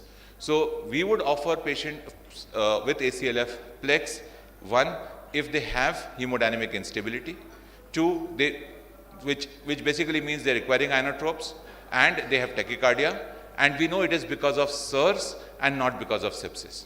So only in those patients we would offer plex, and also when I have a definite option of transplant, I know that in next 5 days or 7 days I'm going to transplant this patient. Then it makes sense to do plasma exchange. We should not do plasma exchange indiscriminately in these patients. It's a bridging therapy. It's not a definitive curative therapy for ACLF. With regards to second question about antibiotic policies, so ACLF 1, do not use empirical antibiotics, but ACLF 2 and 3, till we get culture reports, we would offer antibiotics empirically. And again, don't start with very high antibiotics empirically, unless you are suspecting sepsis. If there's a suspicion, yes, depending on your culture sensitivity, but as a prophylaxis, please do not start with the highest possible antibiotics. It was an excellent talk, Dr. Akash. I would like to talk a little about acute and chronic liver failure related to alcoholic hepatitis, because in clinical practice, we all face, that is the most common type of acute and chronic liver failure, severe alcoholic hepatitis. So, two issues, major challenges we face in clinical practice. One is, as you discussed, we should not start steroids without a biopsy report. They are already in coagulopathy, so generally percutaneous biopsy is not feasible in these patients, so we have to do transjugular biopsy. So one thing comes under B-grade cities is availability, and second is cost, certainly to the patient. And second thing, how often steroid works, because mostly we face, we are stuck. If steroids has caused infection, we are stuck so that we cannot subject the patient for liver transplantation also. So that is that are the two major challenges we face. Excellent questions, excellent points which you have raised. So patients with severe alcoholic hepatitis, there are certain patients whom you will never consider for steroids. Patients who have already got a significant renal dysfunction. So those are the patients where you would not offer steroids. Patients whose DF is already more than 100, in those patients the steroids are not going to work. So in the sickest lot, you don't really talk of steroids. So steroids is something which you're going to offer when the patient has come to you within the first 2 weeks or 3 weeks, not beyond that. Once they have established full-fledged liver failure, other organ failures, those who are already in ICU, there we have already missed the boat for giving steroids. So steroids is for somebody whom you have seen in the OPD and you're admitting because you want to manage severe alcoholic hepatitis, not when you're when you're trying to manage other organ failures. I agree that there is a problem of cost and availability, but I would strongly recommend avoid using empirical steroids. If at all you're going to treat empirically, I would still say, despite the STOPA trial, that pentoxifylline is a good drug, and you would, especially in patients who've got renal insufficiency, you would offer these patients pentoxifylline rather than steroids. Why? We can talk over the lunch, why I'm saying pentoxifylline even now, but I think in those group of patients, pentoxifylline still works. Akash, I have one question. Sir. How much importance do you attach to the so-called neutrophilic lymphocyte ratio for deciding about steroids? Less than 5, between 5 to 8, or beyond 8? Yes, sir. So that is very important parameter that we see on liver biopsy. It has to be a neutrophilic pattern. No, I'm talking about just a count. Oh, the systemic one. Systemic one. So for decision to treat, no, but prognosis, yes. It's a very, very important feature for prognosticating the patients. Sir, place of GCSF in the management of all these conditions, sir? So for ACLF, there was one positive trial from New Delhi which showed that there is good response, but there is a negative trial which is multicentric European trial for GCSF. So that is why as of now it is not recommended by any of the guidelines, and therefore it cannot be used beyond the purview of clinical trials. And since these patients have got a recurrent history of hospitalization, sir, and since we are getting a patient that they have accounts of 23,000 like that, and they are coming with hepatic encephalopathy grade 3. So what do you suggest? Shall we go with the piperacillin, trazobactam or meropenem as a empirical therapy for the first line? I think again very good point. So whenever we decide the antibiotics, there are certain things which we look at. And one of the things which you very appropriately said is how many times patient has been previously admitted. So if the patient has had repeated admissions, repeated exposure of antibiotics, you would probably start, and you're suspecting a sepsis, you would probably start off with a combination which will be a carbapinem and probably one more drug. But very important that if you're starting off with a higher antibiotics, before you give the first dose of antibiotics, send cultures and be aggressive in de-escalating. You should trust your cultures, and if the cultures come negative, then you should be ready to de-escalate. If you start off with a higher antibiotic and despite culture you are not going to de-escalate, then don't send the cultures. Then it is a waste. Thank you, Dr. Akash. And due to time constraints, we can have further discussion during the lunch time. Thank you. Thank you, sir. Now I request Dr. Ajay Kumar Jain, who is MD DM Gastroenterology, and he is Senior Consultant and Director at the Gastroenterology Department, Chaitram Hospital and Research Center, Indore, and he is currently Honorary Treasurer of ISG and Governing Council member of INASL. So I request Dr. Jain, sir, to please start with your topic, because most of us is waiting for the lunch time. Over to Dr. Ajay Kumar Jain.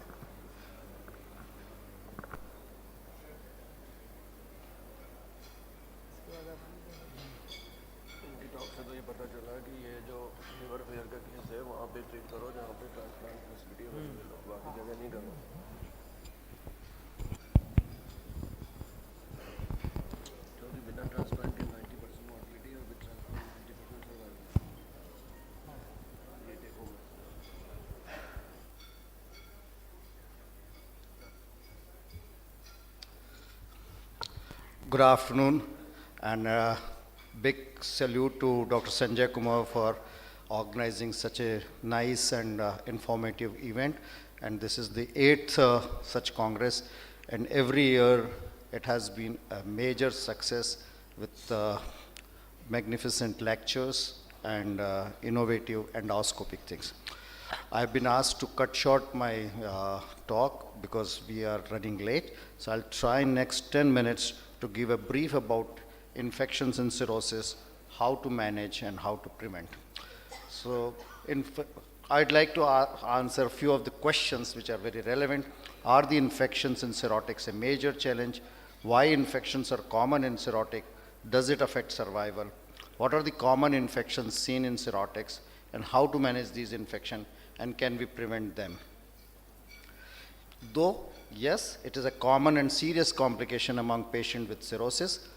With advances in our armamentarium, major complications of cirrhosis like hepatorenal syndrome, GI bleed, hepatocellular carcinoma has shown a decrease in mortality and morbidity, but the sepsis and infection has increased, and so is their morbidity and mortality because of that. At every step of cirrhosis, the bacterial infection has a negative impact. If you look at the outdoor and indoor, the prevalence of infection among the indoor patients is about 37% vis-a-vis about 8% in patients coming in our OPD. And these infections are mostly in patients who present with GI bleed. About half of the hospitalized patients for acute decompensation of cirrhosis have infections at presentation, which was discussed by Dr. Akash in his presentations. If you look at the source of infections, so global studies suggest that 48% of these infections are community acquired, 26% are healthcare associated, and 26% are nosocomial. But Indian multicentric studies suggested that about 50% of healthcare associated infection, another 30% are hospital acquired, and only about 20% are community acquired infections. So this is the study done at 3 centers in India and 1 in US, where they have looked at what are the type of infections in cirrhotic. So obviously spontaneous bacterial peritonitis is the commonest infection, followed by pneumonia and urinary tract infection. Cellulitis is the least common, and the recent study from AIMS suggested that 45% of infection in cirrhotics are because of pneumonia, while our own study suggested that 20% of infections are from pneumonias. And the cause for the common infection in cirrhotic is because there is a decrease in innate immunity and other immune functions because of the cirrhosis. There is a reticuloendothelial dysfunction, normal gut flora are lost, there is a leaky gut with translocation of gut bacteria into the systemic circulation, there are bacterial overgrowth. All these things lead to an increased prevalence of infection among the cirrhotics. Does it affect survival? Yes, it definitely affects survival. There is a significantly increased mortality among the cirrhotic patient. These are all trials way back from 1993 to 2008. All suggest that patients of cirrhosis with infection have significantly high mortality as compared to patients who do not have one.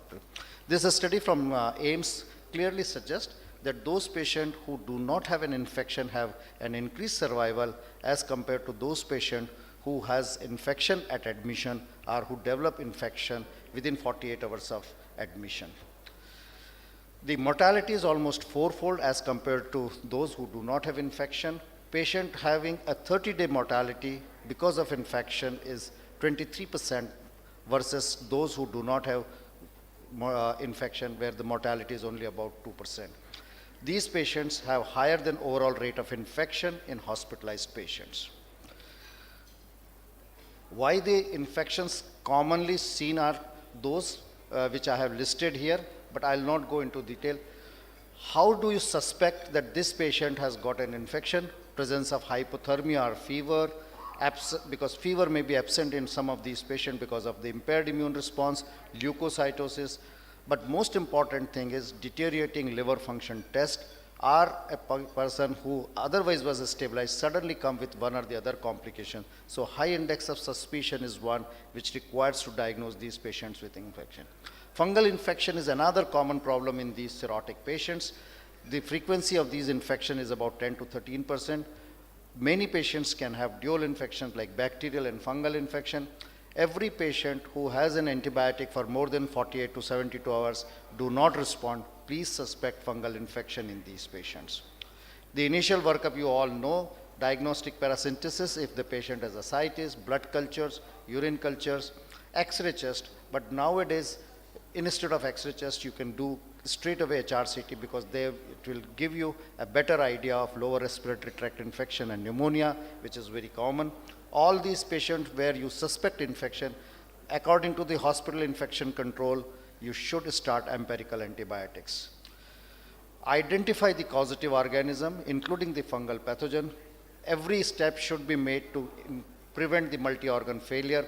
The targeted blood pressure in all these patients should be about mean arterial pressure of 60 or more than 60. If the patient has tense ascites, don't rely on CVP.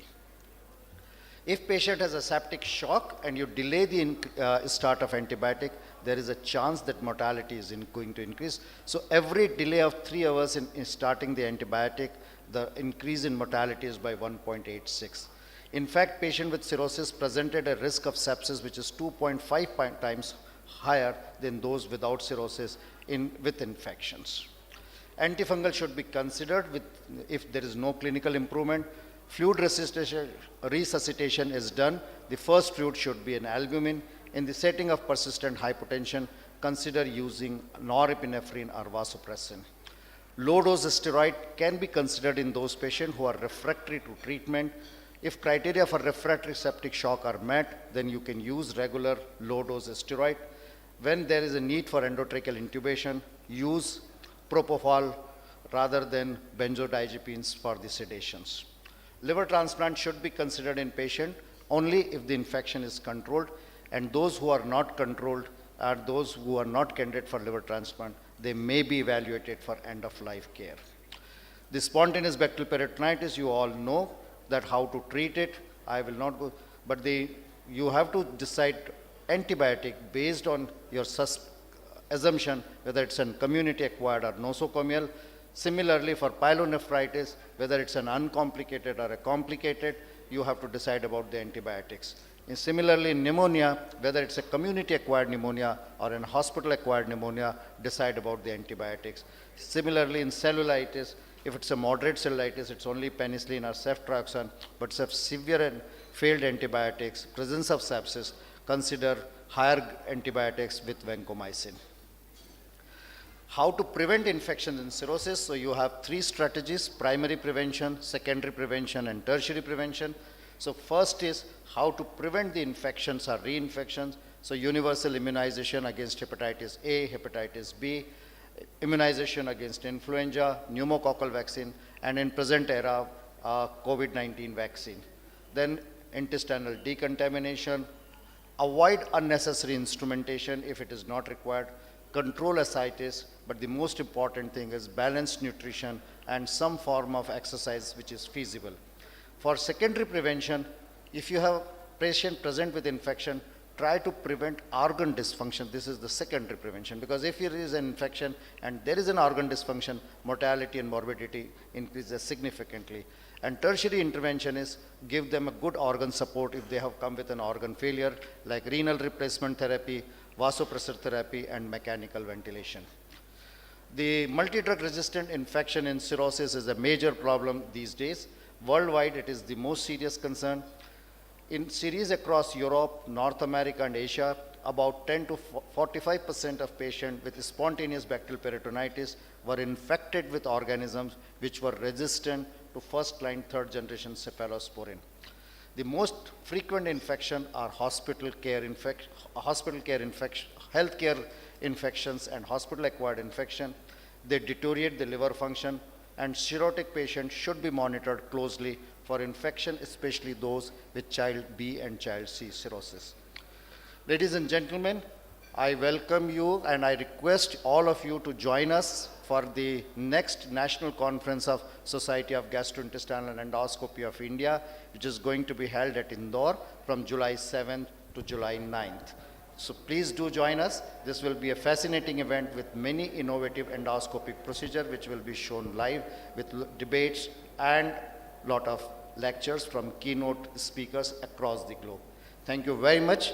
If there are any questions, I'll be happy to answer them. Thank you. Thank you, sir. Thank you, Dr. Jain. Any question and comments? We have got one question. How do you find this association of tuberculosis in cirrhotic patient, and how do you manage? Okay, so we have some experience of treating tuberculosis in cirrhotic patients, maybe about, we had in last 3 years, maybe about 7, 8 patients. So those patients where you have a high index of suspicion, and are those patients who have come with gradual deterioration or a sudden deterioration in liver functions, and you try to find out the infections. The most important thing is, if they have a pleural effusion, look for tubercular pleural effusion. If they have an ascites, and if it is a low SAG ascites, you just look at other parameters to diagnose them tuberculosis. The third important investigation is HRCT, because they may have a CT scan, some infection is here and there. But it is always a high index of suspicion where you have ruled out other possible infections like bacterial infection, patient has a normal urine culture is normal, blood culture is normal, patient has pleural effusion, patient has ascites, it's a high protein low-sag ascites, suspect tuberculosis, and if your other investigations support you, even if not, and your suspicion, clinical suspicion is high, empirically you can start treating them with 2 drugs which are bactericidal and 1 bacteriostatic drug. Avoid starting pyrazinamide in these patients, but Isonex and rifampicin can be given safely even in full-blown cirrhotic patients. Thank you, sir. Any question and comments, please? In the interest of time, we close this session and thank you, Dr. Ajay Jain, for elaborative talk. Thank you, sir. I request Dr. Mayank sir to felicitate our chairpersons.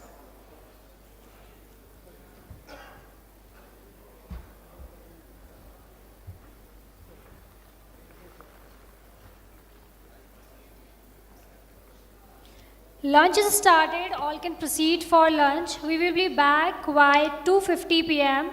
in 20 minutes.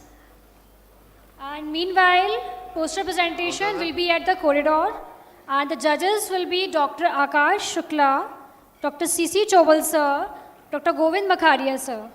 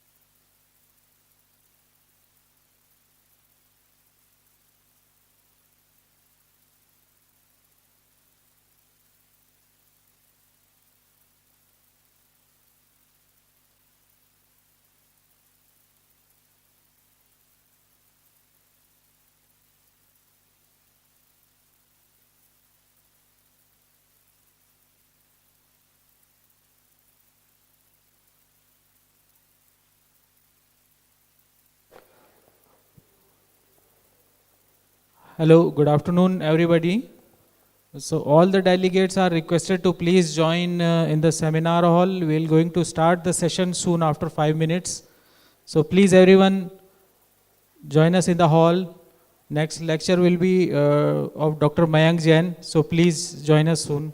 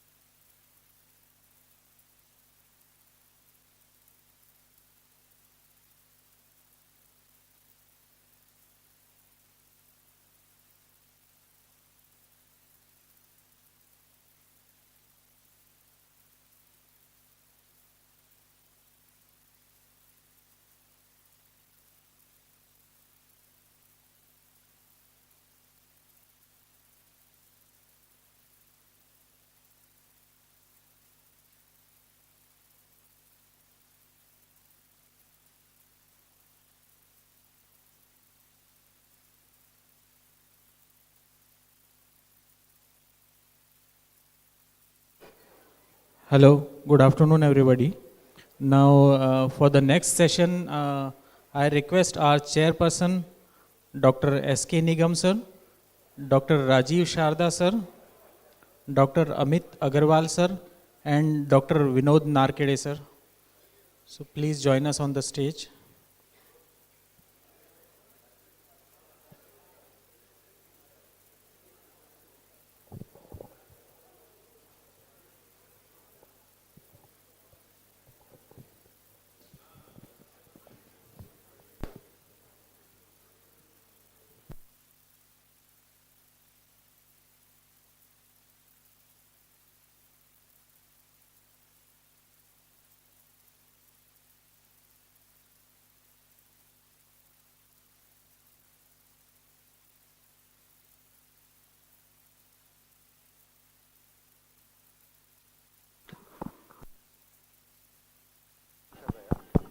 Hello hello करे हैं sir आप बोलेंगे बोल दो बोल दो बोल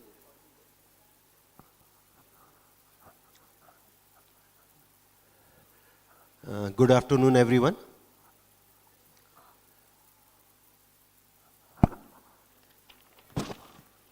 Now we would like to start our this session, and first of all I would like to introduce Dr. Mayank Jain. He is from Indore and he is at present General Council member of Indian Gastroenterology and Motility Association, and he is also reviewer of national and various international journals, and he has so far published more than 100 publications in GI, and his field of interest is GI physiology, functional GI disorders, GI infection and hepatology. Welcome Dr. Mayank, and he is going to speak on rational approach for constipation. Over to you Dr. Mayank. Thank you sir.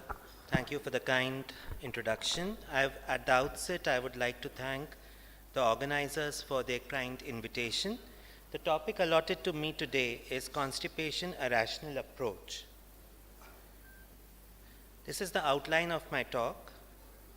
To begin with, we must realize that constipation is a common problem in India. Based on the place where the studies were conducted and the criteria used for diagnosis, the prevalence of constipation in India ranges from 0.3 to 53%.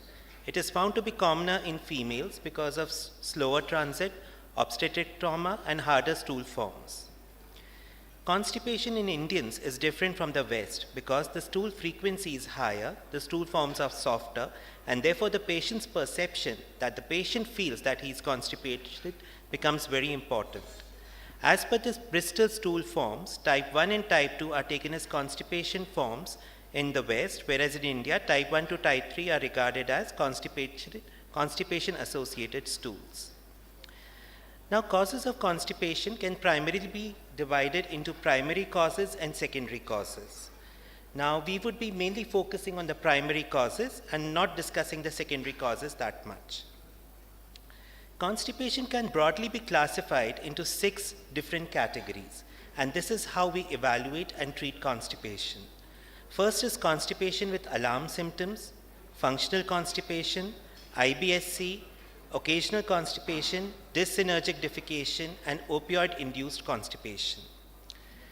Constipation with red flags or alarm signs is any recent change in bowel habits associated with any of the following features: age above 45 years, family history of colon cancer or IBD, GI bleeding, anemia, weight loss, lump, fever, and significant weight loss.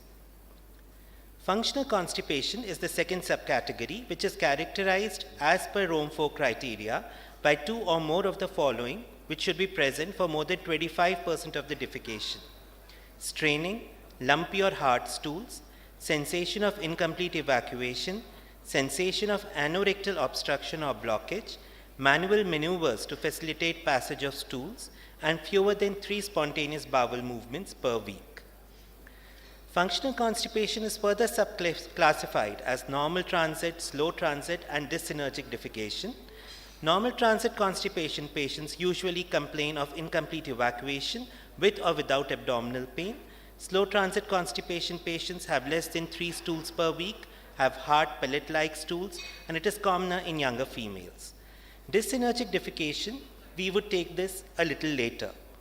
To remember, 30% of patients who have refractory constipation have fecal evacuation disorders, 30% have slow transit constipation, and around 20% have overlap of both. Irritable bowel syndrome, constipation, is the third important subcategory of constipation. The important feature here is presence of recurrent abdominal pain, which is associated with constipation predominant stool types. It is important to remember that in India, patients usually do not complain of abdominal pain. They may report abdominal discomfort or bloating, but abdominal pain per se is less likely. So functional constipation is commoner in India than IBS-C. Abdominal bloating or fullness is associated with IBS-C. Majority of the patients with IBS will have psychological problems associated, which may include anxiety, depression, somatization, fibromyalgia. And if a patient is fulfilling IBS criteria, it does not exclude other disorders from being present. This is the Bristol stool form that we commonly use to determine whether a patient is constipated or he is having diarrhea. So type 1 and type 2 are usually taken as constipation in the West, whereas in India, type 1 to type 3 may be taken as constipation. And it is important to note that Bristol stool forms correlate very well with the colonic transit. The fourth subcategory that is of special interest to gastroenterologists is dyssynergic defecation. So here patients usually have functional constipation or IBS-C, but they have associated features of dyssynergia, which is that they have a paradoxical increase in the anal sphincter pressure on attempted defecation as tested by anorectal manometry. They have less than 20% relaxation of the resting anal sphincter pressures on attempted defecation, and they have inadequate propulsive force. In addition, patients have an abnormal balloon expulsion test or have abnormal MR or barium defecography. Opioid-induced constipation has features similar to functional constipation, but it is characterized by development of symptoms at the initiation, changing or increasing of opioid dose. The last subcategory that we are discussing is occasional constipation. This is a new type of constipation that has been described recently. Here patients have intermittent or occasional symptomatic alteration in bowel habits. They do not have alarm features and do not fulfill criteria of functional constipation, IBS-C or fecal evacuation disorders. We did a study at our center where we found that the prevalence of occasional constipation among patients reporting to OPD is nearly 40%. These patients are predominantly younger. There is an equal sex distribution. Patients report a history of reduced fluid or fiber intake, recent travel and use of drugs, leading to occasional constipation. Nearly 50% of these patients use over-the-counter medications for treatment, and 1/10 even use enemas. And majority of the patients do not have recurrence of symptoms. However, 25% may report recurrence of symptoms. So how do we evaluate a patient with chronic constipation? First and foremost is a good history and clinical examination. These two are of paramount importance whenever we are seeing a patient of chronic constipation. History should include onset duration of constipation, the relationship with meals and bowel movements, any surgical history, history of addictions like tobacco, alcohol, smoking, comorbid diseases, and associated FGIDs. Family history of colon cancer and IBD should be taken into account. It is very important to take history of drugs. Drugs like anticholinergic drugs, antipsychotics, opioids, antihypertensives, anti-diabetic drugs, lipid-lowering agents, anticonvulsants, simple drugs like iron, calcium, and aluminum antacids can also cause constipation. One should inquire regarding red flags. A dietary history is important, where we should stress on the fluid and fiber intake of the patient. Lifestyle, how much do they exercise? What is the timing of defecation? Are there any distractions while they are trying to defecate? Type of toilet used, whether it is Indian or Western, is of great importance. Maneuvers to facilitate defecation should be asked. Obstetric history in females is important. And in case the patient is fulfilling criteria of IBS, it is very important to look for associated psychological issues and sleep. It is well documented that Indian toilet is more physiological than Western. because it leads to better relaxation of the puborectalis and widening of the rectoanal angle. It is faster, easier, and leads to more complete evacuation. It prevents excessive straining and protects the pelvic nerves from becoming damaged. In examination, a good detailed examination is required. Most important is digital rectal examination. All patients with chronic constipation should undergo a good digital examination. Even a good digital examination has a very good sensitivity and specificity in diagnosing dyssynergic defecation. So how a PR examination needs to be done? Patient should be put in left lateral position. We should inspect the perineum, look for any skin tags, hemorrhoids, fissure, or prolapse. We should check the perineal sensation and inocutaneous reflex. Digital palpation should be done for assessing the resting tone, and then we should ask the patient to squeeze and look for the squeeze pressures. And then we should ask the patient to bear down or behave as if they are passing motions. While testing this, we should place our left hand over the anterior abdominal wall of the patient to appreciate the push effort of the abdominal muscle. We should look for the relaxation or contraction of the anal sphincter and perineal descent. Once we have done a good examination, we proceed with the diagnostic test. All patients of constipation should have these baseline investigations. If fecal occult blood test is positive, patient further needs imaging investigations and endoscopy. Colonoscopy is usually indicated only if patient has alarm features, fecal occult blood is positive, or there is a family history of colon cancer.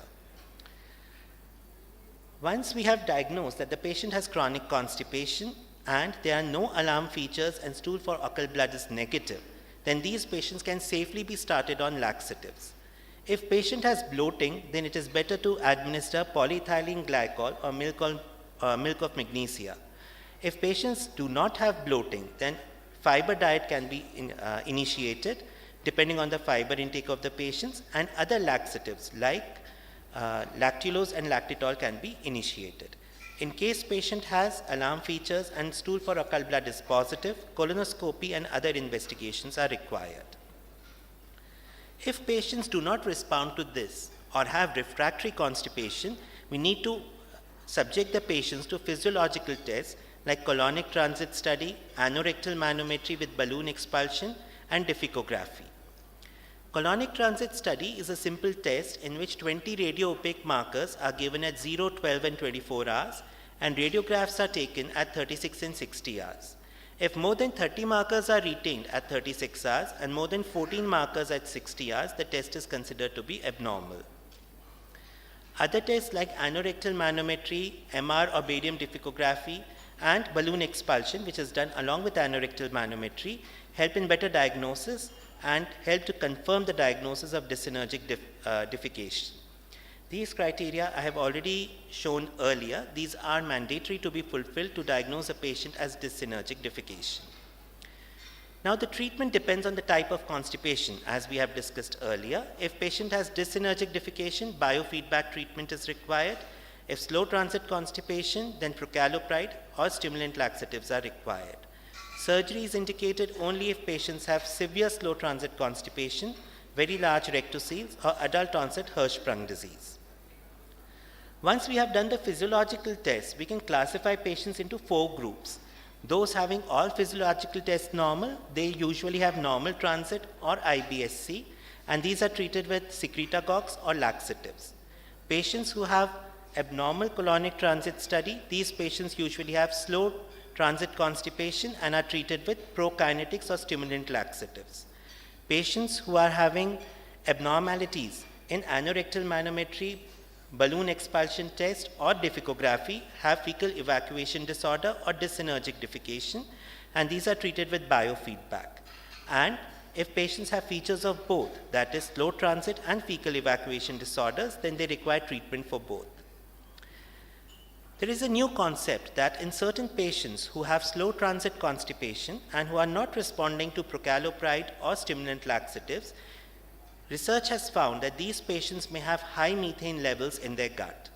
There is increased number of a bacteria known as Methanobrevibacter smithii, which increases the severity of constipation, and in this distinct subset of patients, Actually, rifaximin might be useful as it improves colonic transit. There are several drugs that are available in India for treatment of constipation. However, we do not have the time to discuss all in detail.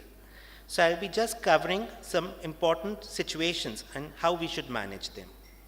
So when we have a patient with slow transit constipation, always rule out secondary causes of constipation.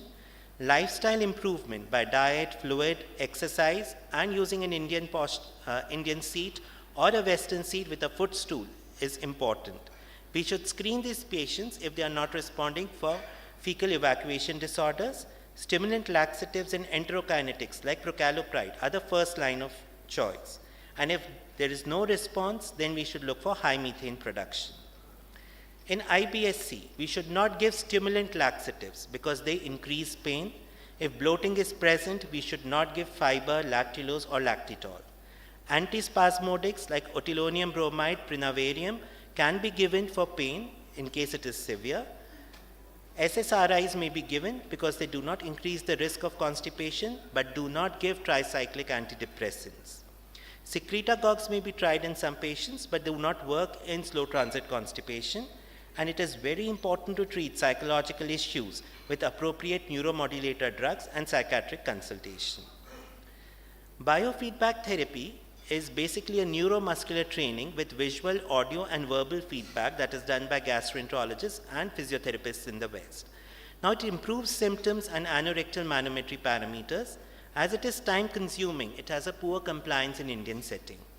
So, we came up with an innovative behavior therapy intervention where we did one session of biofeedback for our patients in the hospital and followed it up with diaphragmatic breathing exercises and pelvic relaxation exercises at home. Our preliminary data of 35 patients shows encouraging results, and maybe this may be the way to move forward. Pregnancy is another important situation where we see constipation. It is important to remember that it is multifactorial. Diagnostic tests are best undertaken after delivery. Treatment is basically with dietary counseling and medications like lactulose and polyethylene glycol. In case patient has developed hemorrhoids and anal fissure, they have to be managed conservatively, and only if thrombosed pipes are extremely painful, they need to be treated surgically. So this gives us an overview of the different subtypes of constipation and different management strategies. All these 6 subtypes, whenever a patient comes to us, we should try and classify the patients and try to fit them into these 6 broad categories. There might be an overlap. Based on the broad category, select your diagnostic aids and select your management. So to conclude, constipation is common in India. It is commoner in females and commoner in functional constipation is commoner. We should always rule out secondary causes of constipation. Look out for red flags. We should perform a digital rectal examination. It's a worthwhile test on the bedside. It gives us a wealth of information. We should subtype patients based on their symptoms, baseline investigations, and physiological tests into different subgroups, and then tailor our management according to the constipation subtype. And biofeedback is definitely useful for dyssynergic defecation and needs to be practiced. Thank you.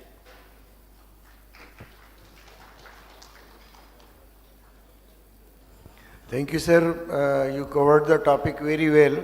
I think you covered every aspect. Even if there is some question, you can ask for audience.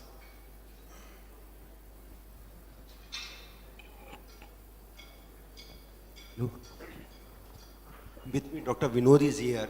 He is the master of anorectal manometry as well as biofeed mechanism. I think we should have his points regarding this anorectal manometry.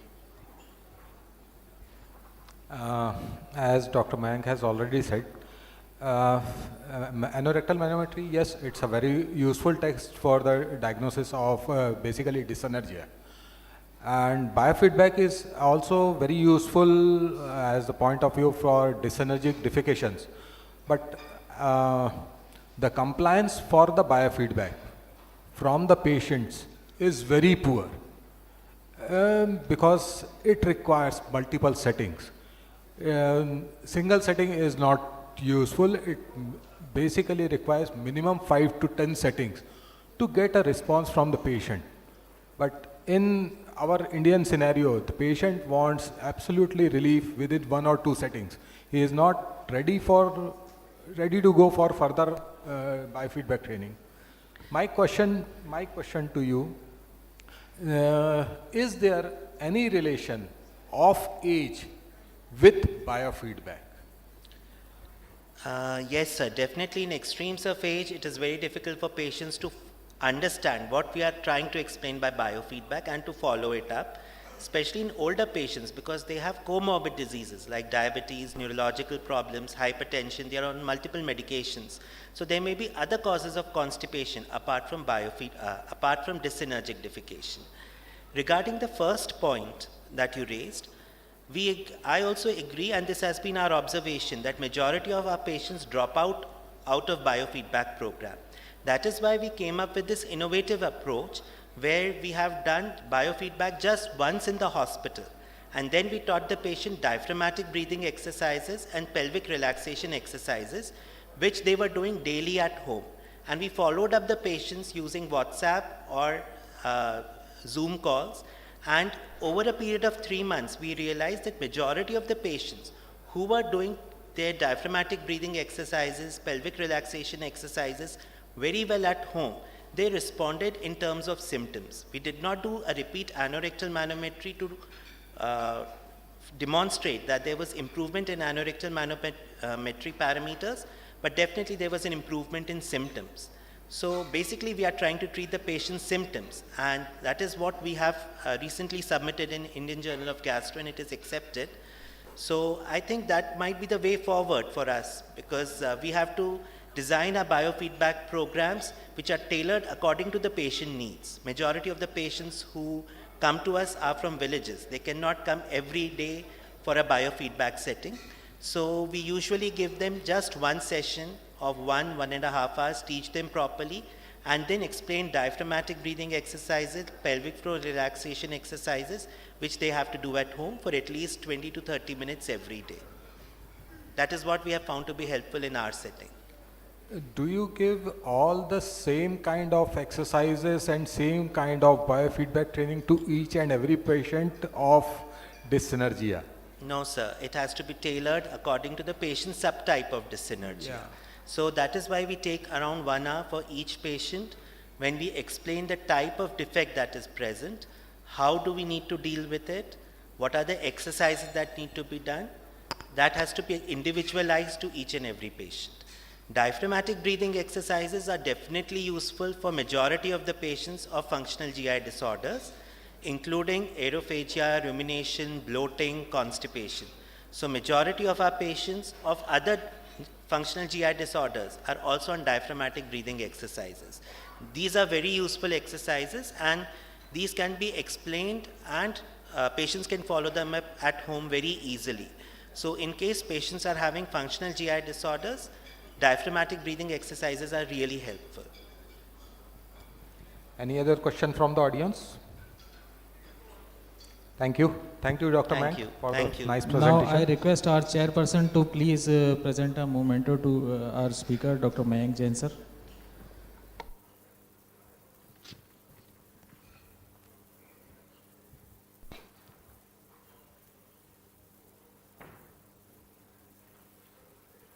And I request Naveen sir to please present a memento to our chairpersons.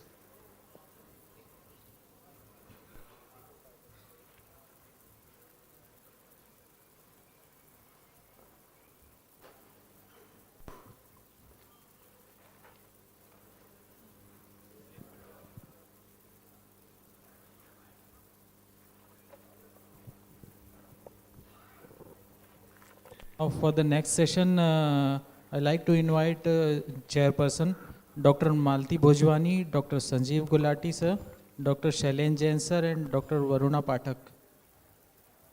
Dr. Malti Bhojwani is a senior gynecologist of Bhopal.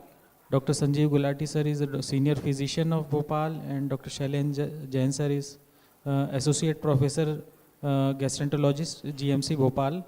Dr. Varuna Pathak is senior gynecologist at Bhopal. Thank you.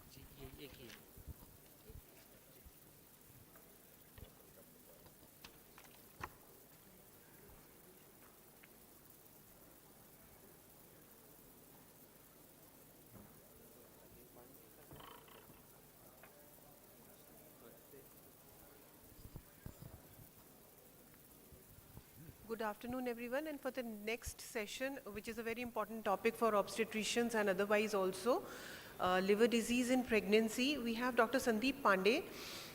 Sir is a DM in Gastro, consultant gastroenterologist at Ramakrishna Care Hospital, Raipur.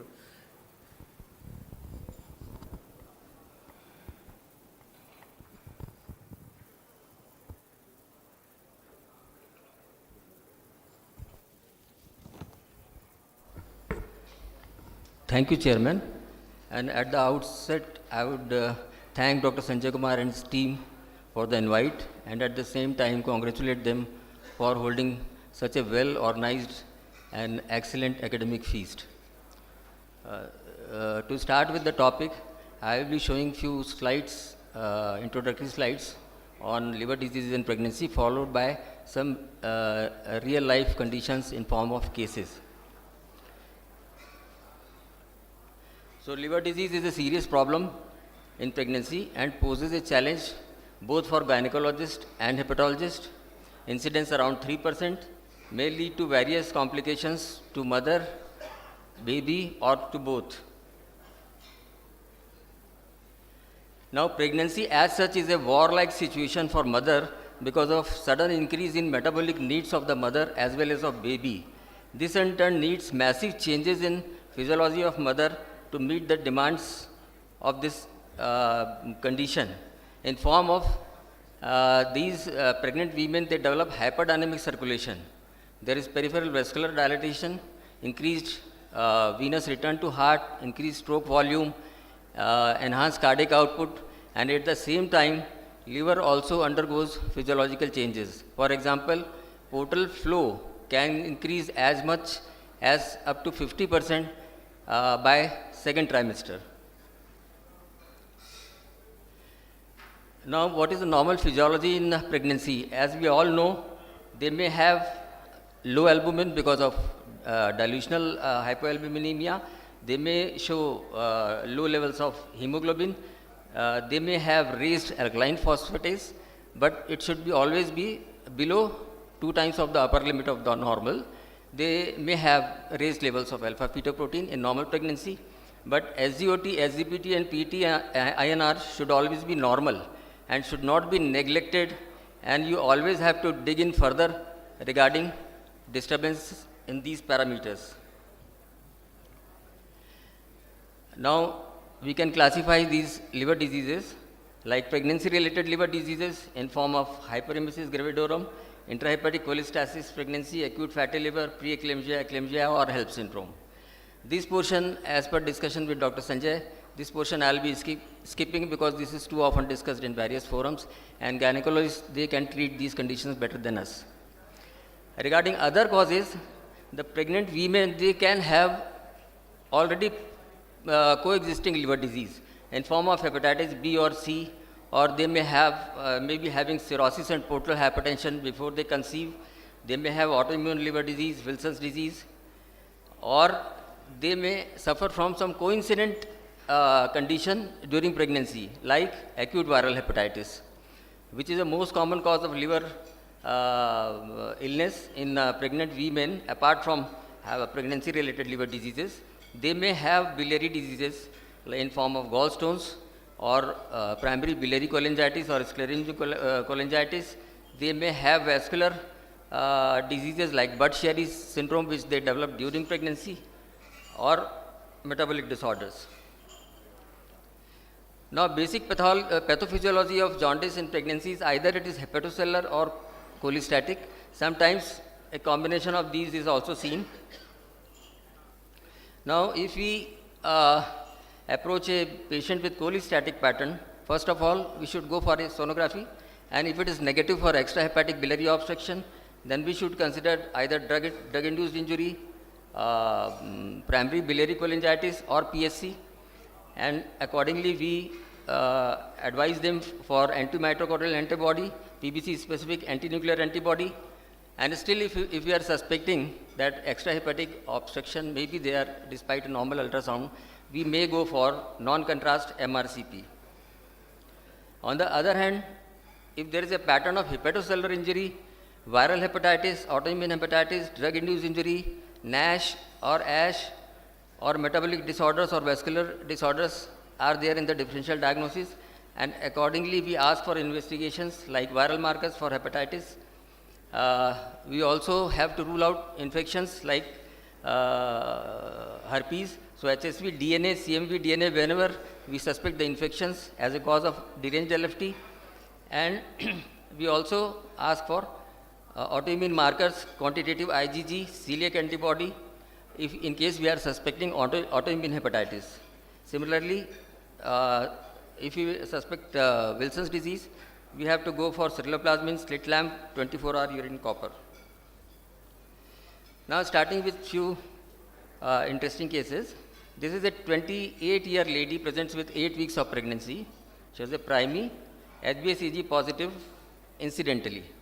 Now all the guidelines like ASLD, EASL, NASL or APASL, they recommend that HbS-AG screening is mandatory in each and every pregnancy. It has to be done. These investigations were asked for. LFT was essentially normal. Envelope antigen was negative. Antibody was positive. HBV DNA was not detectable. Should we ask for fibroscan in these patients? The answer is no, because in pregnancy fibroscan can give falsely high scores, so should be avoided in pregnancy as it may mislead us as far as diagnosis of fibrosis is concerned.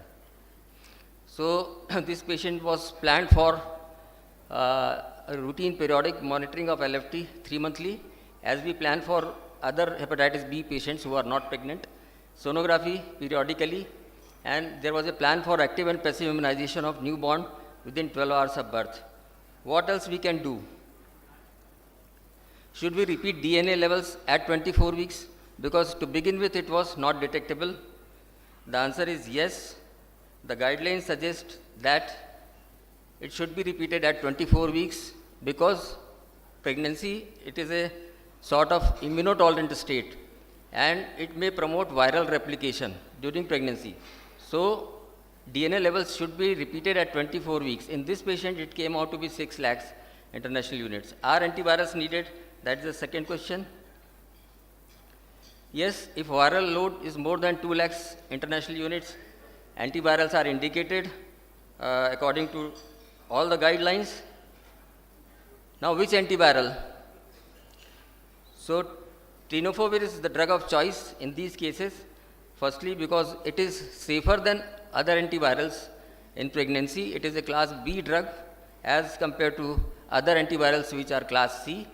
And at the same time, tenofovir is very potent drug and associated with less resistance.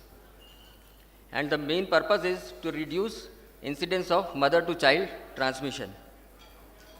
Now this patient was put on Teno and she remained stable throughout, underwent normal delivery. Newborn was given immunoglobulin and active vaccination.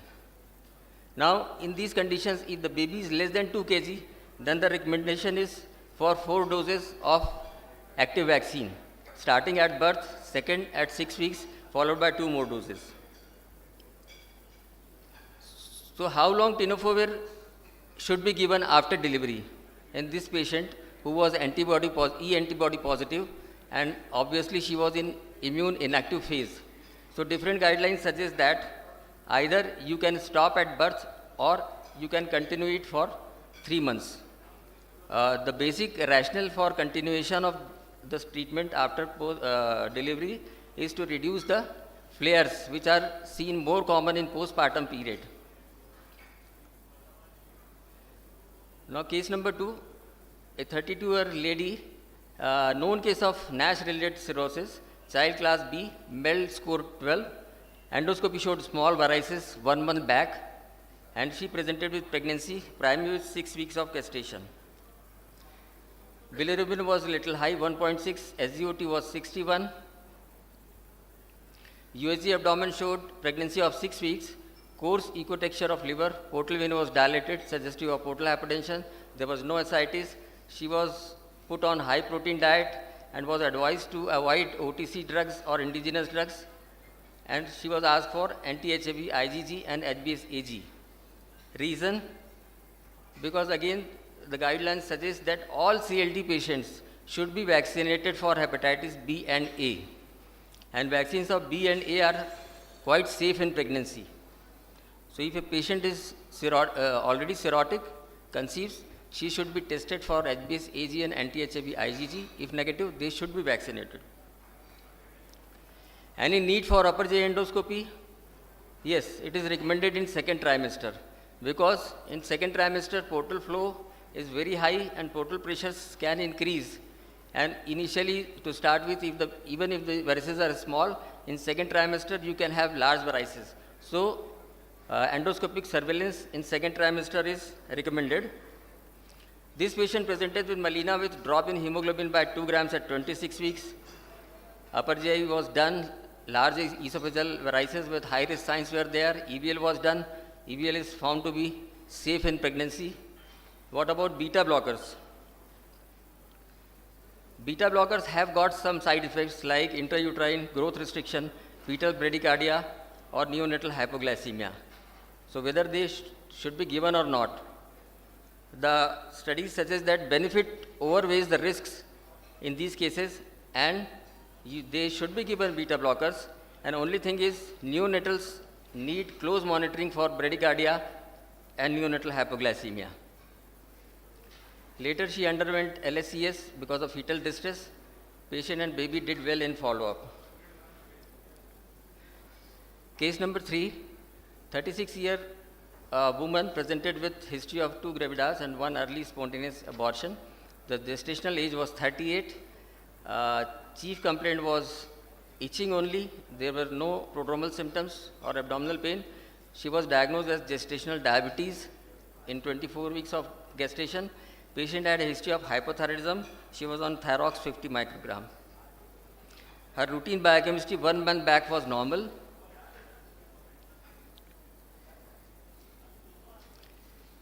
She had a very high ALT, more than 1000, high AST.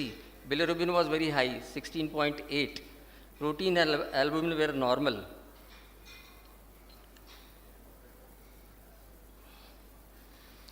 There was no evidence of hemolysis or thrombocytopenia. Viral markers for hepatitis A, E, and B and C were negative. Anti-nuclear antibody was weakly positive in 1:40 dilution. ASMA and anti-LKM1 were negative. Total IgG was 1.5 times above upper limit of normal. Anti-mitochondrial, anti-phospholipid antibodies were negative. Autoimmune hepatitis was suspected because of raised ANA and IgG, but since it was mildly weakly positive ANA, so there was not very strong ground for autoimmune hepatitis. She was started on ursodeoxycholic acid. She developed labor pains very next day and had normal delivery.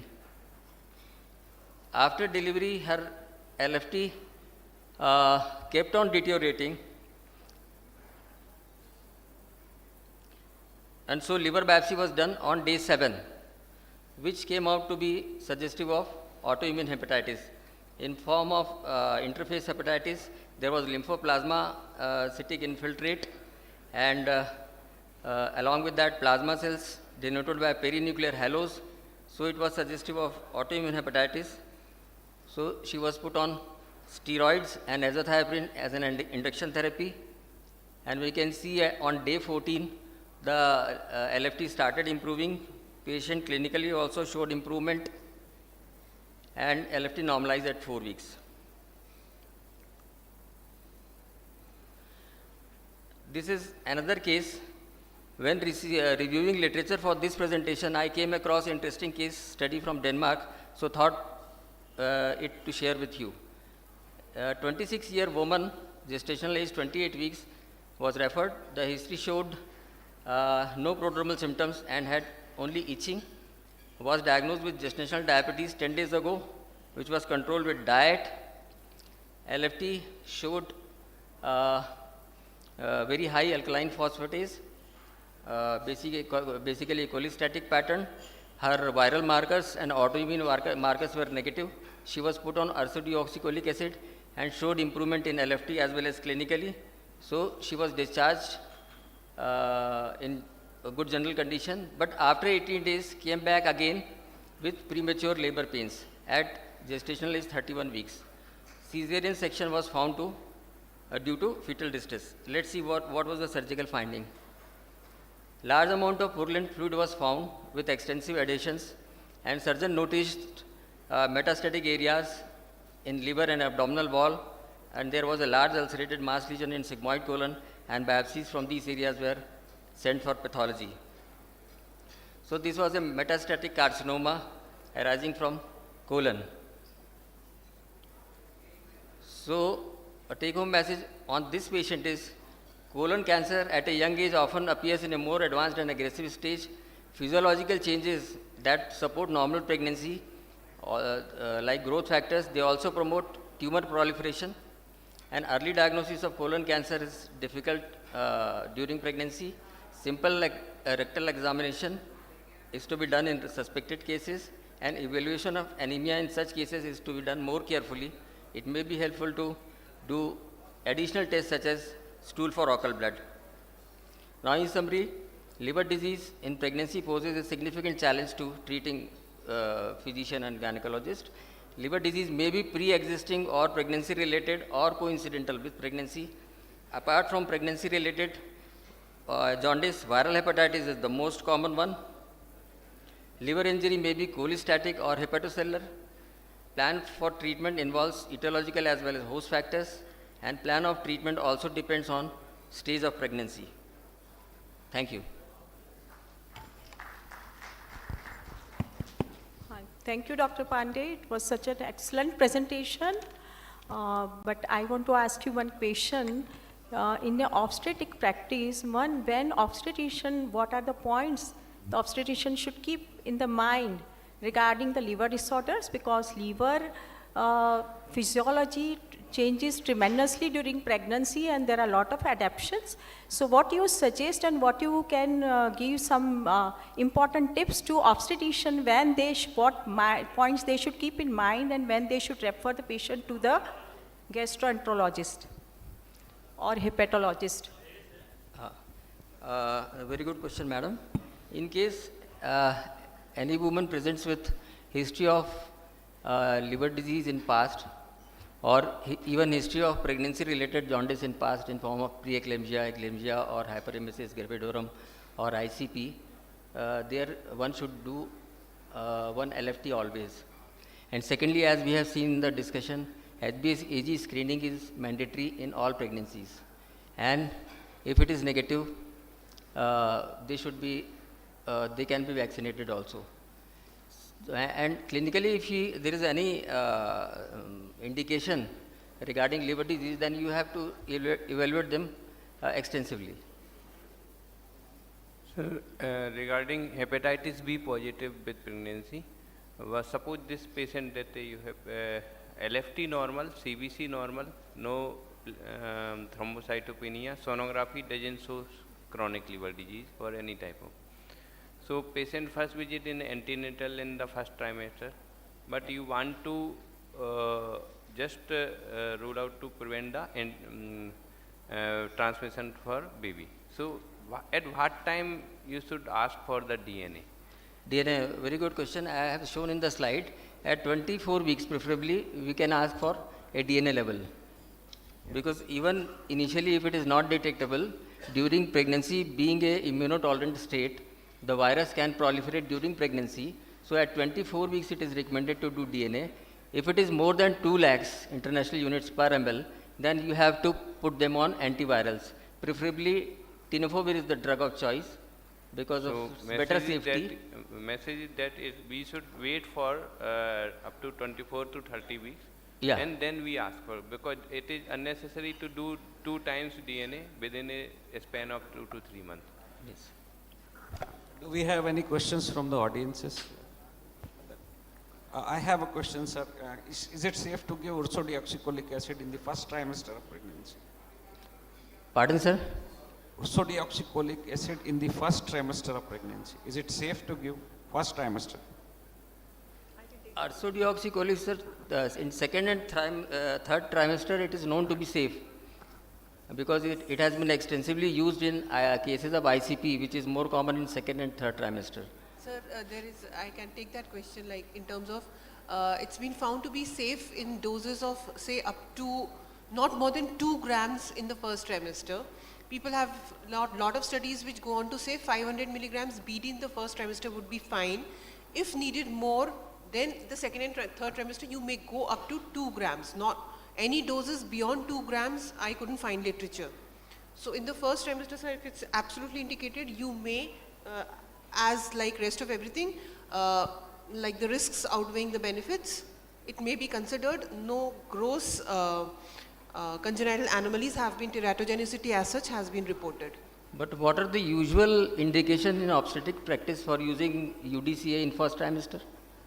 Sir, if someone is presenting with cholestasis, which usually they do not, I do agree in the first trimester, because per se it is going to, the probability of them presenting beyond the first trimester is high. So rarely do we come across those situations, but if at all needed is the point to be conveyed, it's like fair enough. Right. I think that would be if a patient of chronic cholestatic disorder is already on UDLIV or on ursodeoxy. They can be continued on that. If somebody has PSC or PBC already on ursodeoxycholic acid. So first trimester safety is important to know from that regard. So what she said is perfectly fine, because you would anyway give a dose of at the most 300 TDS. Right. So maybe 1200 a day. So we never go beyond that. So 2 grams is anyway a very high dose. And I'm sure that is safe in pregnancy, even in first trimester. Right. In spite of giving this dose, sometimes patients, they don't respond, no? 1200 milligram also. So can we raise the dose, or should we give other anti-allergic drugs? For cholestasis related itching, I don't think increasing the dose of UDCA will be of any help. Ma'am, in fact, local applications are to be resorted There to. are other methods. And yes, most of the studies say that you deliver between the 37th to the 38th week, and or maybe earlier if things seem to be deteriorating. Do color Dopplers and see the fetal well-being. Cholestasis is also known to cause some meconium staining of the liquor and fetal distress. It is documented that it would cause meconium staining, though that's just one point, but because it is like toxic to the cardiac muscles per se, so Dopplers usually do not reflect an upcoming adverse event. So it's like, I think sir wants to say something. Please. Please. One comment, Dr. Sir. You have said it, giving the beta blockers. On one of these slides you have said it. Sir. I just want to comment, many times what happens, the microemboli from the amniotic fluid goes into the pulmonary area, in the lung, and they induce a bronchial asthma-like symptoms. Sometimes it's a prescribed bronchial asthma-like. And many times when we give the beta blocker, they still more precipitate. So one has to be very cautious in giving it, Right. because this is very important part. Because amniotic fluid microemboli, we are not able to do it, and they precipitate it into a bronchospasm, a very severe bronchospasm. And many times what we see is that whenever a patient with a pregnancy, they come as a bronchial asthma, and feel that we treat it like that. They do not require any treatment. Only thing they require low molecular weight heparin at that time, not the bronchodilator or something like that. So one has to be very cautious in giving the beta blocker. You are right, sir. You have to be cautious. You have to prescribe them only if the varices are very large and they are associated with high risk signs and there are high chances of bleed. Then only we have to use these drugs. Sir, available data shows maximum dose of UDCA is the 15 mg per kg body weight, not more than this. So this is based on the weight, not like 300, 600, 900 or 1200.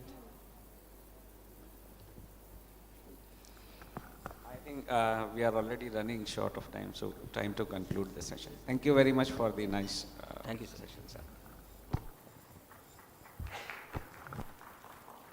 I request Dr. Pranab Raghuvanshi sir to felicitate our chairperson.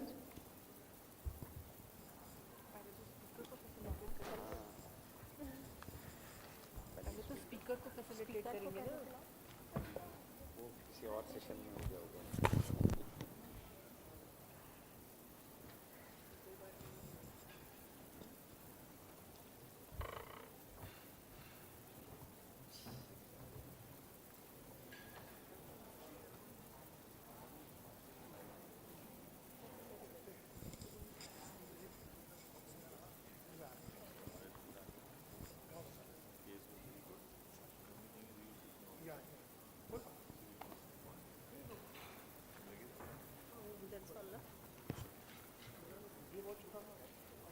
next session, I would request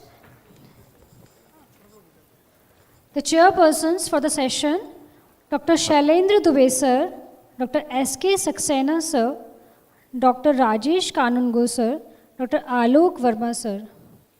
Dr. Shailendra Dubey sir is a senior physician, Bhopal.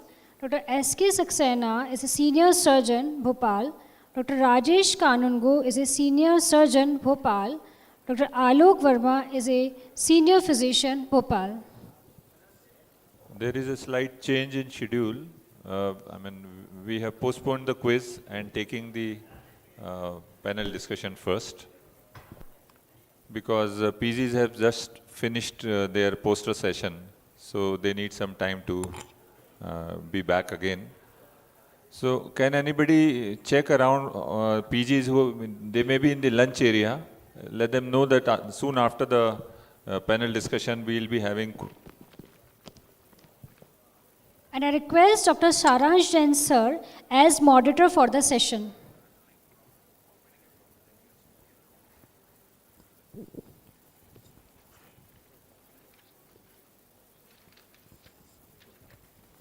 Dr. Saransh Jain is a MD, DM, consultant gastroenterologist and interventional endoscopist from Janam Shri Multi-Specialty Hospital, Bhopal.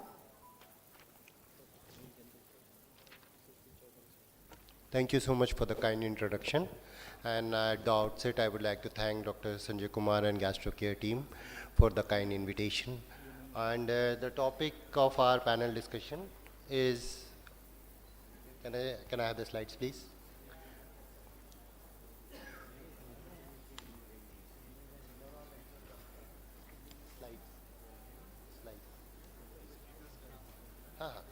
So the topic is obesity management, medical management, surgery, endoscopy, how to choose.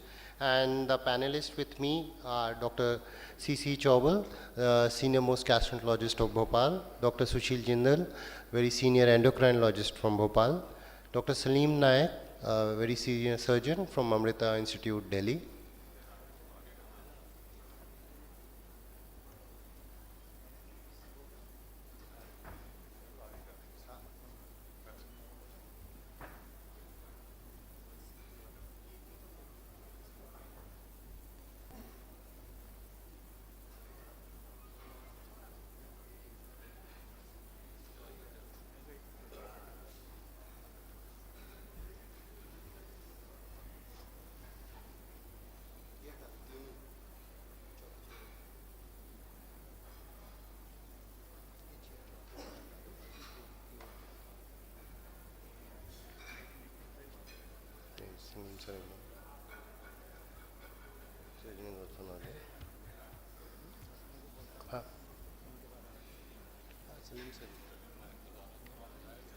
No problem. So we will come to surgeons later. We will start with the topic, and we will be discussing the topic under the following outline. We will start with the definition of obesity, the prevalence of obesity in India, the medical complication associated with obesity, the pre-treatment assessment we need to do while treating a patient with obesity, the therapy goals, the options that we have, medical, endoscopic, surgical management, and guidelines how to use each one of these options effectively, and then summarize. So may I ask Dr. Sushil, how do we define and what is the prevalence of obesity in India?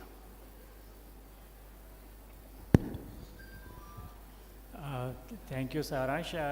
I think when we define obesity, we usually go by BMI, though it's not the exact method to define obesity, because basically obesity means excess of fat in the body.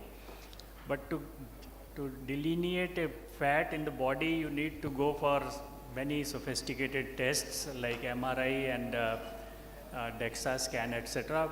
So we are having a simplified method of classifying and defining obesity. So a normal person should fall in the range of 18.5 to 23 when we talk of Indian definition of BMI.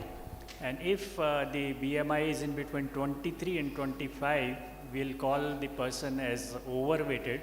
And then comes the class 1 obesity, where anybody is having 25 to 30 BMI, he'll be classified as class 1. And if he's between 30 and 35, he'll be classed as class 2 obesity.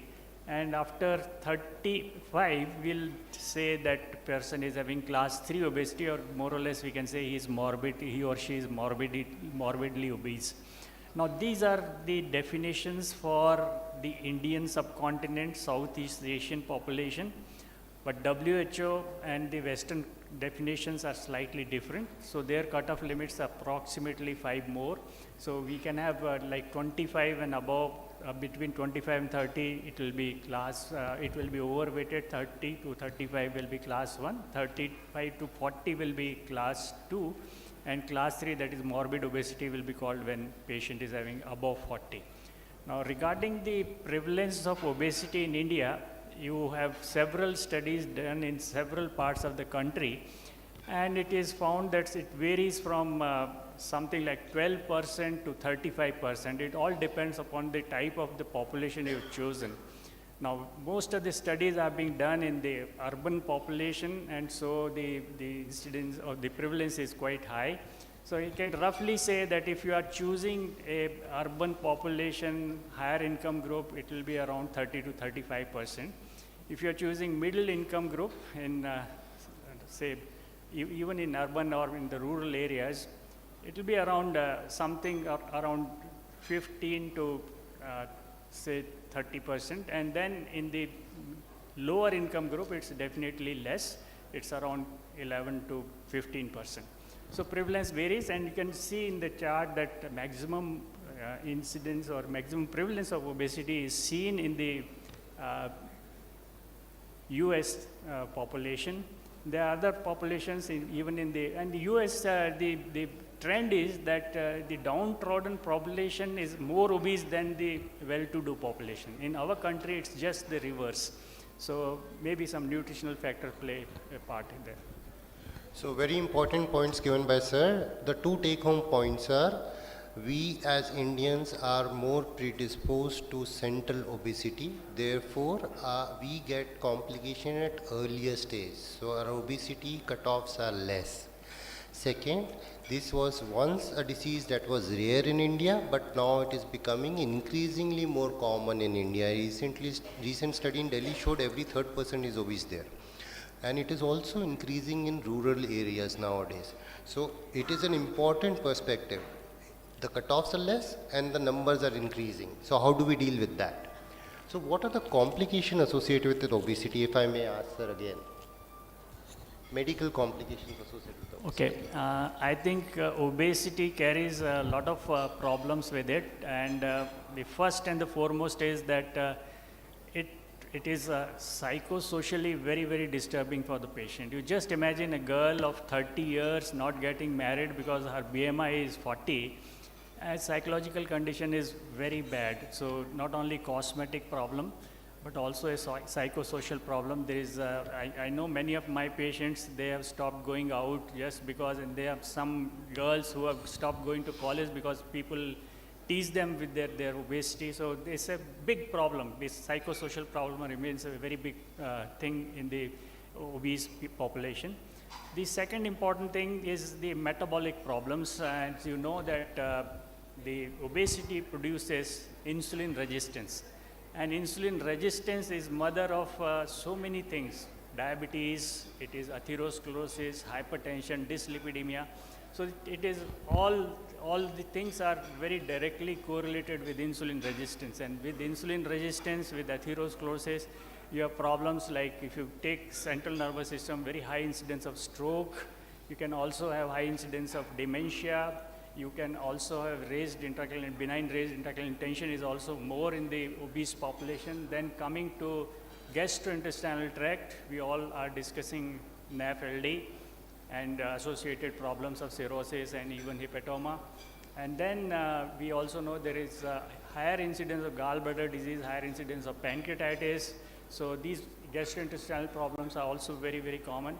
Coming to the cardiovascular system, I already said that atherosclerotic coronary artery disease is very high. But not only that, cardiomyopathies and other things can also happen.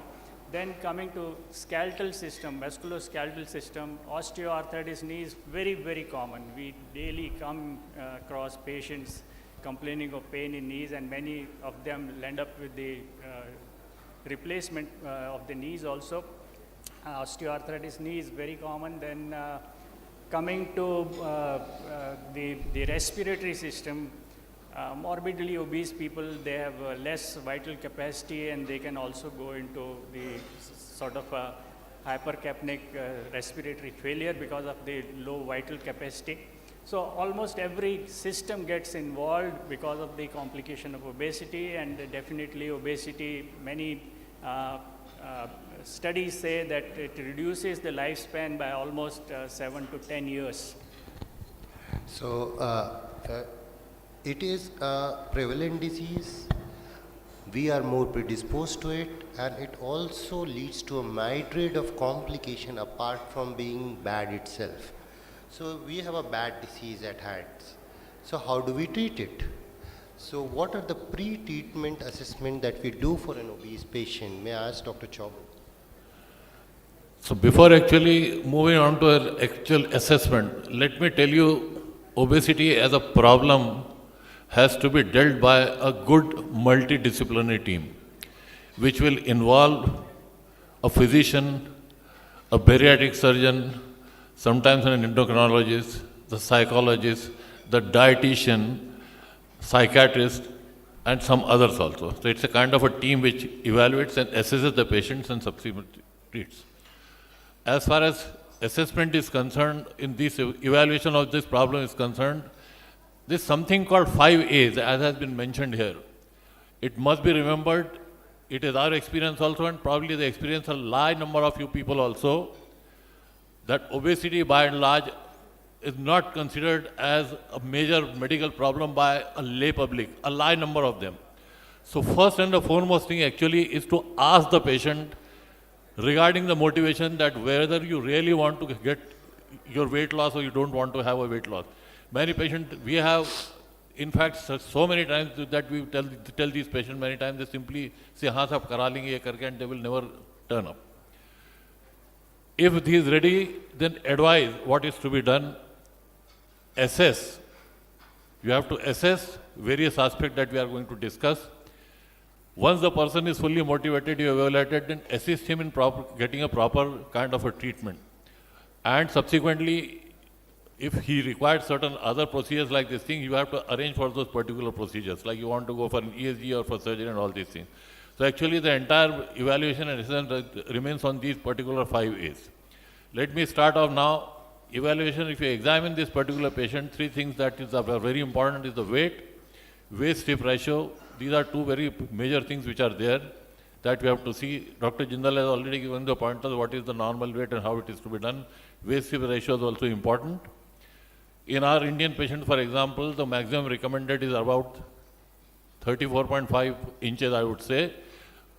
Coming to around 35 inches, I would say really difficult to achieve, but 90 centimeters is the maximum that is mentioned for the men. For females, it is about 85 centimeters, that is the waist circumference. So that has to be seen. Number 2, you have to look for comorbidity in this patient, whether he has, along with that, diabetes, dyslipidemia, hypertension, all these things, so that has to be addressed. Third thing is eating behavior. A large number of these patients have got certain eating disorders that you have to see very carefully. And remember this, it is definitely a major problem, and many patients do not come out unless they are specifically asked about this. Some serious eating disorders like binge eating, nighttime eating, bulimia and all these things have to be addressed by proper psychologists and behavioral therapists, where you have to take help of these. So you have to identify them.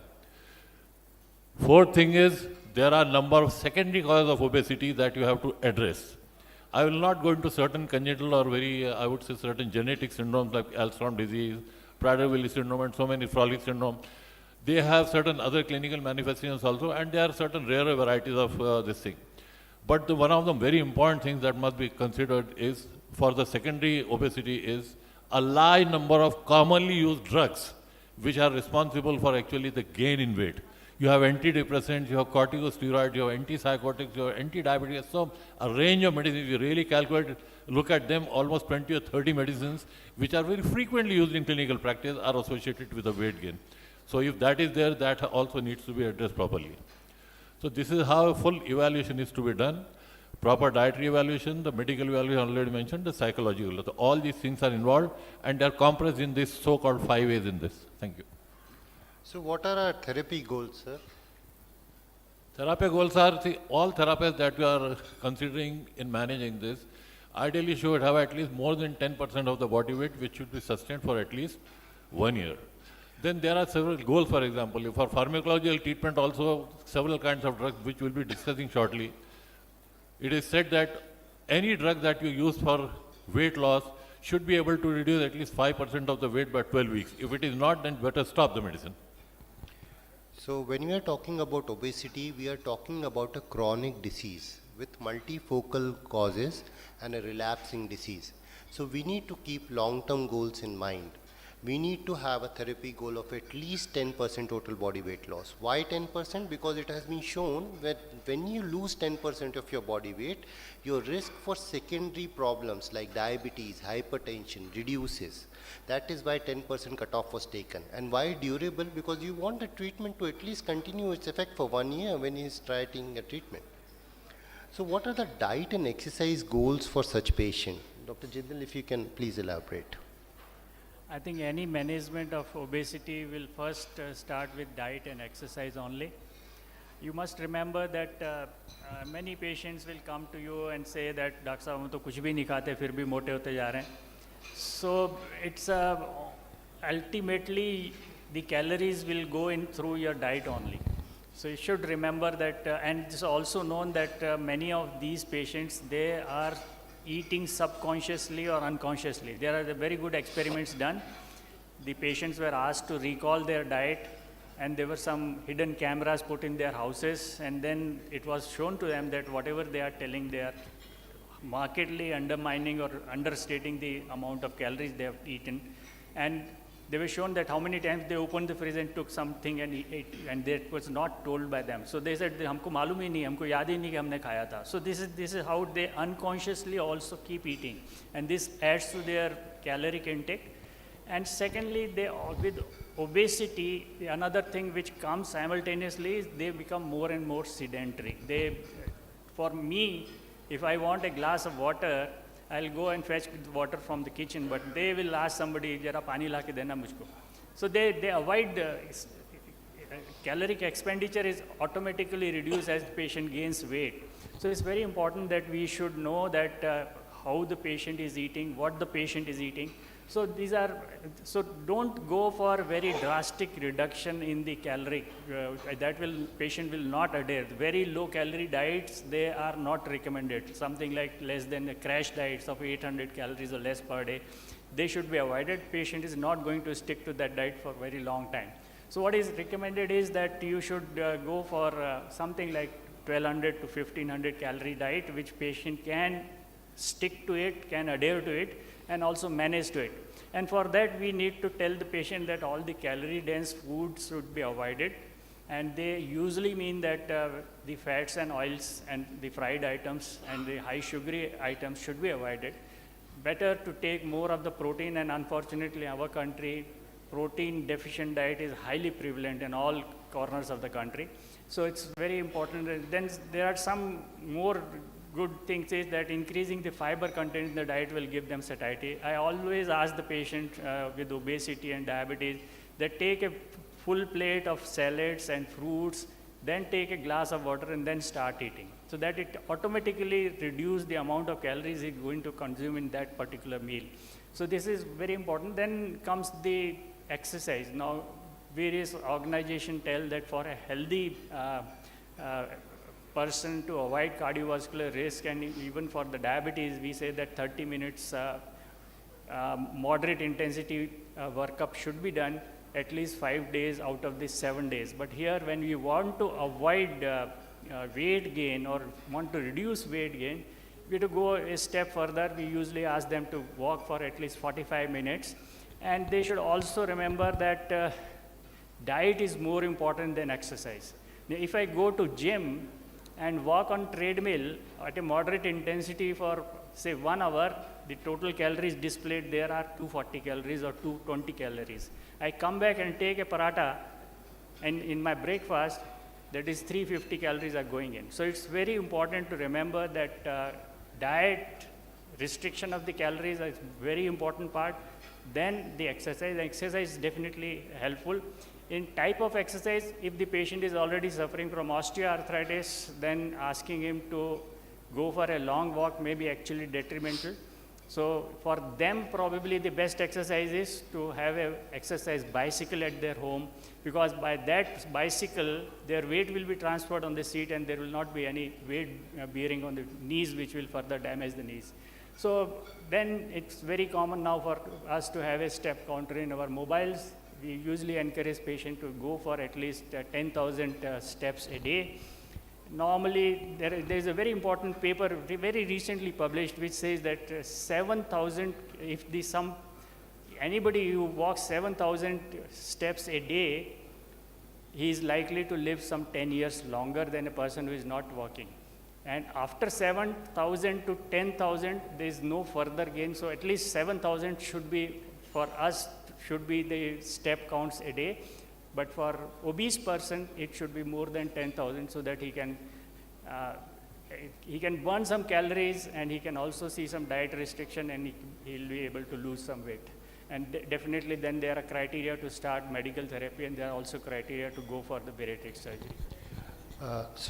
Thank you for enlightening us, sir. And the main point here is very low calorie diet should not be started on their own. Sometimes people start like 600 calories, 800 calories. They're not sustainable. They lead to usually protein loss and muscle loss. So it's 1200 to 1500 calories, and you need to have exercise, because this exercise will build up your muscle, which will increase your basal metabolic rate. Once muscle are there, increase in basal metabolic rate also burns up some calories. So it is important to exercise those muscles. The composition of diet, as sir said, increasing salads, fibers, filling up your stomach before you enter the major meal is also a very important factor. When we look for therapy options for obesity, we have lifestyle, we have medication, we have endoscopic procedures and surgical procedures. As their efficacy increase, so does the risk associated with them. So how do we choose between different therapy options for obesity?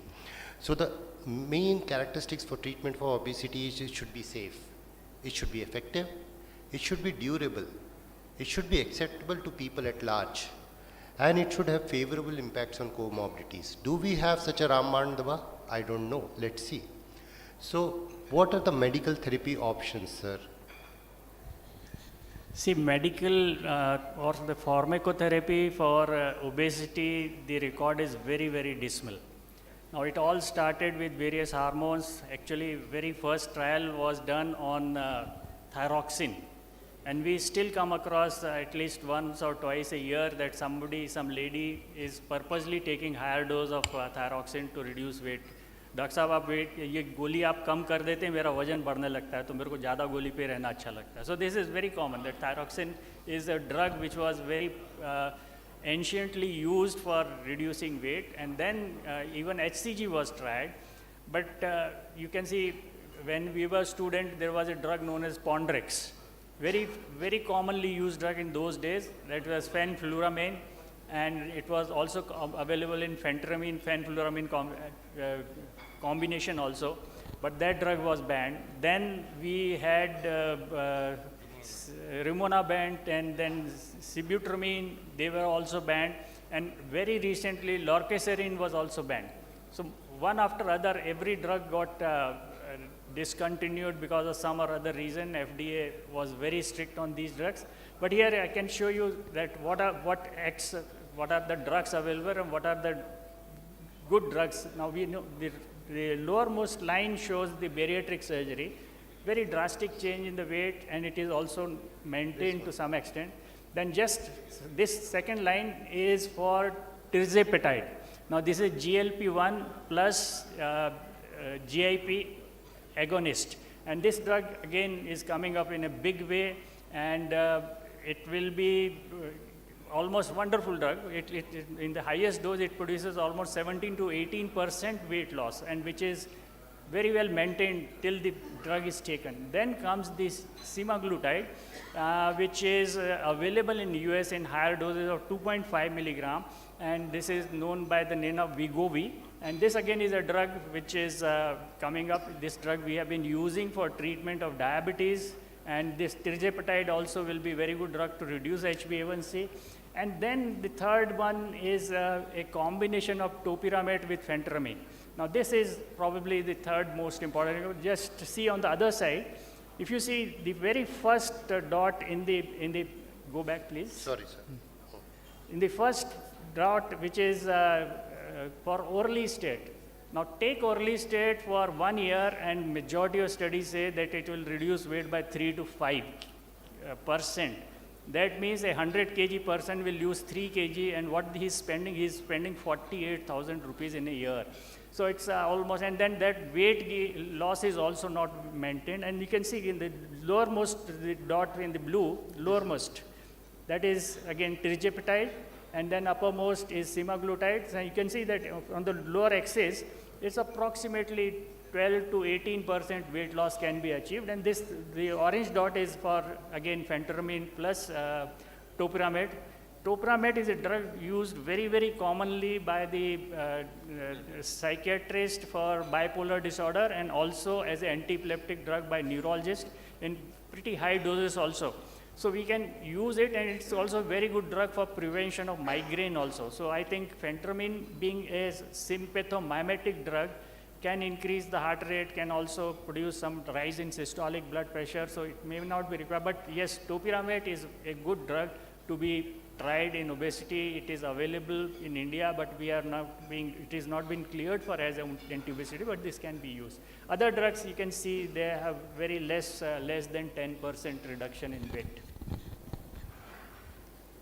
So when coming to medical therapies, we have found that there are few promising drugs in the pipeline. Oral semaglutide has been launched in India. Tirzepatide has an NEGM trial recently published. And the main advantages of pharmacotherapy are its widespread acceptability. It's just a pill. Everybody loves a pill. But the limitations are, as you see, that only a few drugs have good efficacy. A lot of drugs don't have efficacy. The durability of is also an issue, because once you stop taking the drugs, the weight gets more. And the side effect profile of some drugs might not be acceptable to a large number of patients. When we talk about endoscopic management options, we have intragastric balloons. I would like Dr. Chaubal to enlighten us about the intragastric balloon options that we have. See, now the concept behind use of intragastric balloons is you introduce some space occupying thing in the stomach which gives you a sense of satiety, or a very early satiety, so that you are not able to complete a meal and you suddenly feel full. That was the concept which long back Gare and Edward balloon was introduced, and subsequently the so-called BIB, or the biological intragastric balloon, was introduced. We have had several modifications of this, and about 2 or 3 kinds of balloons have been approved by FDA USA to be used. There are several other balloons also. If I just go for that, you have so-called Orbera balloon, you have an adjustable Spatz balloon, you have an aileron balloon. Other than that, you have Oberon balloon, reshaped duo balloon, Ellis balloon, and probably 1 or 2 more balloons which are there. The concept of all these balloons is, most of these balloons, when they are put in the stomach, the endoscope is used. By endoscopic monitoring, they are put in. There are a couple of balloons which are swallowed just like a capsule without the help of an endoscope. Most of these balloons actually are filled by saline, which is usually mixed with some methylene blue. They are usually made of silicon or some such material which doesn't disintegrate easily with the effect of gastric acid. They stay in the stomach for a long time. Usually they are allowed to stay for about 6 months. If you want to have a repeat use, you can use it for further 6 months, but not beyond that. The idea of saline-filled balloons is, when they are mixed with methylene blue, any leak, if it happens accidentally, the methylene blue gets excreted in the urine, and the urine becomes blue in color. So you know that the balloon is leaking, and you can immediately take it out. Most of the balloons which are put in are subsequently retrieved by deflating them and subsequently taking them out of the endoscope. There is one, however, capsule on which the trials are still going on, the so-called GLOW trial is there, and that is called a Genesis 100 capsule. This is a kind of a hydrogel capsule which contains about 1,000 biodegradable particles in the hydrogel particles. The property of these particles is when they come out in the stomach, they absorb water and they swell up. They occupy around 25% of the volume of the stomach, remain in the stomach and gradually get expelled in the intestine. And all these granules, as they go down in the colon, they are subsequently degraded by the bacteria over there. So the beauty of this particular capsule, if it really becomes successful, would be that it doesn't require any endoscope for introduction, nor does it require any endoscope for retrieval. So that's an absolutely non-invasive thing. However, the problem with the balloons is, whenever we use these therapies, we talk in two terms. You talk of percentage loss of excess body weight. So whatever body weight is there in excess of your overall stature, that is called excess body weight. Or you can talk in terms of total body weight loss. That means whatever weight you have, this thing. So if you look at the total body weight loss, majority of the balloons actually result in not more than 15% of the weight loss. Like in drugs, 5 to 8% weight loss is there, not more than that. But balloons also tend to maximum about 18% weight loss is there. So where would you use them? We usually recommend using these balloons in some of the very obese individuals as a bridge therapy. You give these particular balloons, they will start losing weight. For about 6 months, they are allowed to stay. They lose sufficient amount of weight. You can take the balloon and subsequently send the patient for a definitive endoscopic, either endoscopic therapy or for surgery. So usually we use them as a stopgap measure. And some people have been using like off-label indication is obese female is there, wants to get married. You put in a balloon for some time, she loses weight, gets married, and subsequently the balloon can be removed. So that is the kind of thing which was there. So usually it is used as a bridge therapy, I would say. So when we talk about intragastric balloons, the advantage is it's acceptable, it's a minimally invasive option, it's an endoscopic option. Nowadays a without endoscopic option is also there. It has a better efficacy than drugs, around 5 to 10% total body weight loss is available. The limitation is durability. 1 year you have to remove the balloons. What about that after that? And balloons have some short-term side effects like nausea, vomiting, feeling of fullness, which have to be explained to the patients. When we talk about endoscopic management, now we have some other options also available, which are stomach restrictive procedures. We can discuss about that with Dr. Chaubal. In fact, the endoscopic options which are available have, I would say they came a little after surgery, and looking at the concept of surgery, whether to have a restrictive procedure or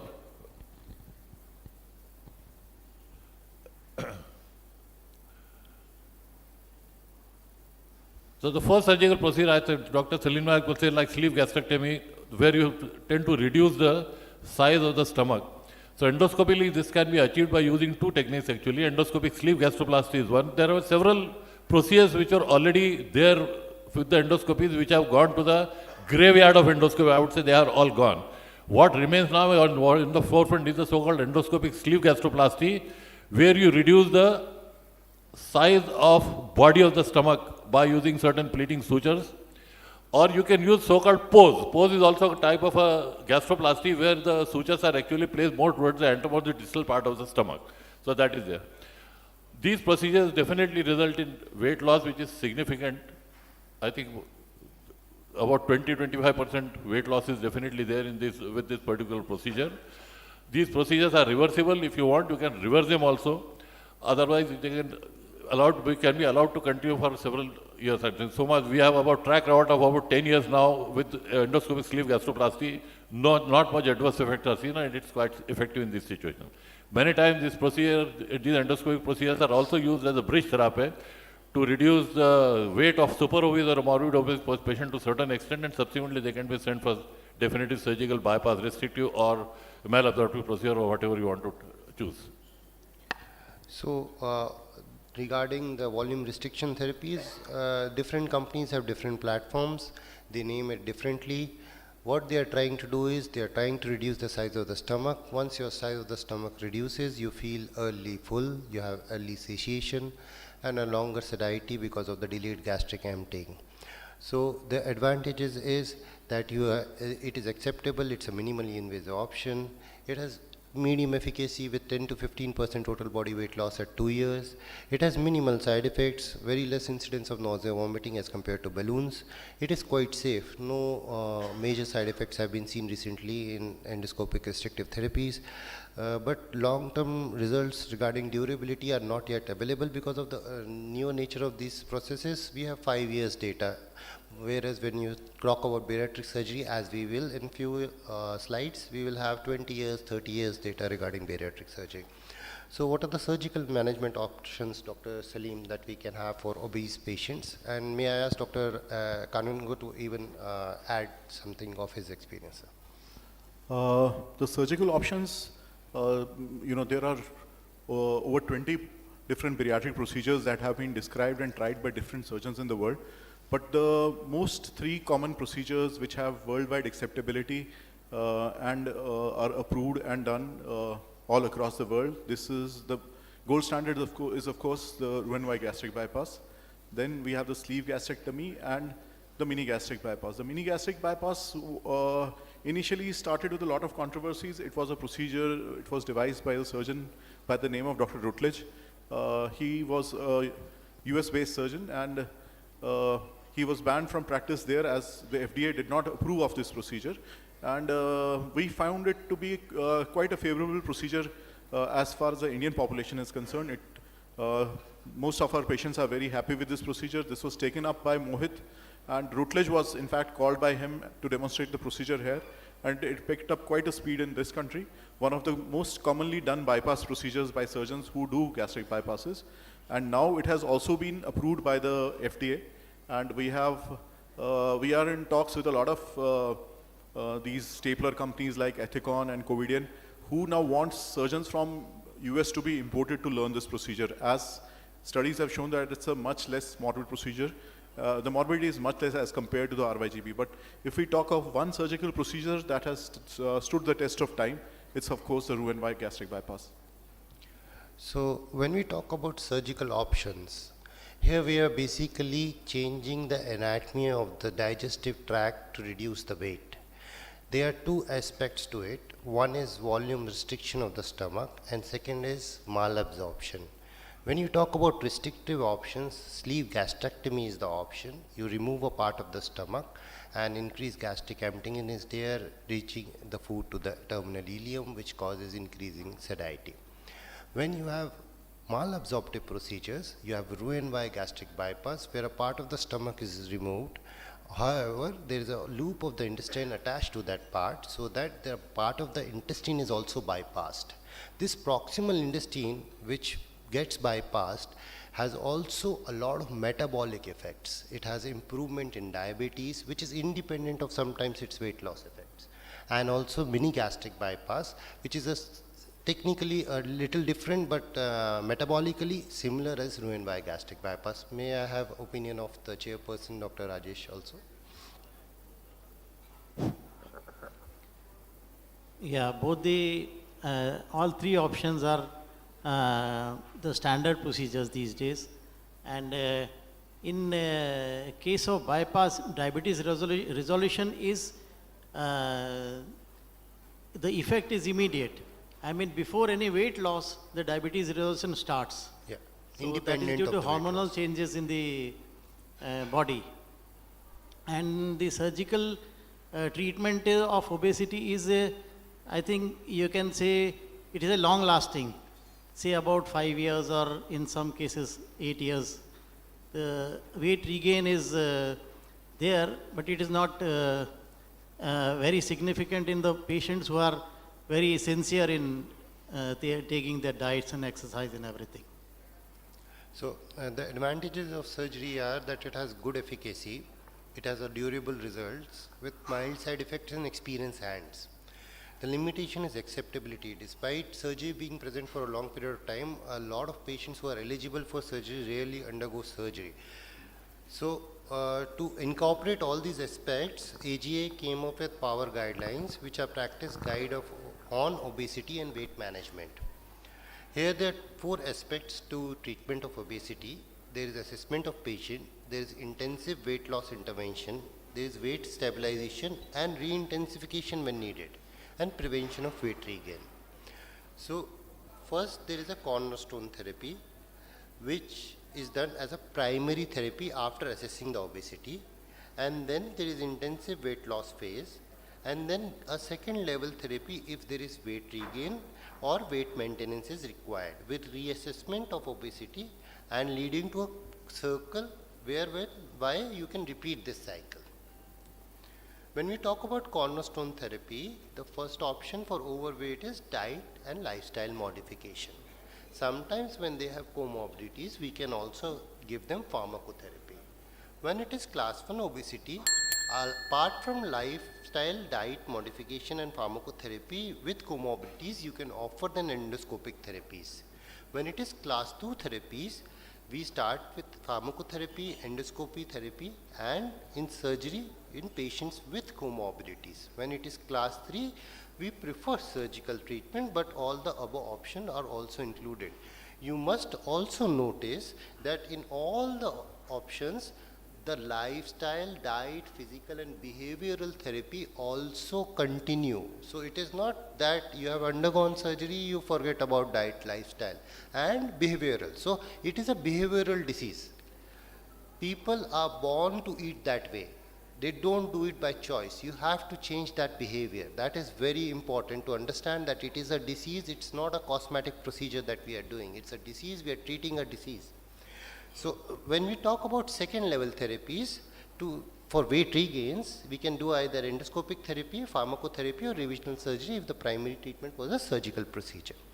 So I would like to involve now all the panelists as well as the chairperson for any future prospects in bariatric management that they feel like. Dr. Shailendra Dubey sir, if you have any comments here.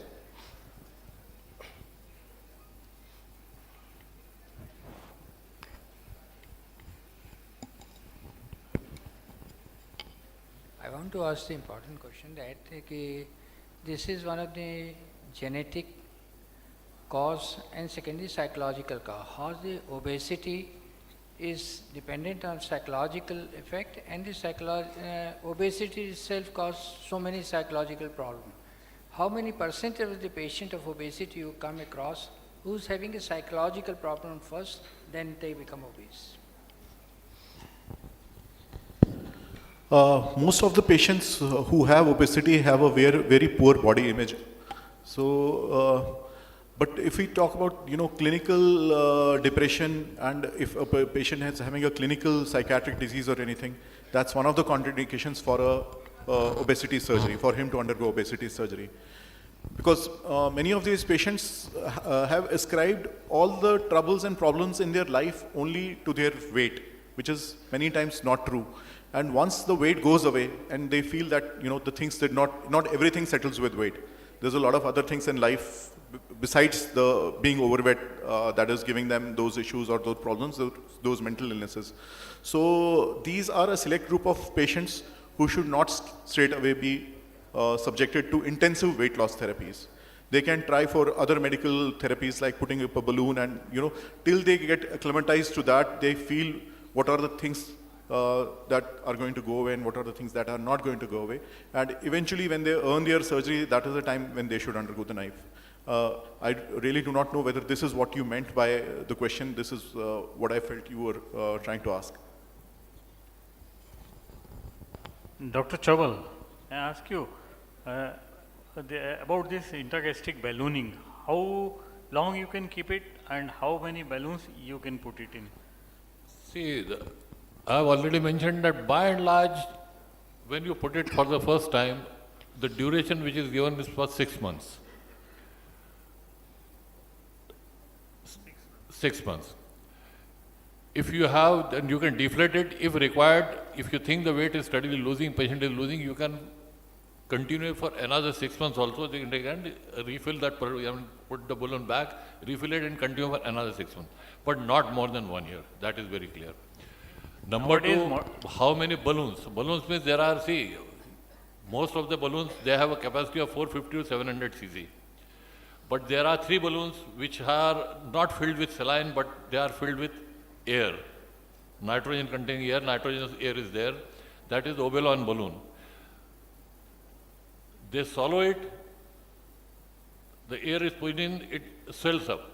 After, say, about 2 or 3 weeks later, another balloon is added to that, and similarly at the interval of 2-3 hours, 3 balloons can be done. So 2 or 3 balloons like that can be put in the stomach for some time like that. So that is the Oberon balloon. But most of these balloons actually are available as a single balloon. There is only one thing which is there, which is also known as reshaped duo. These are 2 balloons which are attached with a catheter.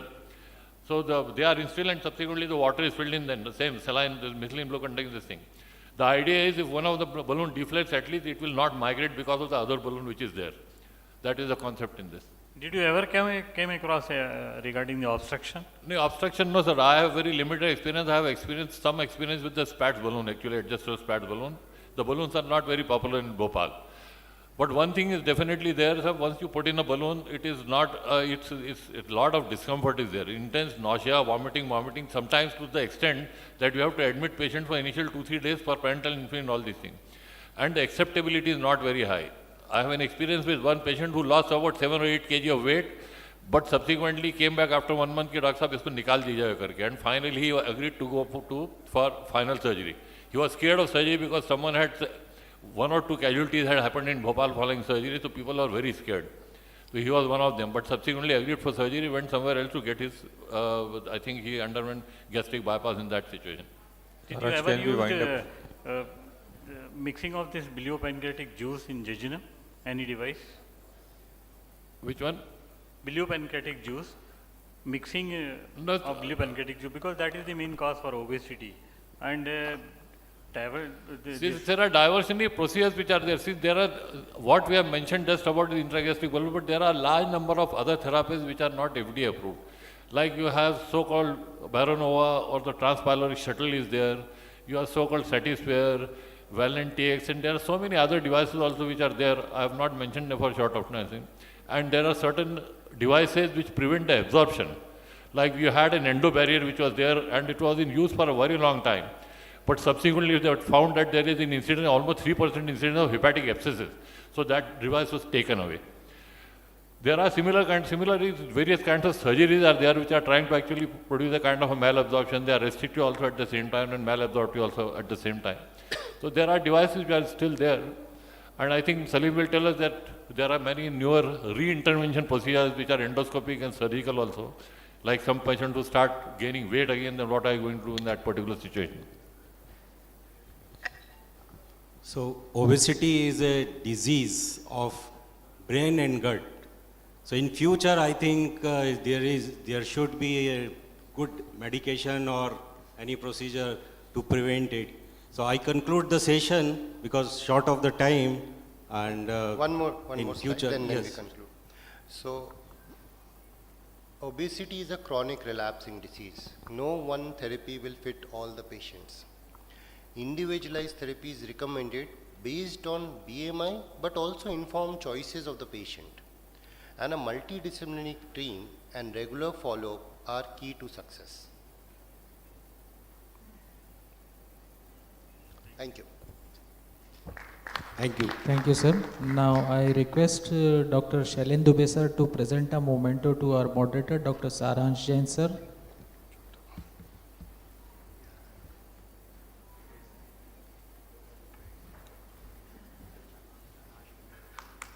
I request Dr. S.K. Saxena sir to present a memento to Dr. C.C. Chaubal sir.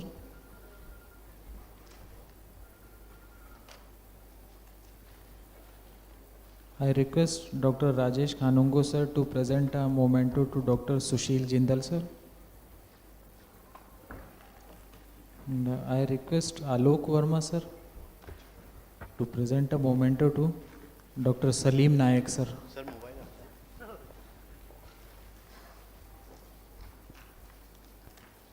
And I request Dr. Jayant Yadav sir to please come on stage and present a memento to our chairpersons.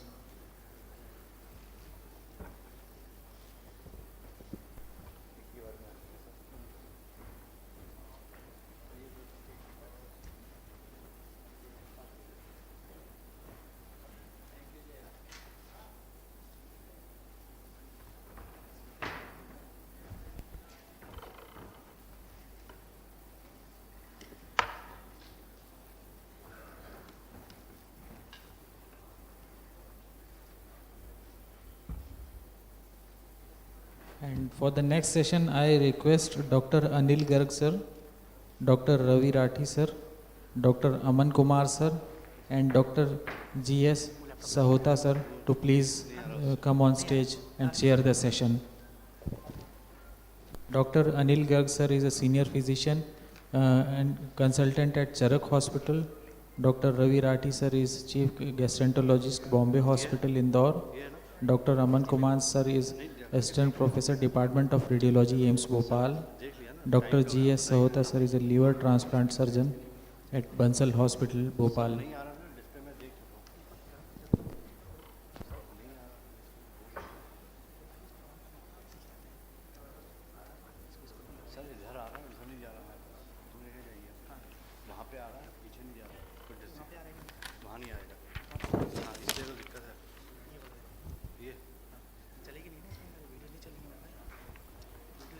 To start with this session, I'd like to invite Dr. Pankaj Goyal, who is a renowned intervention radiologist from Bhopal.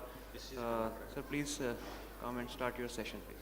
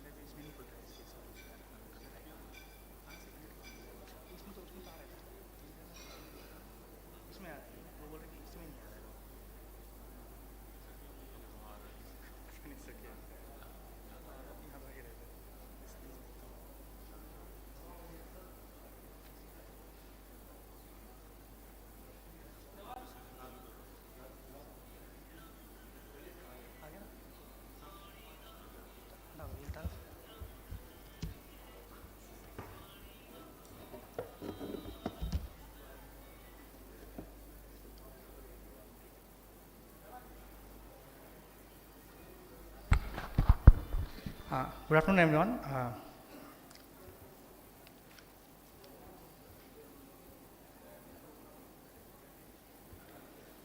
I'll be giving a short talk on role of intervention radiology in management of complication of pancreatitis. It's basically a case-based review. Approximately 20% of patients with acute pancreatitis will ultimately develop complications that will require interventions. Now, complications can be either vascular complications or non-vascular complications. Non-vascular complications like we get collections, bowel complications, and pancreatic fistulas. In vascular complications, the most complications that we get are peripheral arterial or venous pseudoaneurysms, venous thrombosis, and rarely we get arteriovenous malformation. Now, coming to non-vascular complications, the most commonest complications are the collections, where the role of an intervention radiologist is to drain these complications, these collections, whether it can be CT guided or ultrasound guided. Here in this case, we can see that this patient has a peripancreatic large collection which has been drained by a pigtail. Now, this is another patient where this patient has a left retroperitoneal collection which is again drained by a pigtail catheter. Now, this is another patient where we can see this patient has bilateral retroperitoneal large collections with multiple air foci within it, suggestive of basically infected collection. We had put 2 Malicot catheters on both sides in the retroperitoneum in this patient. This was not CT guided. Now, this is another patient with a large peripancreatic collection. Patient had a fever and sepsis, so we had to put a drain. This drain is, if you see this drain, we had put this drain posterior to the descending colon. Basically, this is a retroperitoneal drain, and if the patient condition doesn't improve, if the patient further deteriorates, this tract can be used for video endoscopy assisted necrosectomy, or even this tract can be used for laparoscopy assisted necrosectomy as well. Now, coming to vascular complication, we will see the first case. We have a young male with pancreatitis. Basically, he came to us with the upper GI bleed. Endoscopy was done. On endoscopy, we could see that there was a bleed from malar papilla, and CT was done. CT showed a tiny aneurysm from the gastroduodenal artery. This gastroduodenal artery was irregular. We could see a cyst here with the high density contents, and pancreas were all calcified. Basically, this is a case of chronic pancreatitis with a cyst and bleeding from the minor papilla. We took this patient for angioembolization. This is basically a cine loop, which we can see that this is a catheter, microcatheter. Microcatheter has entered the aneurysm, and by accident we have entered the this cyst, which was bleeding from the minor papilla, and subsequently we embolized this aneurysm with the help of coils and PV particles. This is how we place the coil through the microcatheter. What we have done here, this is basically the aneurysm. We have put the coils distal to the aneurysm and proximal to the aneurysm, so that this aneurysm doesn't fill from both the sides.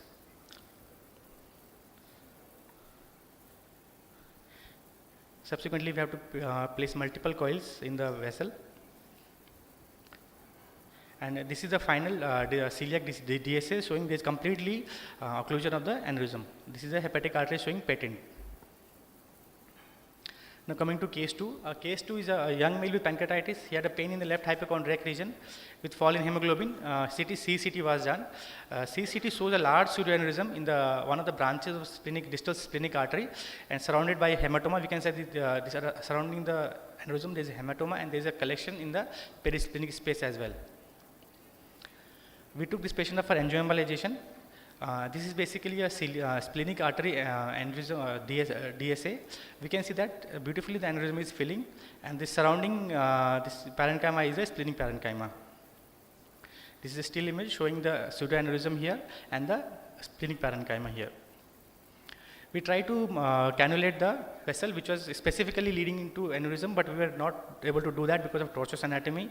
So what we did is to embolize the distal feeder, we embolized the artery from here with the help of PV particles, so that the aneurysm got embolized. Along with the aneurysm, some of the lower pole of the spleen also got embolized in this case. This is how we embolize the distal feeder. Now, to embolize the proximal feeder, we had placed the coil in the proximal feeding artery, and this is the aneurysm which is showing there is completely stasis. There is no flow of blood into the aneurysm.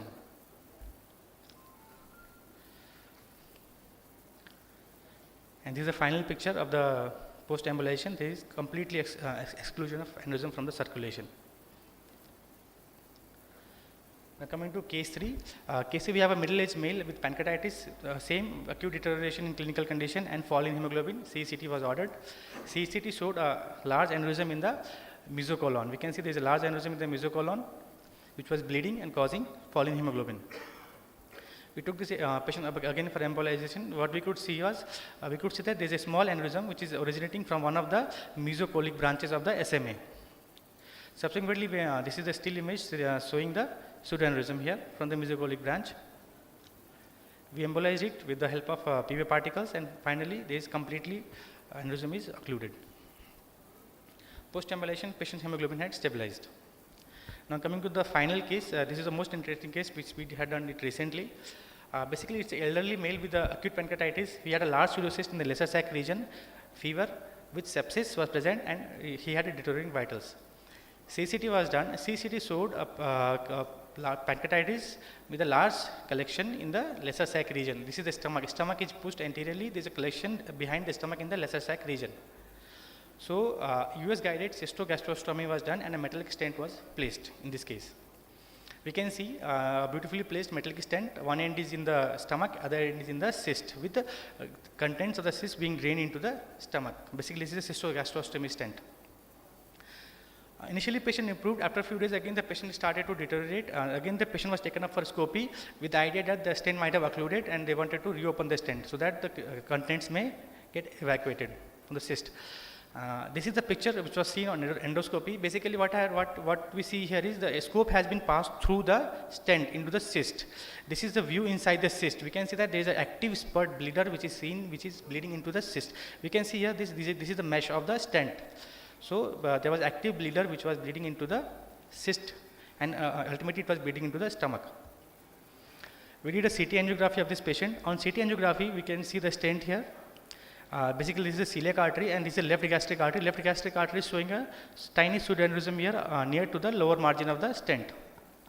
One more finding that we could see in this case was the inferior pancreatic artery was dilated, it was hypertrophied, and it was giving multiple small branches to the cyst wall.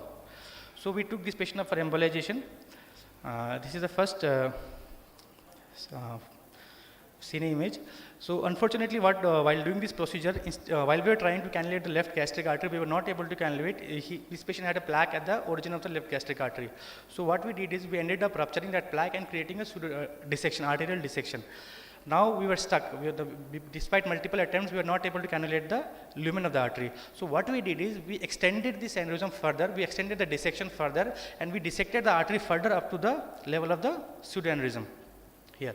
So what we did is we dissected the artery furthermore to reach up to the level of the pseudoaneurysm, and we filled this false lumen with PV particles and gel foam. Subsequently, the true lumen was also occluded. Then in the next step, we cannulated the inferior pancreatic artery. We can see this is the inferior pancreatic artery. It is dilated, tortuous, and we can see multiple tiny collaterals are being given to the cyst cavity, and one of the collateral is being supplied to the bleeder site as well. Subsequently, we embolized this artery, and with this is post-embolization. We can see there is complete stasis of blood in the artery. Post-embolization, hemoglobin stabilized. After a few weeks, repeat endoscopy was done, and the metal stent was removed, and the patient is doing quite well. Now, to conclude my talk, diagnosis and management of complicated pancreatitis is most effective when implemented in multidisciplinary team manner, including diagnostic and intervention radiologist, advanced endoscopist, pancreatic surgeons, specialists in infectious disease, critical care specialist, and nutritionist. Thank you.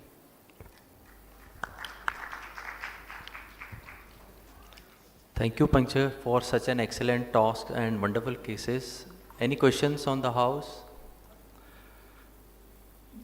So Pankaj, whenever you do the percutaneous drainage of the pseudocyst and pancreatic collections, when we look for a safe window that is defined as skin to target, what are the organs which you can traverse safely? Suppose you might have to drain a transhepatic drain. I think it will be useful for us. Is it safe to go over transhepatic or a transgastric PCD? Yeah, we have done few cases where we have even drained the collections transhepatic. We have drained the collection transgastric also. Transgastric is quite safe. That's what I felt. We can do directly also, like transhepatic or transgastric. The most important thing is there should be indication of drainage. First of all, we should not drain the pancreatic collection just because there is a collection. There has to have a solid indication that this collection has to be drained. The patient should be in sepsis. In many cases, we can even put a needle into the collection and we can aspirate and see whether it is actually infected collection or not. So because pancreatitis patient will be having something called as systemic inflammatory response syndrome. They will be showing fever without any sepsis also. So we need to have evidence that this cyst has to be drained. If it has to be drained, it has to be drained. Doesn't matter whether it's a transhepatic or transgastric or retroperitoneal approach. Dr. Pankaj, the third case which you saw, the last case, yes, which was stent was placed and the patient was bleeding into the stent. Was the endoscopy done first or was the CT done first? Endoscopy was done first. Endoscopy showed there was a bleeder in the cyst cavity. There was a bleeder in this. But what they did was they had put the scope through the stent into the cyst, and there was a bleeder into the cyst. I think then it was a very wrong thing to subject that patient for a CT scan. Exactly. It was. The next thing that should have been done was you should have taken up the patient for exactly. We did that same thing. We did the same thing. We took up the patient for embolization. As soon as we saw the bleed, we embolized the left gastric artery, and at that point of time. Just to clarify, this patient had after putting the cystogastrectomy, he underwent 2 sessions of the DEN actually. After that, in the ward, he presented one day with the melena. So then we took for the endoscopy. So at the time we tried to, the time we saw the bleeder, so then we called for the radiological intervention. The only thing which I want to assess is that if such a bleeder is found on endoscopy we can go directly and embolize it. We did that. We should not waste any time in getting a CT scan done. The next thing that is empirical and that the way it was presented was it looked like he bled, then a CT was done and then an intervention.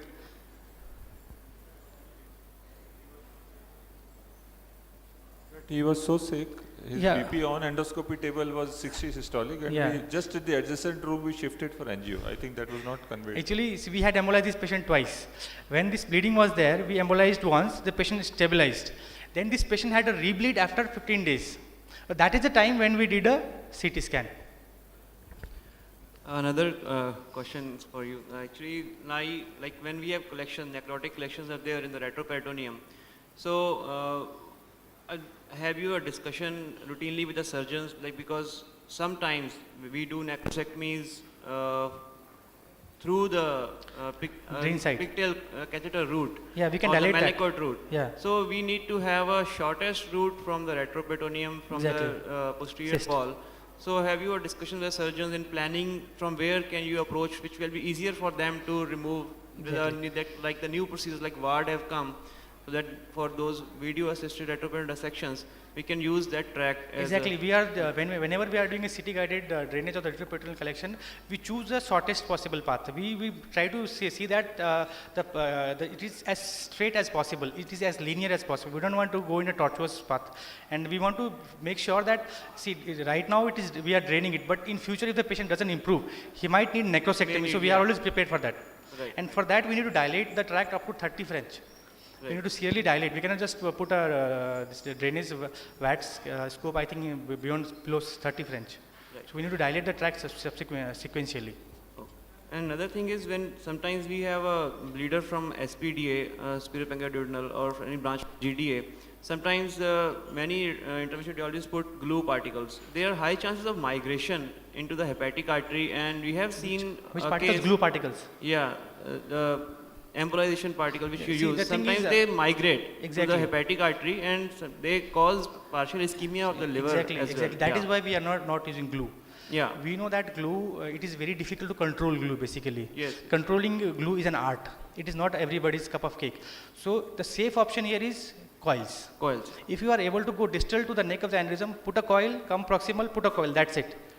And the next safe option that we have found is PVA particles and gel foam together work quite well, like in this case. We have never used glue in this in embolization procedures. It's very difficult to basically control glue, and once the catheter might get stuck, the glue might fly away somewhere else, so we might end up embolizing somewhere where we don't want to embolize. That is a problem with the glue.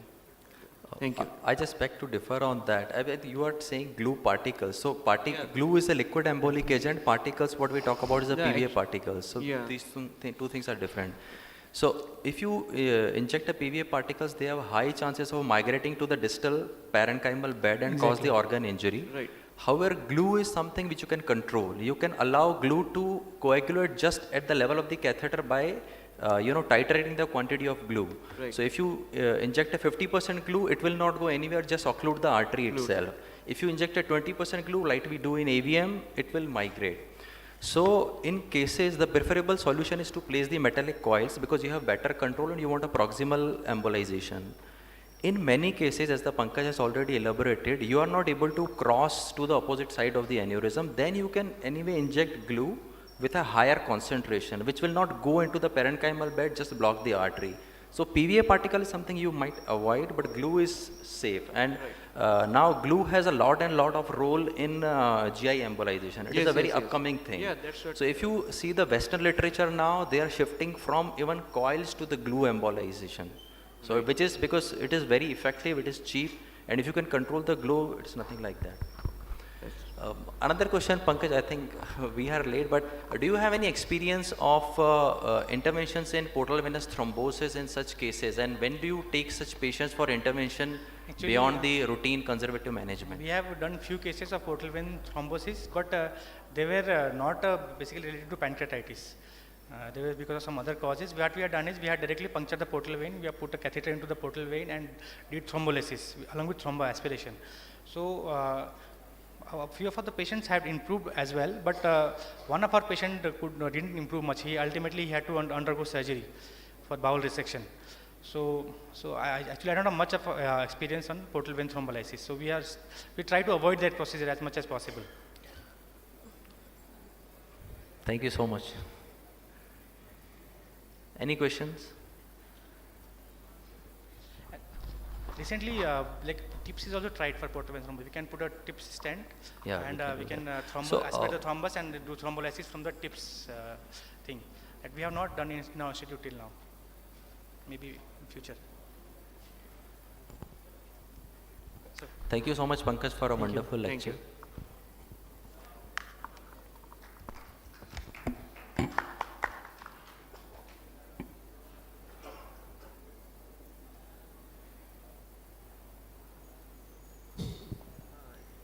Now I would like to request Dr. G.S. Sahota sir to present memento to Dr. Pankaj Goyal sir.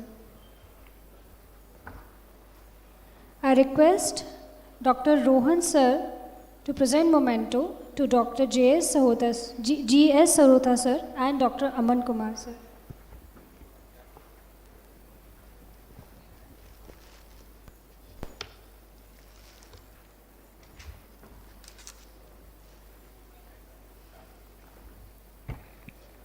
Now it's a time to wind up this knowledgeable sessions. Thank you everyone for your patience. I would like to call Dr. Sandesh Sharma sir to convey vote of thanks.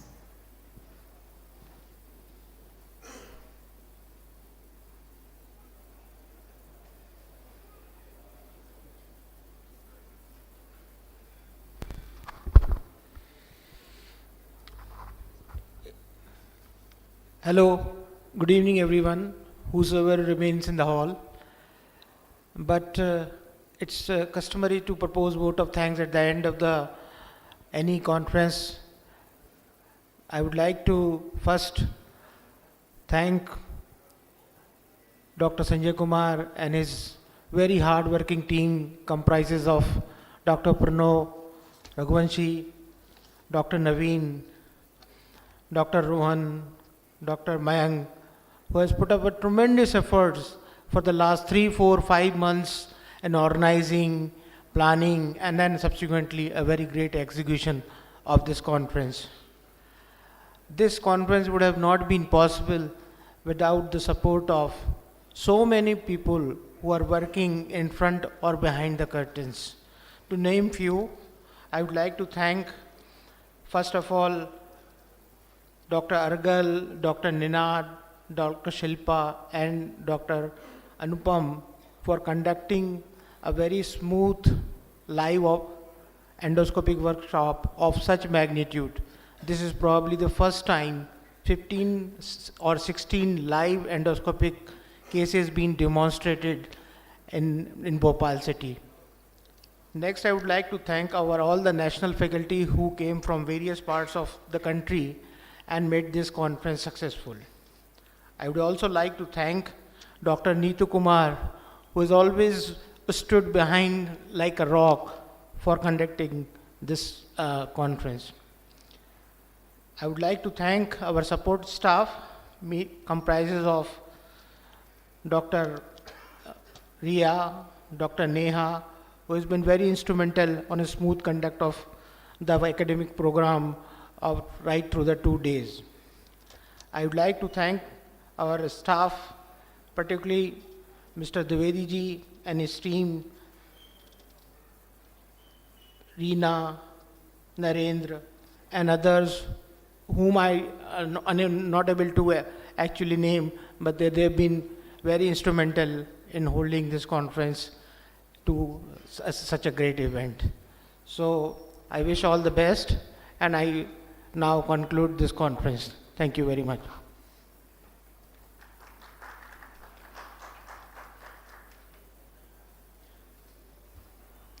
Thank you, Sandesh, for the formal vote of thanks. So before we bid goodbye, I have certain good news for a few people who have won the various competitions. In fact, we cancelled the quiz at the last moment because not many PGs were in the hall at that time, and this quiz was primarily designed for PGs. So, but we had two other competitions. There were posters of from various medical colleges. So the prizes for posters are ready. So I will request Dr. Chaubal sir to please come and give away the prizes. So the third in poster competition was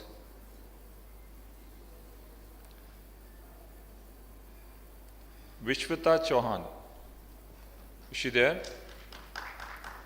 Great, she is still there. So big hand to Vishwata. Her topic was ileal diverticulum. She's from Ellen Medical College. Chaubal sir was one of the judges.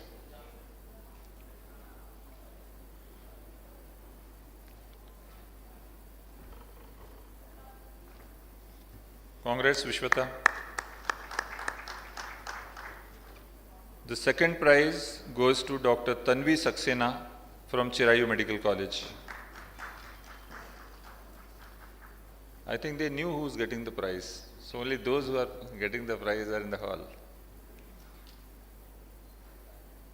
The entire aim of having such competitions is that the young ones, the young doctors are encouraged to do research work in future. Congratulations to Tanvi. Her topic was cirrhosis with HLA-B27 positivity. So they are getting cash prize and a certificate. And the big one goes to Dr. Sukh Dayal Kumar. Is he there? So Sukh Dayal is also from Chirayu Medical College, and he perhaps presented a case report, black ascites due to Cox abdomen. Sir must have judged it. Can you give a mic to Chaubal sir? So that after he has given the prize. Congrats, Sukh Dayal. So he gets a cash prize of 5,000 rupees. The others were 3 and 2,000 respectively. So what was the criteria? How did you choose? Now, it was chosen on a type of case, the presentation, And virtually it was not only poster, it seemed that we were taking a MD kind of vibe of an MD, because that entire poster session which was allotted just half an hour to judge them, we were almost 1.5 hours to judge all of them. There were about 13 of them, and all were good cases, I would say. And certainly the persons who presented, they also gave very good answers, I must say. Big thanks to you, sir. You, Dr. Akash and Dr. Govind really spent time on all the posters. It's very rare that judges are so keenly judging the posters. Thank you very much, sir. Thank you.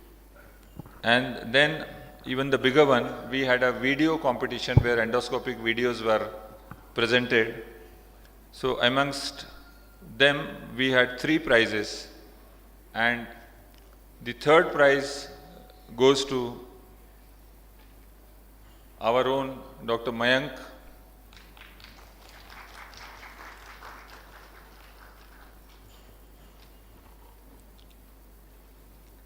May I invite Trivedi sir to give these prizes? Sir, there are 2 other prizes. No, आ जाएंगे sir. Sir is still young. Please come.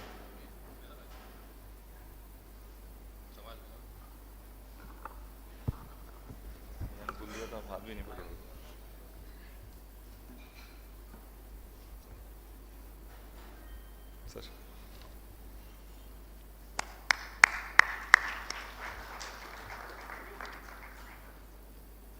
And the second prize amongst video goes to Dr. Chaiti Gandhi from Ahmedabad, Ansh Clinic, Ahmedabad.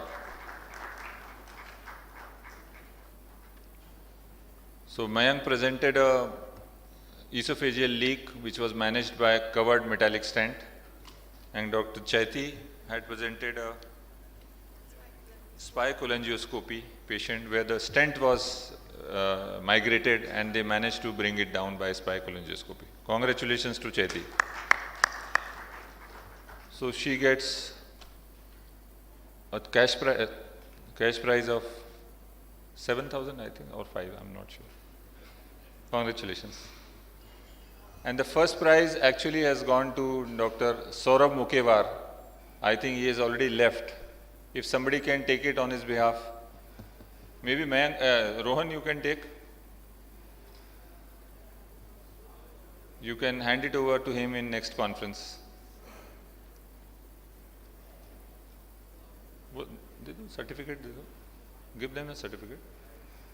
Actually, the cash will go by some e-means, but at least the certificate. You don't have to write the name, we can write it later.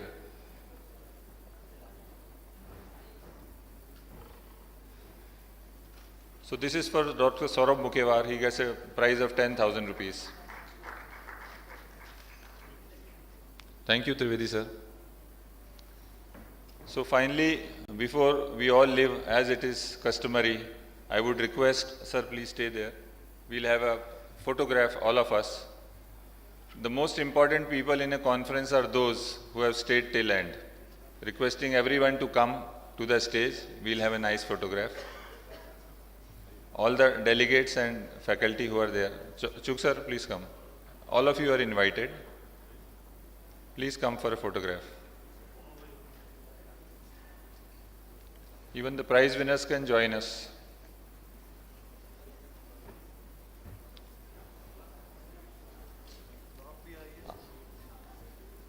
Sandesh has already conveyed thanks to everyone on behalf of the organizing committee. But I again take pleasure in thanking everyone, including my co-chair, Dr. Sandesh Sharma. It is actually a Herculean effort to organize a conference. And I feel challenge is more because we are practicing doctors and we hardly get time to do any other thing. So amongst your patients, you have to manage somehow and, do everything. Manage travel, manage the topics, and so many things. So I'm very fortunate that I had a great team and we could do it.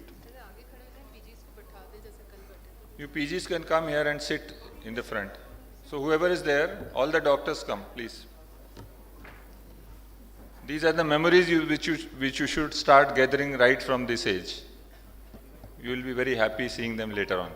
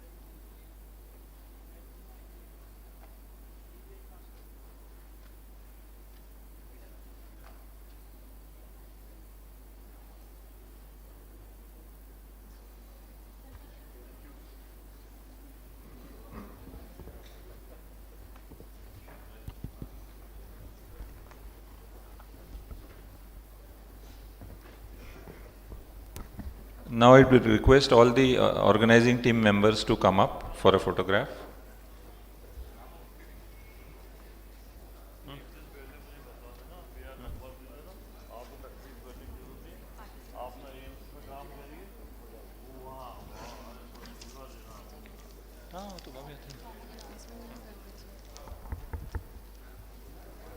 So the entire organizing team, the certificates for the delegates as well as the posters will be emailed to all the participants.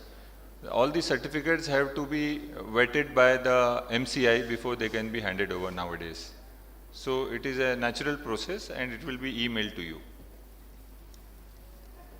Can I have all the entire organizing team at the stage?